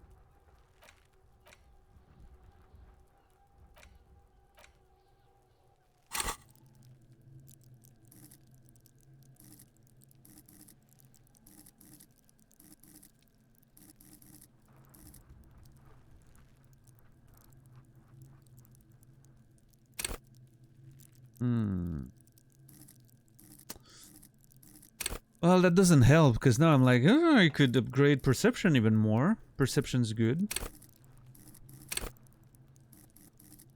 I mean, I think a point in rhetoric would be pretty good, honestly. Especially if we start, now that we've done the like that part of the investigation. I'm assuming if we have to go talk to, like, people in the arbor and everything, we're gonna have to negotiate, apparently, to enter, and then talk to Evrard Claire and all that. Like, rhetoric could be really interesting, right? To win conversations and whatnot. Suggestion could be good too.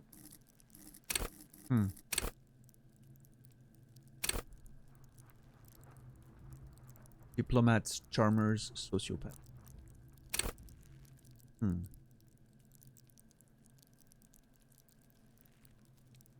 Suggestion could be very useful too if, you know, I find myself needing help. Because I can't sleep in my room and whatnot.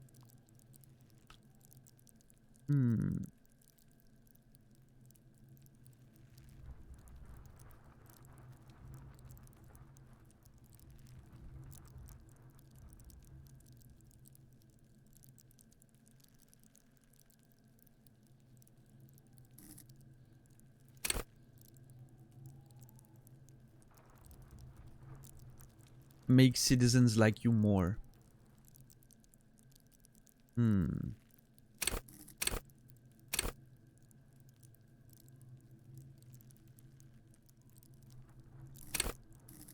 Yeah, a little point in suggestion could be good, I think.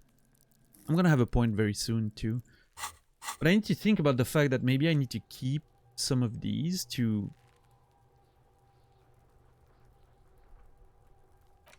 Okay, I need...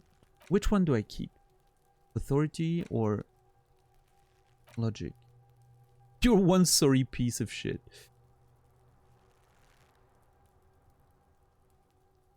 Really criticize yourself. You may uncover something of importance from your guilt-ridden past. That could be interesting. Like, the shit with Guillaume Le Million, I don't think is, you know... It doesn't feel that essential. I don't know. Hmm.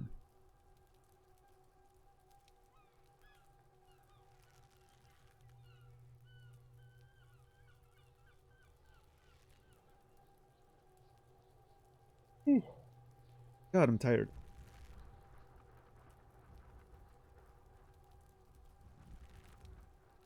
How's everyone doing? I'm sorry, I'm so absorbed by the game. I sometimes forget to, you know, have conversations with you guys.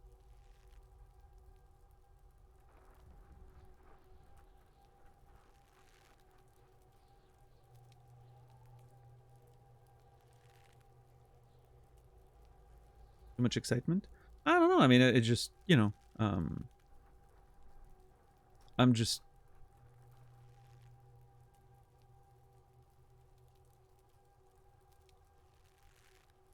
one of those things, you know. I get absorbed by the game and I just sort of drift away.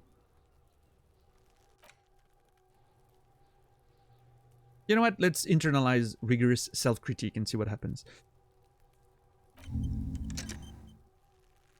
It's gonna take 6 hours anyway, so it's not gonna be before very late tonight. Just before bed tonight. Just before bed tonight, we're gonna come to terms with our rigorous self-critique. It's gonna be perfect. I'm gonna be sitting in bed, thinking about all the bad shit that I've done. Good timing.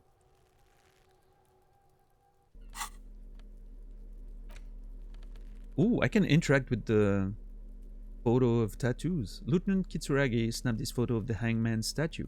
Tattoos, sorry. It displays the intricate web of blue lines stretching across his torso. You have to admit, quite cool. Okay. Let me, I think I'm gonna go with suggestion. I feel like suggestion might be useful. It's sort of like pure charisma sort of stat. I generally like that.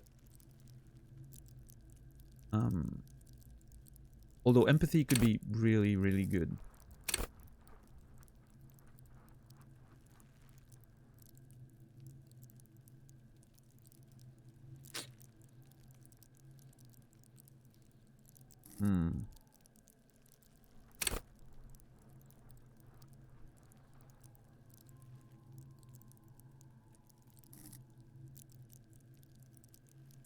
Yeah, Warren. Well, I'm glad. I mean, if you guys are enjoying this, then I'm glad. You know, what matters at the end of it all.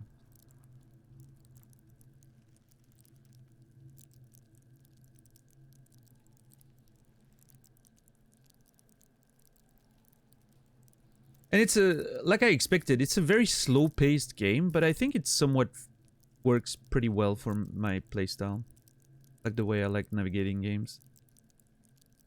I don't know. It just sort of.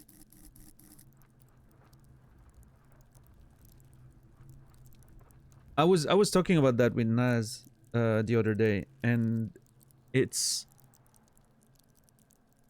unlike an open world game, you know, where you kind of lose yourself in those games and nothing really happens for a long period of time as you're exploring around and whatnot. It's like this game has a slow pace, but it's constantly giving you something. Like you're every few minutes you're clicking on a new dialogue option and it's providing you a new input. There's constant inputs, and every little input is like a new little small conversation.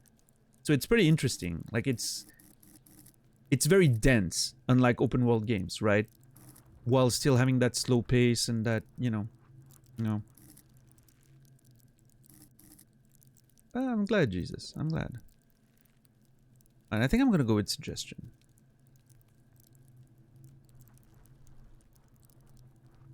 I seem to be attracted to suggestion. I'm hoping I get enough skill points, because if I'm gonna have to start using skill points to open these and remove these and whatnot, I'm gonna need a whole bunch of skill points. That's for sure. I hope I get enough. But I mean, so far we've almost done nothing, and we've already, you know, leveled up 3 or 4 times. So 3 times, yeah, almost 4. Yeah, okay, let's go suggestion. Yep. Accept and close. Excellent. Okay. Well. Huh. What now? Ooh, I can try the damage ledger again. Oh, because the corpse told me how to do it. Hold on. It's the ledger you found in the trash. A cabbage of papers hanging from the board, with the permeables drawer inside. It's barely held together by a clip, then made complete by the faint smell of urinal cleaner. So the hangman advice helps, but the lonesome way home still gives a -1. Which I don't know why. This is such an interesting... Why does it give -1? Huh. This is so weird that this thought cabinet element would give you -1 there.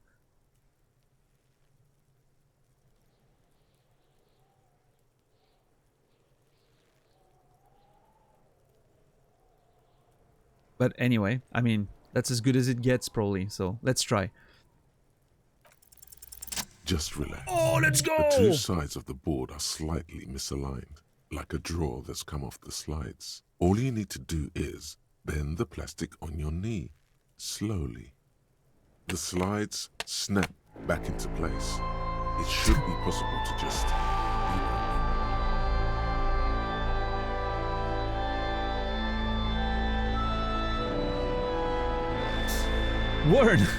Warren, thank you for gifting 5 subs to the channel.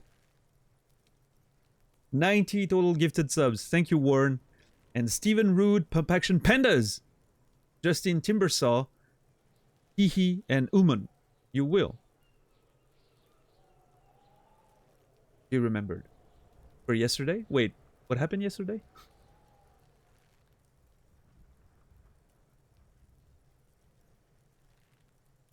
What's a blood pool? How are you doing? No stream? Oh, well. Yeah, I guess so. But, you know, thank you so very much, Warren. I really appreciate the tremendous support. It's a lot. It means a lot. Thank you. And you got Pup Action Pandas in there, which is one of my favorite Twitch names, so, you know.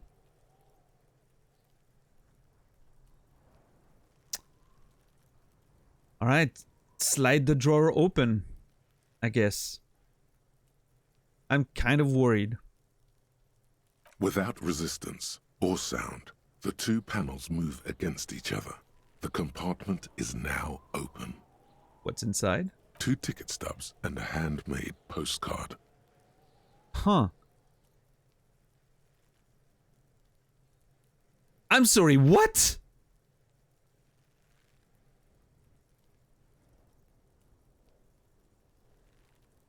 What the hell, game?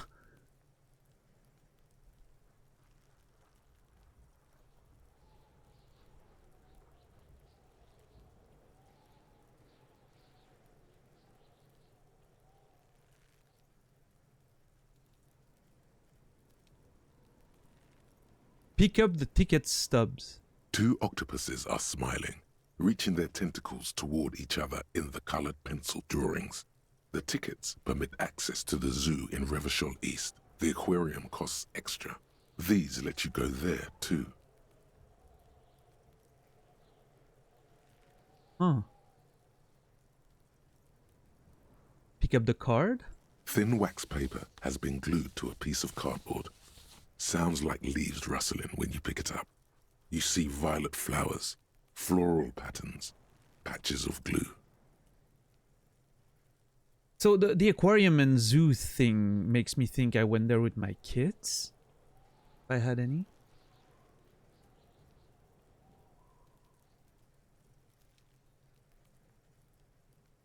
Or a wife, potentially, right? Thin wax paper has been glued to a piece of cardboard. Sound like leaf rustling when you pick it up. You see violet flowers, floral pattern, patch. Smell it first. It smells of chewing gum, apricot flavored, a touch of cinnamon, the end of summer. You think the label says tutti frutti. Open it. Familiar handwriting lines the inside of the card. Looped, round letters in a woman's hand. Oh no. A young woman in her 20s. There is care, effort, and a smile, you think. Although that is not something you can read from someone's handwriting. Continue. Harry, it begins. You're already reading.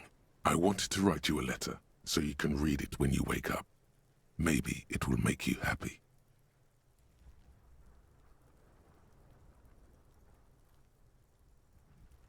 Throw it away, please. But it will make me happy. Oh, brother. Keep reading. Your hand shakes holding the card.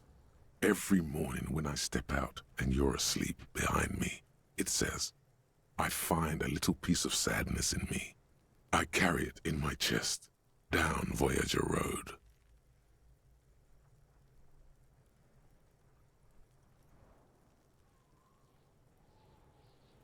Huh.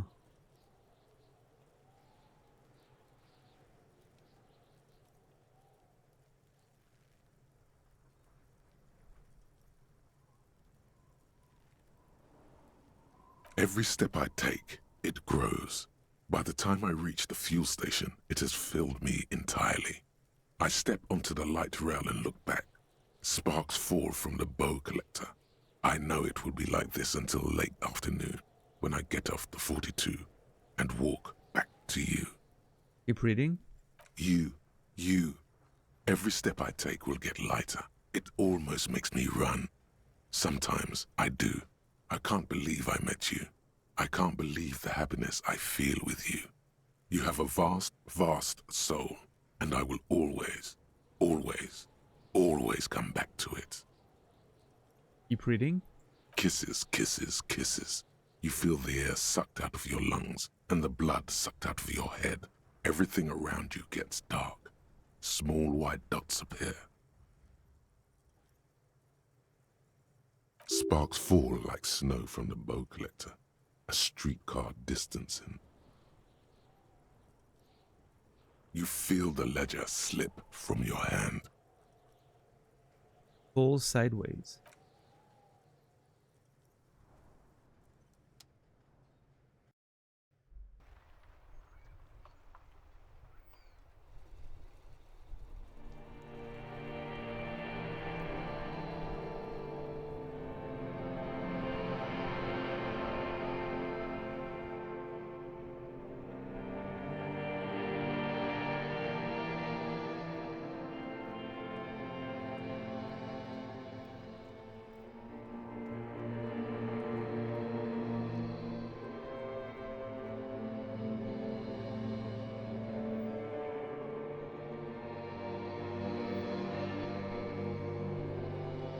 What? Hold on. There is nothing.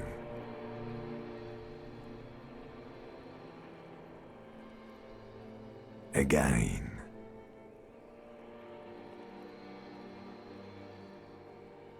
Nothing? Nothing sad, brother. No treachery, just blackout.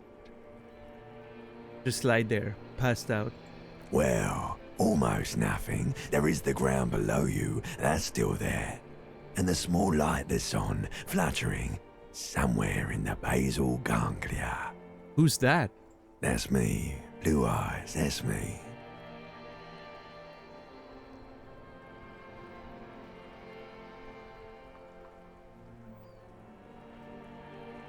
And who was that? Who was what? He speaks of the sickening longing The unwell emotion. Even in the darkness, he's grasping for it. Still trying to hold on to the great sorrows slipping in the water. Slimy. I have no idea what's going on, Sorrel. What's up, Lonigan?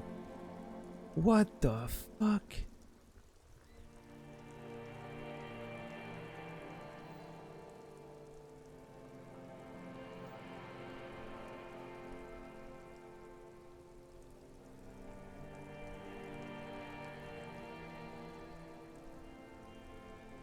No, I was cool. I'm cool. The cool when you're dead, brother. Here in the paleo-mammalian cortex, we call it the shadow. Because it's always there.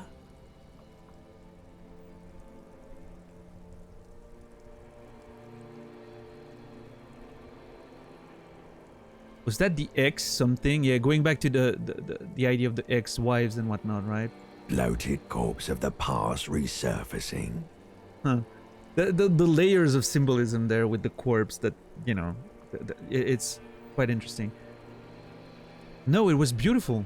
Beautiful. Believe me, stupid ape. Its lack of beauty was not the problem. Where's Voyager Road? There is no Voyager Road. There are no roads, no houses, no lights in the windows. It's all on pause. There was something about the bow collector too. Yeah, man. What was that about? I don't know. Gained a lot of thoughts though. Enough. Just lie there motionless. You think they would let you? Until you disintegrate into biomolecules? No. Someone is breathing on your face now, inspecting your pupils, stupid idiot. What is that? It's cold. Yes, they're pouring something on you. Kim's waking me up with water. It's in you. And It's delicious. Oh. Glowing lights on a dashboard emerge out of nothingness.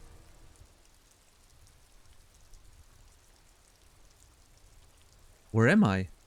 In the upholstered cabin of Lieutenant Kitsuragi's motor carriage, seated in the driver's basket. The air is thick with leatherworks and heavy fuel oil. Cold water runs down your chin. Continue. Drink. Water. The lieutenant is extending a small canister to your mouth. Drink. The water is cold, silvery, the stuff of life itself, as it pours down your parched throat. The pounding in your head recedes. The darkness parts. What a wild game. Holy crap, dude. What the fuck?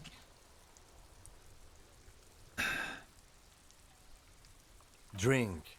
You haven't drunk water in 2 days. Did you know the human body is not made to survive on alcohol alone? You need a secondary form of hydration. Alright. With greedy gulps, you down half a liter of cold water. Some of it spills on the driver's seat. Actually makes me The want to drink. lieutenant pays no heed to it.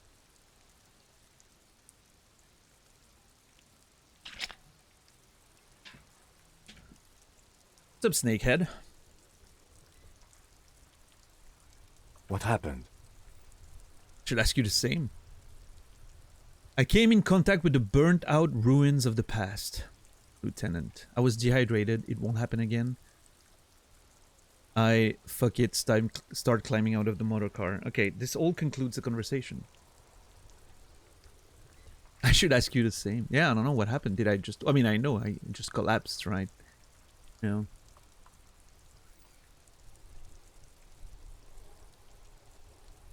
I was dehydrated. It won't happen again. Right. He hands you the waterlogged remains of your ledger. You dropped these. Are you okay to proceed? Let's solve this case or just nod. Yeah, just nod. Good. Alright. What an interesting Oh man, is my ledger broken now?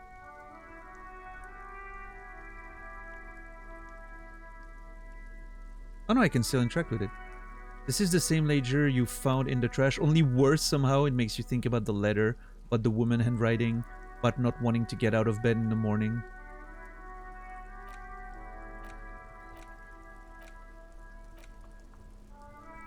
The music though, It's the ledger you found in the trash. A cabbage of papers hanging from the board, with the permeables drawer inside. It's barely held together by a clip, then made complete by the faint smell of urinal cleaner. Slide the hidden drawer open. Without resistance or sound, the two panels move against each other. The compartment is now open. Inside, you see 2 ticket stubs and a handmade postcard. Pick up the card again. Now this option sort of makes sense now. Close the compartment. It's slightly, ever so slightly, difficult to breathe once you've done so. The drawer is locked. Blue ink drips from the white pages in your hand. Put the ledger away. So I can equip the ledger, which gives me +1 Inland Empire and +1 empathy. -2 authority though. But, I mean...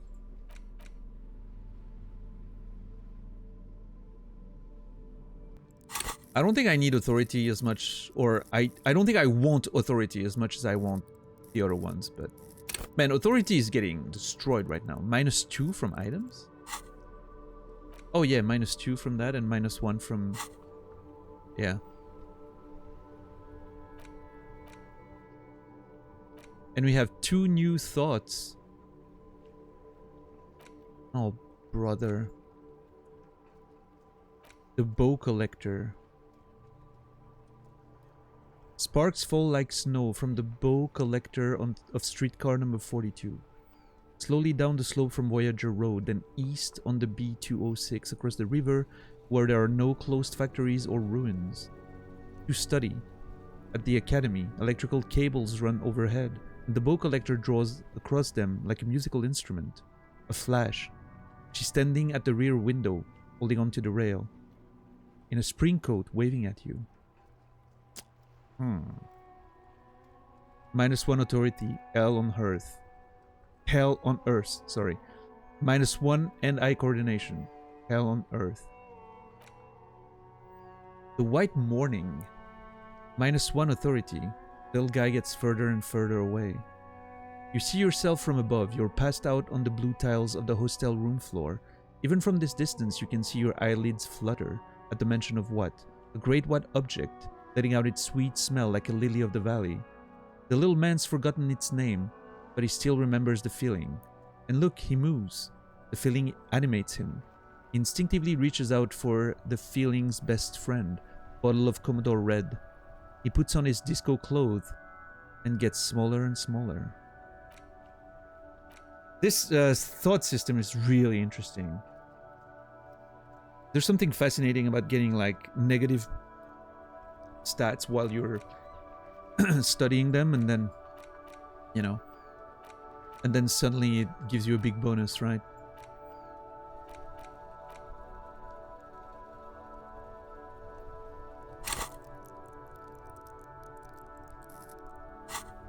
Yeah, I mean, having the ledger in hand is a lot of bonuses. Empathy and Inland Empire are interesting. Authority, I'm not as interested, I don't think.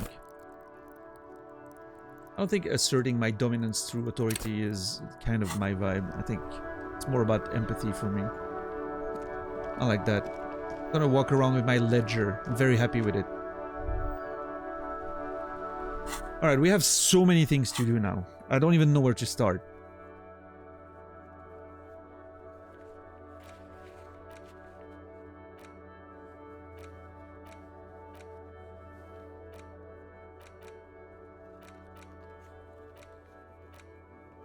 Oh, we were supposed to question Kuno.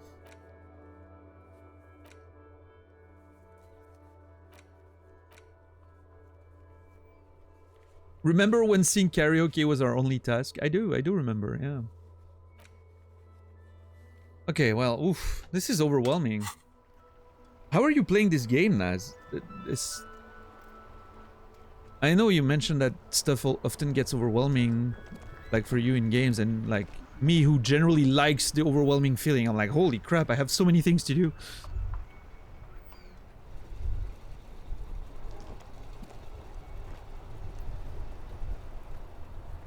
You're very overwhelmed when you look at the task list. Yeah, I get that. I get that. I mean, we could ask... I mean, we have to ask Kuno, but we need also to run the number on the victim's armor. You know what? Let's... Yeah, we're here. Might as well. Inside, you see a set of steering levers, a radio microphone, a pull-out Oh, yeah, the and headlights. the soft glow of the fuel preheater gauge. You can do that as well. How do I turn on the headlights? All right. Ready? I turn, you press start. It's next to the preheater. He turns the preheater on, waits, takes out his keys, and says... See, that's why I wish the... That's why I wish the little sentences here were also narrated by the narrator. It's like, it feels like it breaks the pace a little bit when it's not. He's downplaying his excitement. The lieutenant is more than happy to show off his precious carriage. Nice. Press engine start. The dashboard lights up with orange glow. The rounds per minute gauge jumps, and the engine of the Caprice Canela comes to life with a whiny growl. Dude, this sounds like a guitar distortion. Not a car. Press the button labeled headlights. The lights unfold with a little click, Nice. casting electrical light onto the ground before the vehicle. Okay. There you go. I'll turn them off from the remote once you're done. We just need to stand in front of the machine now. Sure.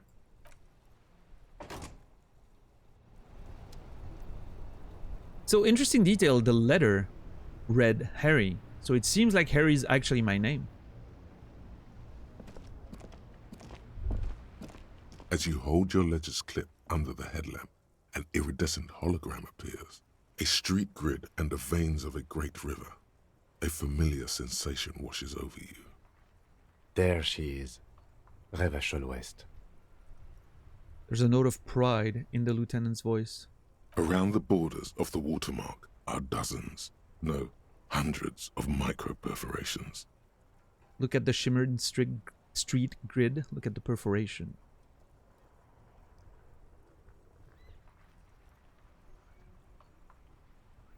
There are many of them, and they are divided into 3 separate rows. Tally up the different rows. The first row has 18 dots.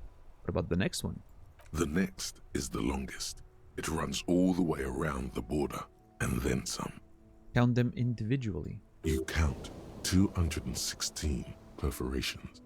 Considering that nice, large number, a wave of pride washes over you. Though you can't say why, precisely. That healed my morale. What about the last row? The last row has 3 perforations. 3, that's it? That's it. Hey, Kim, what do all these holes mean? What do all these holes mean? Point dots on the watermark. Those are perforations. They represent your record as an officer of the RCM. They are your statistics, as it were. I should have guessed you'd keep a record. Officers often do. Ah. Let's take a look. Yeah, let's. Alpha male officers who are proud of their numbers often do. It's meant. The first row represents your years of service. 18 years. Okay, not bad at all.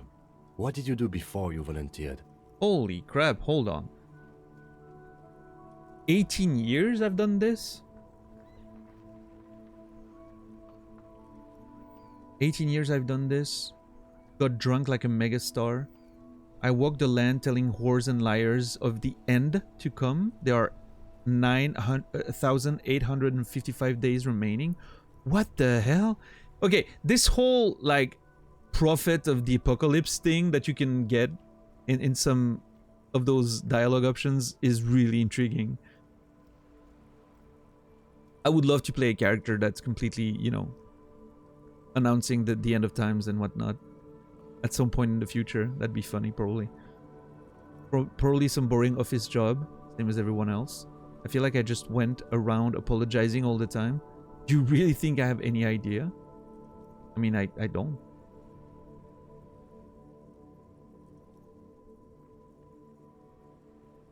I mean, I'm more surprised by the 18 years, so I'm just gonna go with that. 18 years I've done this? That's what it says. I might have guessed even longer based on your age. What did you do all those blissful years of your youth? Are you saying I'm old? What the fuck? What's up, Mortimer? Do you really think I have any idea? Fair point. Let's move on, shall we? Sure. This next row, the one that wraps all the way around, is your number of closed cases. Closed is good. Oh. It means finished. You've got, let's see... I destroyed 216 in 18 years. That's more than one a month. Well, that's about 1 month, yeah. Wow, more than 200. 216 to be exact. It's quite a lot, even for someone who's been on the force for nearly 2 decades. Usually, clearing more than 10 cases a year puts you in the 90th percentile of all RCM officers. You're saying I used to be a super cop? I used to be good? That's some solace, I guess? What's the last number? I don't think I can ever re-become this person. So you're saying I used to be a super cop? Call it what you want. You were a valuable member of your precinct. Now, let's look at the last row. Okay, it doesn't... The super cop thing doesn't... Yeah, I should have been more... Right. Those are your confirmed kills. You've got precisely 3 perforations there. I was expecting a higher number. So I'm a killer. For an RCM officer, especially Precinct 41, which is in the Jamrock Quarter, it's rather tame. I mean that in a good way. Well, that's nice. What's it feel like to kill a man, Mr. McCoy? A young woman asked the man across the desk from her.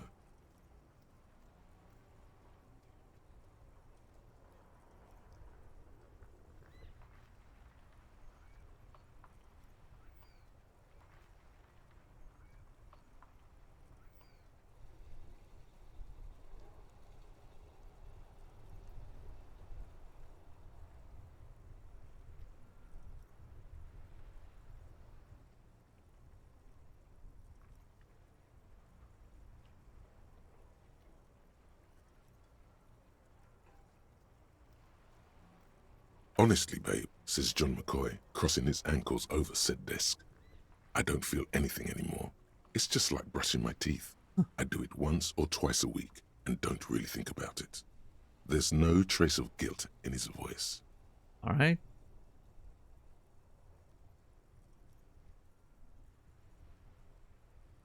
Yeah, that's... I was trying to remember, Noger, what... It reminded me of a movie or something. I wasn't sure. You're correct. It's Pulp Fiction. How does it feel to kill a man? Yeah. Yeah, brushing my teeth once or twice a week and I don't really think about it. There are certain officers who treat their kills like some kind of ghoulish game. If they do happen to solve a case, it's usually by accident.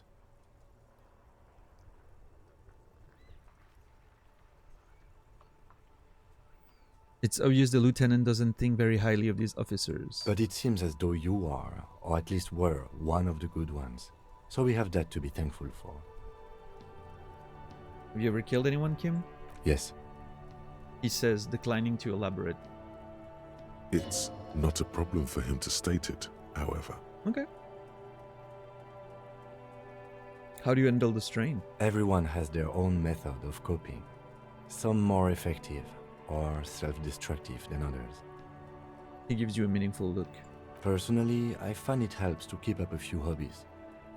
Like what? Oh, this and that. Let's not get into it now. Maybe I should find a hobby. Why not gardening? You've already got the gloves. Dude, he points to your yellow gardening gloves. That's insane that it just takes that into account. What a nice detail. It's meant in earnest. Please don't mistake it for a jab. Alright. Thanks for this. The lieutenant nods. Look at the shimmering street grid. The rectangular watermark is overlaid with the logo of the RCM, and yet the major arteries of Revachol are all recognizable. They shimmer in the Kanema's headlights.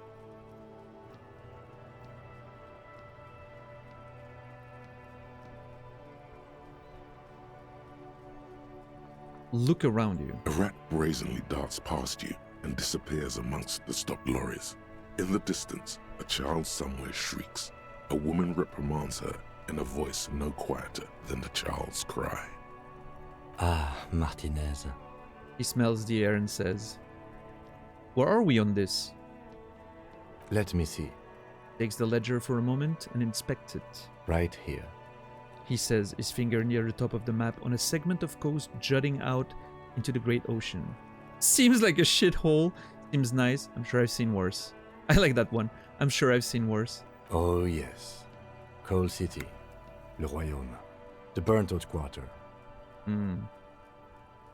All places I would love to explore. Okay, let's go. Right. I'll go turn off the lights. Alright. And we leveled up again. Damn, we're killing it. So, there's a part of me that almost wants to remove volumetric shit compressor, because I don't think the learning cap for endurance being raised is something that I'm that invested into. And I would love to be able to learn one of these new ones. But I mean, I could also unlock one, right? Rather than removing one until I'm full. Cancel. Because I mean, as much as I would love to level more of these, I mean, I'm feeling pretty okay with my current situation there.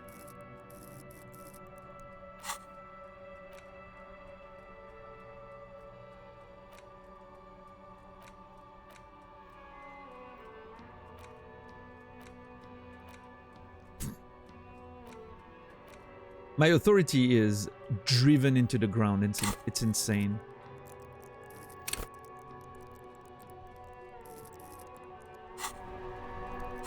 I don't know what to do. I'm not sure.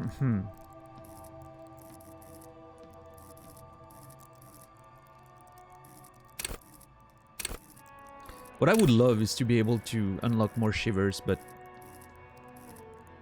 obviously you don't know in advance which, you know, what's gonna open up some of these options, so I think I'm gonna keep my point for now.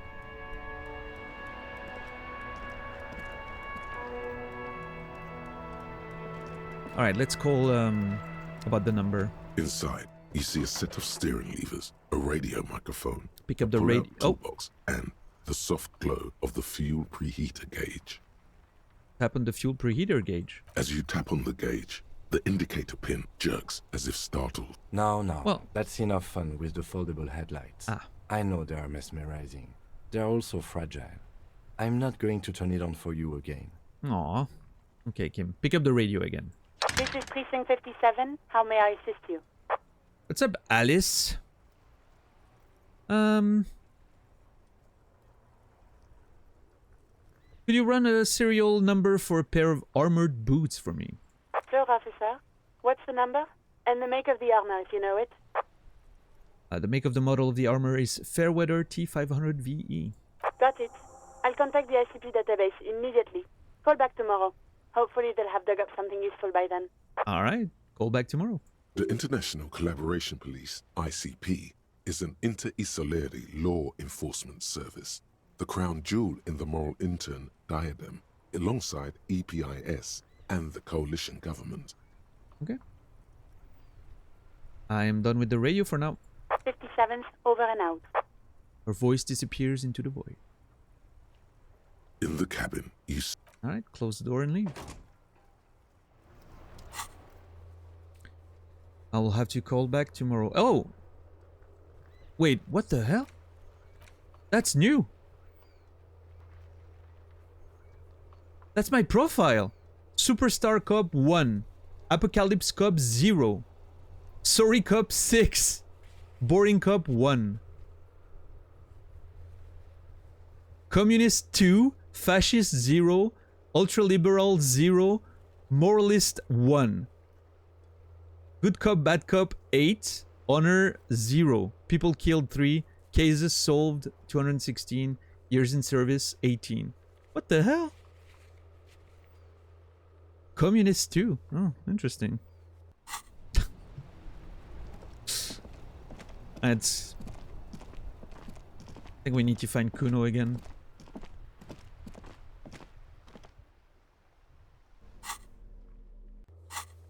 Had a feeling about me.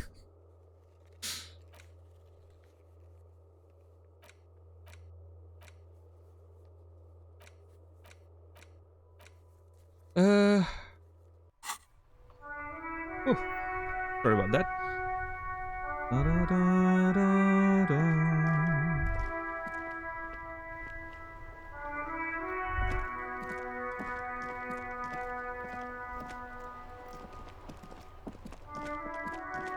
I love the walking sounds in this game. I don't know why. They're very relaxing.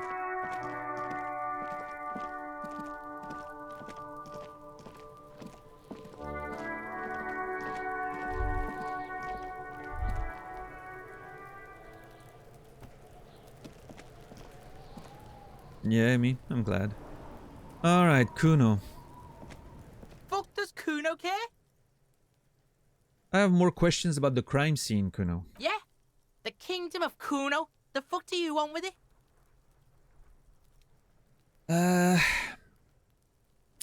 The dead man's clothes were in the trash container. Point to the container. How did they get there? Yeah, Kuno doesn't know shit about that. That shit is beneath Kuno. I need to know. It could lead. It could be a lead in the investigation. Someone may have tampered with the murder scene. Listen! Kuno doesn't care about this small-time shit. Just listen. Kuno saw what you did there, dumpster diving. Sad shit. Okay. Kuno could hook you up with some sweet rags. Shit like Kuno's wearing. Your size, good price. 500 real.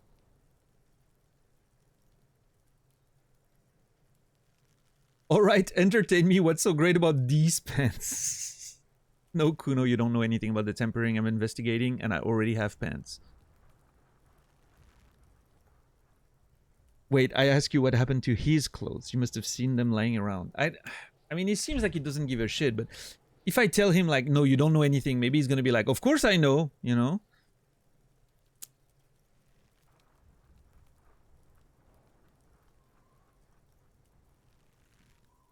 No, Kuno, you don't know anything about the tampering I'm investigating, and I already have pants. Whatever.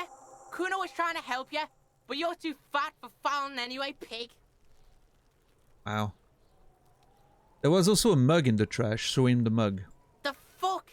A mug in the trash? Is this about the fucking clothes again?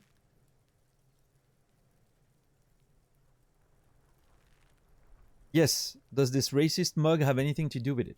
Yes. Does this adequate depiction of a South Samaritan man have anything to do with it? Yes.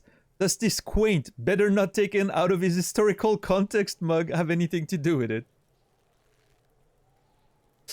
Oh, this is so funny. Like the way that the sort of like gradual way of approaching it.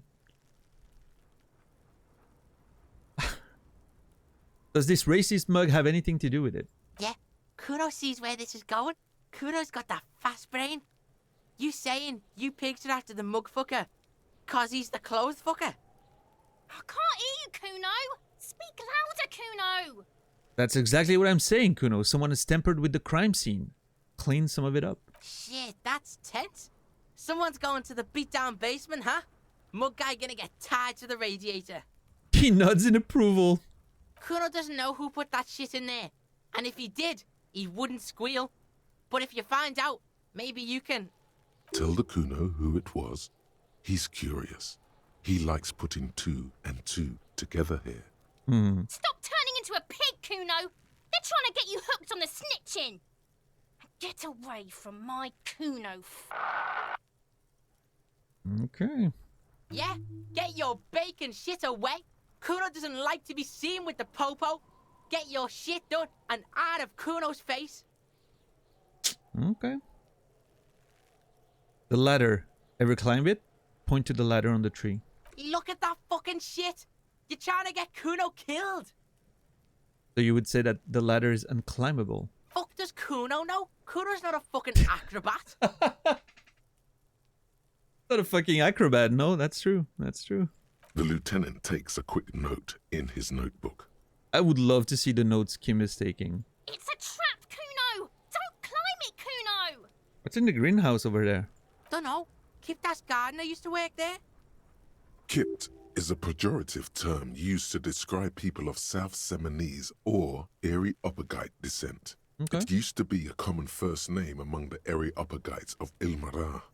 Not so much anymore. The gardener used to work there? Yeah, that's what Kuno said. She couldn't handle the heat, so she took off. Kuno can take it. Shit's nothing to Kuno. You mean the young woman by the whirling in rags? That gardener? Look, Kuno doesn't explain shit. Kuno just says shit. He looks you in the eye and nods, as if agreeing with himself. Yeah, her. Yeah. What was she doing in the greenhouse in March anyway? What kind of gardening is done in March? I should ask her about that. Yes, it seems suspicious. You don't like things being like that. Suspicious. Okay. Might have other questions later. For now, let's talk about something else. Yeah, whatever. Kuno doesn't give a shit. Maybe the body? The fuck about it? Yeah. Where's the rest of his armor? Kuno doesn't give a shit about the armor. How come? Kuno's fuck gimp's got one big thing wrong with him. He's a fucking mutant. A mutant? Look at him. Fucking growth hormone shit. He's a giant. The armor's too big for any man. Kuno doesn't give a shit about that freak armor. Kuno threw that shit away. What do you mean threw it away? Kuno tried to get the helmet on. It was too big. Performs a kickoff on the imaginary helmet? Oh my god! Kuno! Kuno kicked that shit in the sea, Oh. rugby style. That shit means nothing to Kuno.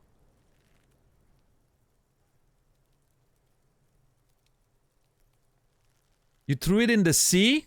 Yeah, that shit means nothing to Kuno. Kuno doesn't give a shit about material shit.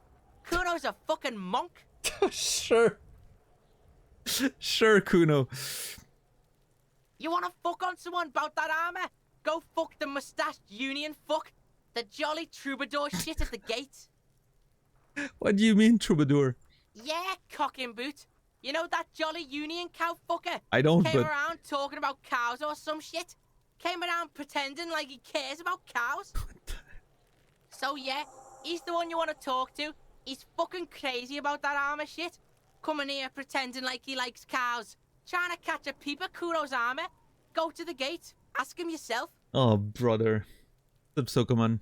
How are you today? Curious, my liege. Why did Kuno feed you this information? And you're just telling me this out of the kindness of your heart, Kuno? Yeah, Kuno's doing charity today. Kuno Day. Oh my Kuno god. feels sorry for you two loser pigs. Kuno's doing pity now. Oh my god. Still, seems suspicious. He may have it in for that guy. Or you may be paranoid. That is also a possibility, sire. Okay. There are contusions all over his body. Did you do that? Fuck are you talking about? What is this contusion shit?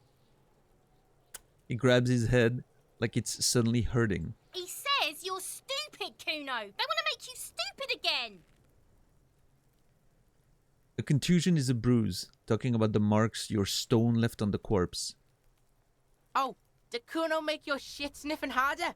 Obstruction of shit sniffing. This is Kuno's kingdom. Kuno fucking rules here. Okay. You hear the lieutenant hum. Oh yeah? He's thinking the kid has amassed quite the vocabulary of law enforcement terms, but he's not going to stick his nose into this. Interesting, yeah. Hey, Panda, what's up, man? Me and my partner are wondering, where did you pick up so many police terms? partner are wondering, do you guys puff Peter? The demonic hiss behind the fence gets louder. Kuno erupts into laughter, pointing his finger at you, then Kim, then back at you. An unfortunate choice of words, the lieutenant from Precinct 57 thinks. He looks at the harbor walls looming overhead. He could use a cigarette right about now. All right, well. You're testing Kuno's patience here. Get lost, Okay, I'm off. Kuno doesn't fucking care. All right, well, that we didn't get too much out of that, but we have a few more leads, I guess.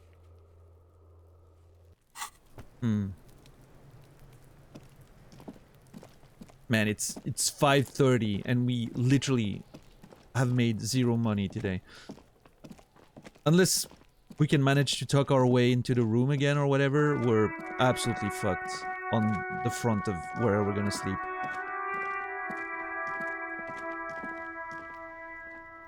Do we go in to ask Gart about the clothes?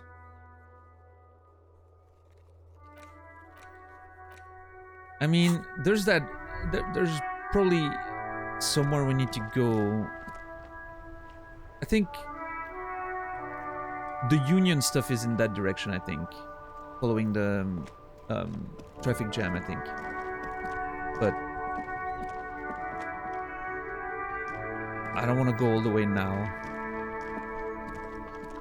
I want to sort of finish what's around here.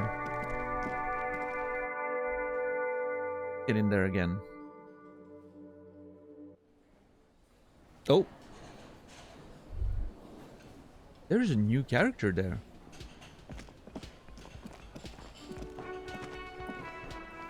The music is different!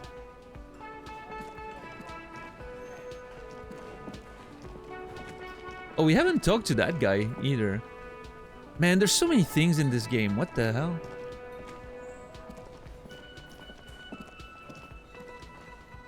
Hell yeah.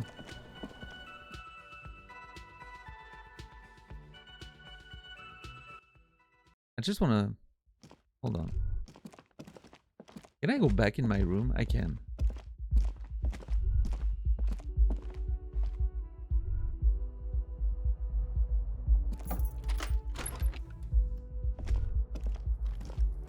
Wait, what the hell? There's new stuff? Kim tries to not look at your broken down bathroom door? Oh. Kim also tries not to look at the pile of taped viscera on the carpet, or the weird suitcase on the hat rack, or the potted plant dying in the corner. But it's all just too morbid to ignore. You're looking at the destruction. I'm sorry for this. I did it my way. This is where the magic happens. Say nothing, nods stoically.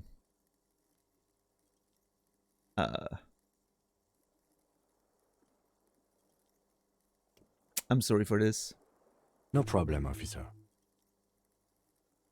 Takes a step towards the door, like he'd like to leave. Okay. Did that add us? No, okay. Still 6. Oh, wait, what is that? The window stands broken in its frame. Cold wind blows in. Visual calculus. Assess the damage.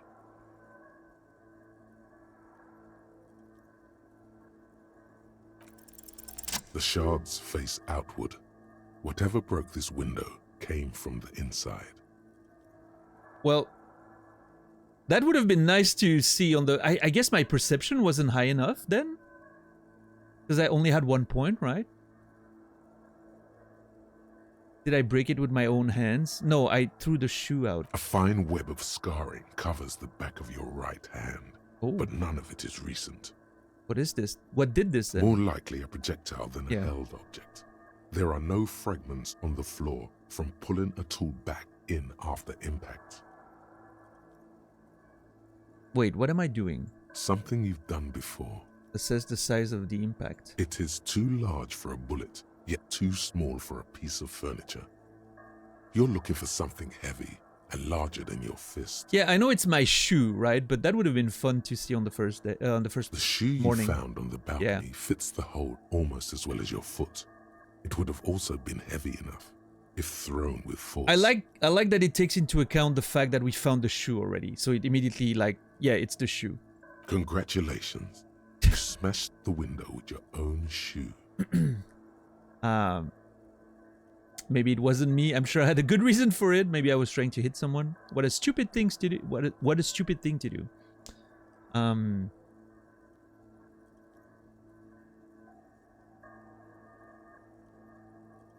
I mean, maybe I was trying to hit someone, right? And maybe, just maybe, you succeeded. We'll never know. Okay. Or maybe you were trying to smash your own reflection in the window pane. Oh. Thank you, Inland Empire. That's an interesting thought.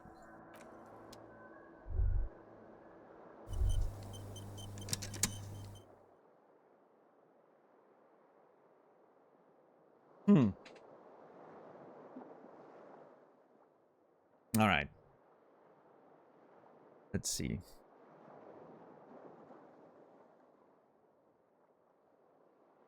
All right. Let's save. We'll resume the investigation of the looking around the room with Kim and whatnot tomorrow. And then we'll I don't know, then we'll talk to Gart, go outside again, keep investigating. Man, there's so many things to do. I don't even know where to start. What a vast experience this game can be, huh? Anyway, thank you everyone for watching tonight. If you don't mind waiting a few minutes, we're gonna raid out very, very soon. And yeah. What to say? What to say?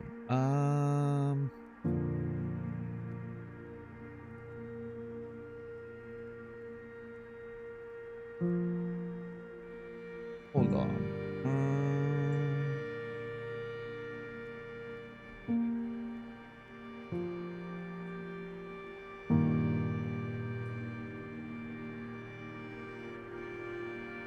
Yes, so thank you everyone for watching. I'm sorry, I was looking at the raids options and whatnot. Thank you everyone for watching tonight. I appreciate it. If you haven't followed the channel yet, make sure you follow so you can catch the next few streams. I'll be back tomorrow in about 19 hours, 7 p.m. Central European Time, 1 p.m. Eastern, 10 a.m. Pacific. And we'll continue the adventures in Disco Elysium. This is, you know, this has been great for me. I hope it's been great for you. Hope you guys have enjoyed it. Thank you everyone for the great amount of support tonight. Thank you for the resubs. Thank you for the gift subs. Thank you for the follows, the raid, the lurks, the conversations. Hopefully tomorrow I'll be a bit more rested, so I'll be a bit more able to generate interesting conversations and whatnot. I was a bit in autopilot tonight. Hopefully the show didn't suffer too much for it. And yeah, we'll continue investigating. I'm excited to see more of this game. It's really an interesting game. I did not expect the game to be the way it is. There's a lot of mystery in there. There's a lot of intrigue. I am extremely excited to see more, for sure. But yeah, thank you everyone. It truly means a lot. And yeah, I'll see you guys tomorrow. I wish you a beautiful rest of your day, evening, or night. I'll see you tomorrow, and until then, remember me, and I'll remember you.